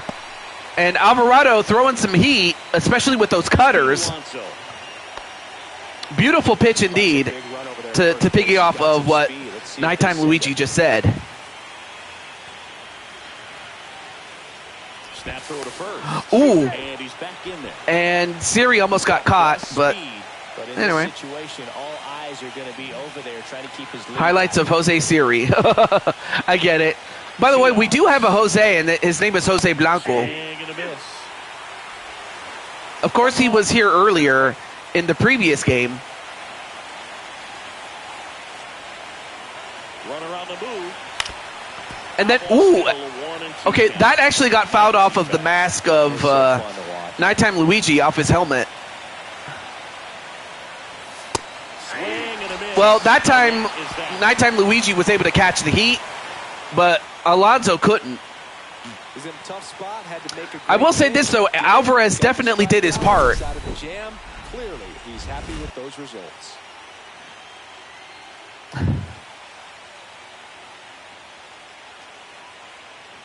I give credit to Alvarado. I mean, he definitely had some heat thrown.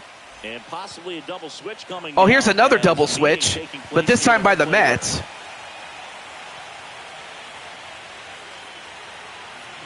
Dedniel Nunez out of the bullpen now. And Dedniel Nunez. In the lineup following the double switch. Luis Angel Acuna. He'll move into the ninth spot in the lineup. And digging in for Philadelphia, Brandon Marsh. Brandon Marsh up next. 1 for 3 with a double. Here's a 1-1. And he hits it down the middle, and he gets a single. The leadoff man aboard. All right.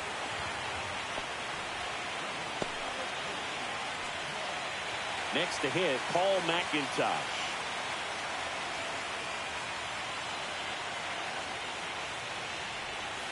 That one fouled off. Fouled away.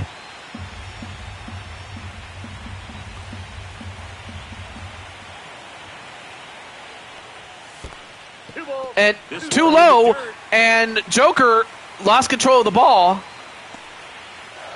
but was still able to stay in front of it long enough for the runner not to move. Now Nighttime Luigi at bat. Ooh, almost got hit in the head. But this time he only has the helmet, but not the Knight's helmet. He has the a batter's helmet. And he got him looking. Back to the slider, and it was a good idea. And I imagine that Nighttime was so flustered or out of sync to the point where he missed going for that that last pitch, that the one that got past him. And Carlos popped it up, and it actually drops. And they'll have runners at the corners after a one-out single. And wow, I can't believe this. Carlos, I mean, he was trying to go for a longer swing, but the guy at center field was too far away to catch that, and it dropped, and Carlos got a single. Well, he's always a threat. And now you have runners at the corners. I don't know how Carlos did it, but Nighttime, I got to ask you, how is Carlos doing this? Or better yet, I probably should be asking Carlos himself. Like, Carlos, how did you do it? Although Harper hits it, and, well, it's off the wall. And Carlos was actually able to score a run off of that. So not only does he get in, what's his face?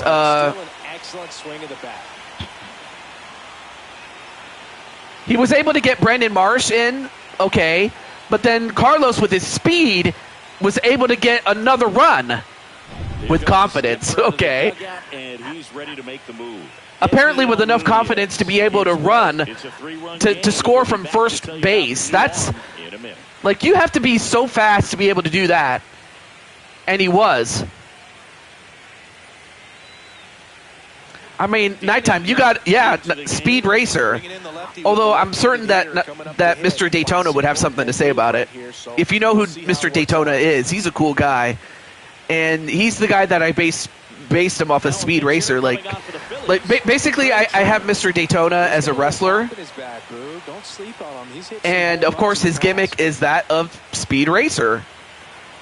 Except in this game, Carlos is Speed Racer. And it's second. And he showed it with his legs. And we have another base hit. And another score. It's 6-2. Now Philly is starting to feel it. I mean, if the Mets don't get their act together, they're going to get blown out right here.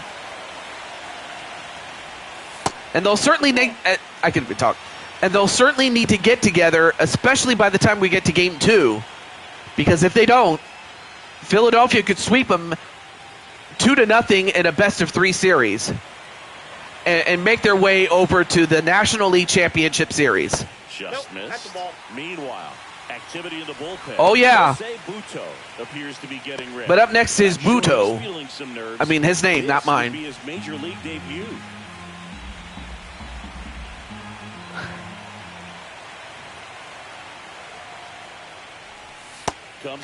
Swing and a miss by Bohm. By Danny Young. Obviously no relation to Kyle Young. Yes, there's actually another Kyle by the name of Kyle Young. Of course, Kyle Young, I've been friends with him for the best part of, I want to say, 8 years, actually. 2 on, 1 out. Oh, I couldn't tell you that, Carlos, but I will say that it's happened several times. But yes, there is a Kyle Young. Just off the outside corner. And I've even toyed with the idea of, well, what if I put Professor Kyle Akers against Kyle Young? This one in the air, right field. Although popped up, Going after it. Can't get there. This but it goes out of bounds.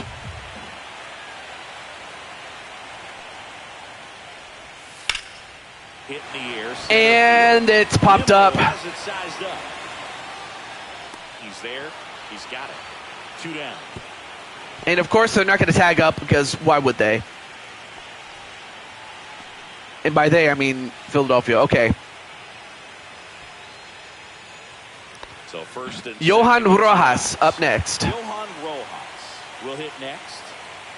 Traffic on the bases with 3 already across here, the bottom half of the 8th inning. Kyle Young, Kyle Old, Kyle Middle Age, Kyle Baby. No. By the way, somebody else made that joke, by the way. So I can't take credit for the Kyle Young, Kyle Old joke. And then hit down the middle, but it's hit right towards the second baseman, and he will make the play himself. So they get 3 runs, 4 hits. Okay, so we're at the top of the... Stranded. We're on to the 9th in Game 1. It's the Phillies 6 and the Mets 2. I was waiting for the announcer to stop talking. And there's a new pitcher on the mound. Tanner Banks. And he's got a nice So anyway, the situation is simple as far as the Mets are concerned. The Mets need to score 4 runs or more to keep the game going. Anything short of that, and the Philadelphia Phillies will win Game 1. So if the Mets are going to win, they're going to have to make their play right now. Anyway, there you see Kip Hayes. Kip Hayes, not Kyle Hayes. Kip Hayes. 1-2 now. There. I play baseball just to tell the other team to get off my lawn. I see. I get the joke now. All right. Perception, he knew right away it was an off-speed pitch. Fouled away.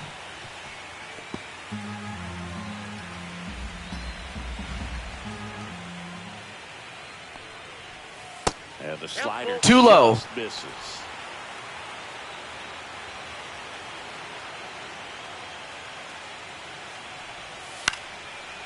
And then, good hit. To right field.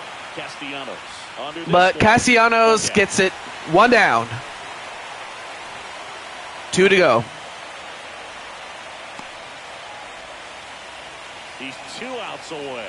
And next for the Mets, Luis Angel Acuna. Yeah, but it's the Hayes family, sadly.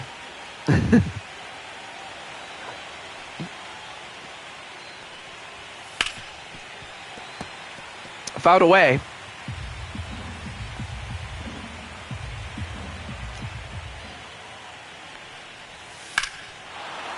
Oh, nice hit by Acuna. That's back there. Or Acuna, sorry. Well, it's off the wall, though. And that's a double. Well, as mentioned before, if the Mets are going to make the run, they got to make it now. And Acuna is going to get the job done. A little bit more further, and that would have been a home run. But even still, that's a good start. 1 out. Runner at second. Blue. Well, now it's up to Goku to keep the train a moving. Next offering away upstairs.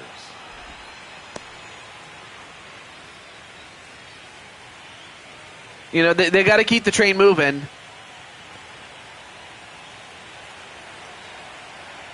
And, you know, I heard about a new dance, and it goes like this. Everybody's doing a brand new dance now. Come on, baby, do the locomotion. That's a little bit low. Acuna over at second, 1 down. Yeah, anyone who's old enough to know that song, I remember the first time I heard it was on, I believe it was Sweating to the Oldies 2 with Richard Simmons. And it's hit. And it's a hit that might score a run. The tag, and he's safe. And he's safe. So the Mets score a run, so it's 3 to, so now it's 6-3. And well, I guess you can call it the Goku motion. A Super Saiyan motion. And yeah, too fast for even Nighttime Luigi to stop. So now we're going to have to see a pitching change right now, as Banks has cashed out his chips.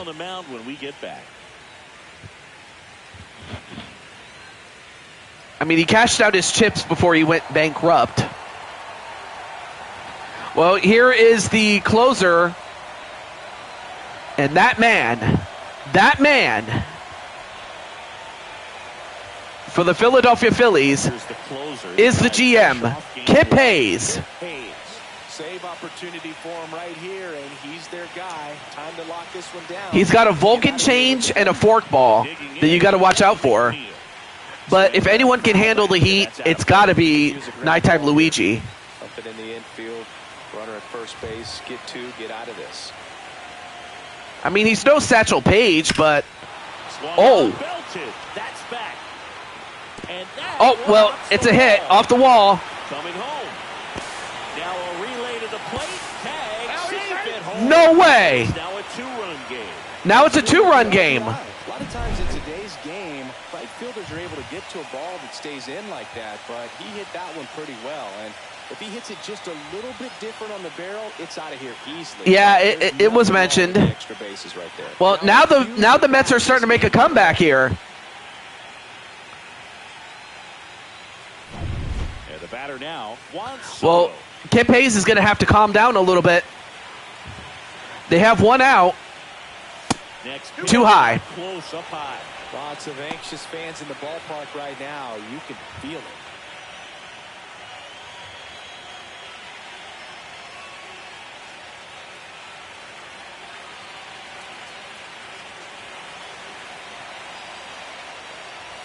Inside just. Ooh, that was just, for a moment I thought that might have been a strike, but then again, it was one of those 50-50 balls, so 3-1, not 3-1, sorry.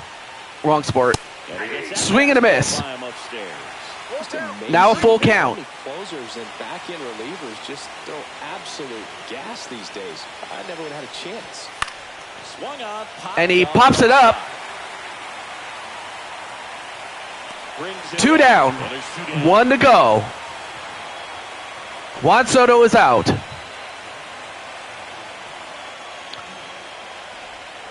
And up next So it's their last is chance. Jose Siri. And next will be the cleanup hitter, Jose Siri.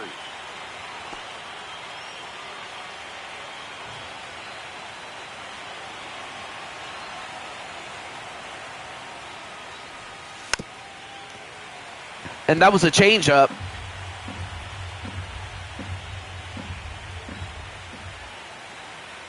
Hayes, one strike away from securing game A one. fork ball. Fouled away. 1-2 is the count.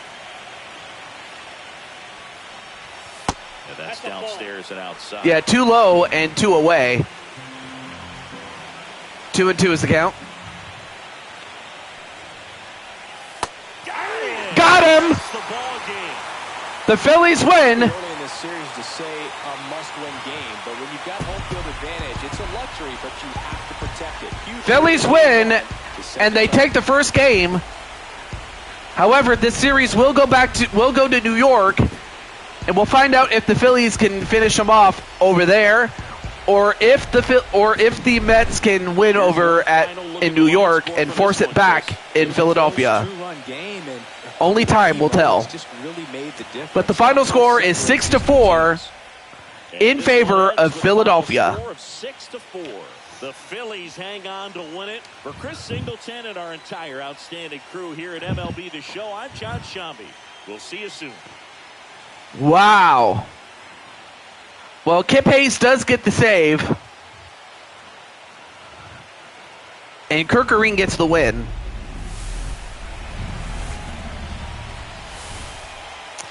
And that's the final game of the show, folks.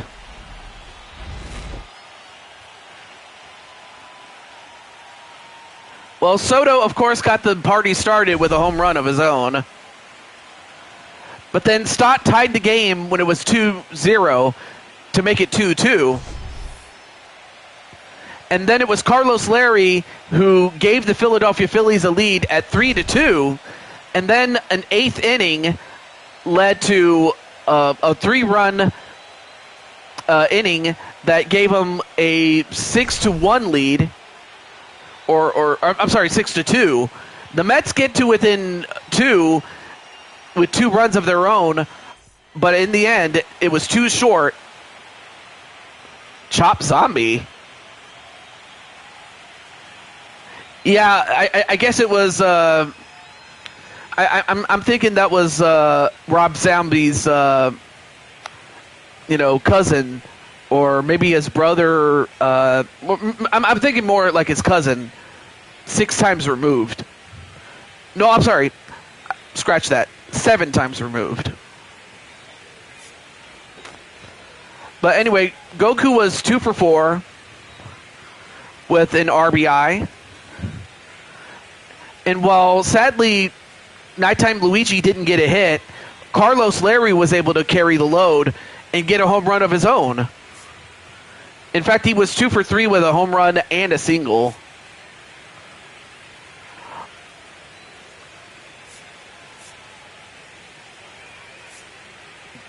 Oh, and Carlos was also able to get 2 runs, one for that home run, and the second run was when he ran from first base all the way to home off of a double, which was incredible to say the least. However, we'll find out what happens in these game 2s. For the teams that are ahead and for the teams that are behind. And we'll find out which teams will force a game 3 and which teams will advance to the League Championship Series. So here's what we got right now. We have the Yankees leading Houston, Toronto leading Texas, Philadelphia leading the New York Mets, and of course the San Diego Padres leading the Cincinnati Reds. I mean, so that's what we got. That's what we got. So we have Christopher Sanchez and Sean Mania, Dylan Cease and Hunter Green, Max Fried and Framber Valdez, and Bowden Francis and Nathan Eovaldi. So those are the matchups for next time. But until then, I hope you enjoyed it. I mean, seriously, I hope Goku enjoyed it, even though his team lost. I hope Professor Kyle, enjoyed it, even though his team lost. And I hope Carlos, Larry, and Nighttime Luigi enjoyed it, especially given that their team did win. But for everybody else, I hope you guys had a wonderful time, and especially DK Guy, who is the MVP of this stream, given that he had been here since the second to last game, actually. And Goku, who was here for the first game, and then he was gone up until towards the end of, or up until the beginning of this game. So I give him credit for that. And Carlos also, given that he was here this whole time, even back in part 1. Given that this is part 2, but not by design. It was more so that part 1 crashed, so I had to start again. Again, not my choice. But nonetheless, though, I really wanted to get this done, and I'm so happy that I did get it done. But, of course, none of it would amount to anything without you. And by you, I mean those in the chat. And I have so much fun whenever you guys are in the chat. It just means a lot to me. And I want to say thank you from the bottom of my heart.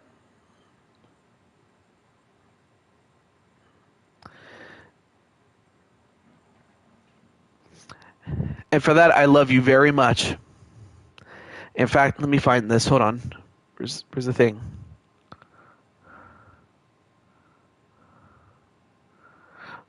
No, not that. I meant, yeah, right here. Where is it? Where is it over here? Oh, I appreciate that. Oh, there it is. I was looking for these.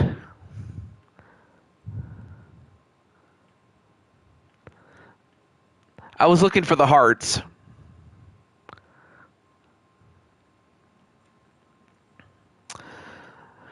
So until then, this is the Blue Toad to Jew 22. And, well, the only thing I have planned is that next week, next weekend, that is. Next weekend, it's going to be AJ's birthday stream, in which AJ Cool Kid is going to be celebrating his stream. And of course, we're going to be playing not one, but 2 games of Mario Party. And I just happened to be one of his guests, and I was honored because he could have picked anybody. He could have picked Star Gamer. He could have picked... who else could he have picked? He could have picked Griffin. But he picked the following. He picked Paper Tay. He picked Rob Gamer. And he picked me. Now, I do want to give back to those who supported me, especially those who want me to do more Nintendo streams, and I might, and I will consider doing that. But for now, this is the Blue Toad to Jew 22. And I'm definitely going to get some rest, especially given that I got to go back to work. And I'm certainly not looking forward to it without question. But I had a wonderful break, but I got to get back to work. Until then, do take care. Do stay safe. God bless. And I send you my best regards. Love you all. Peace.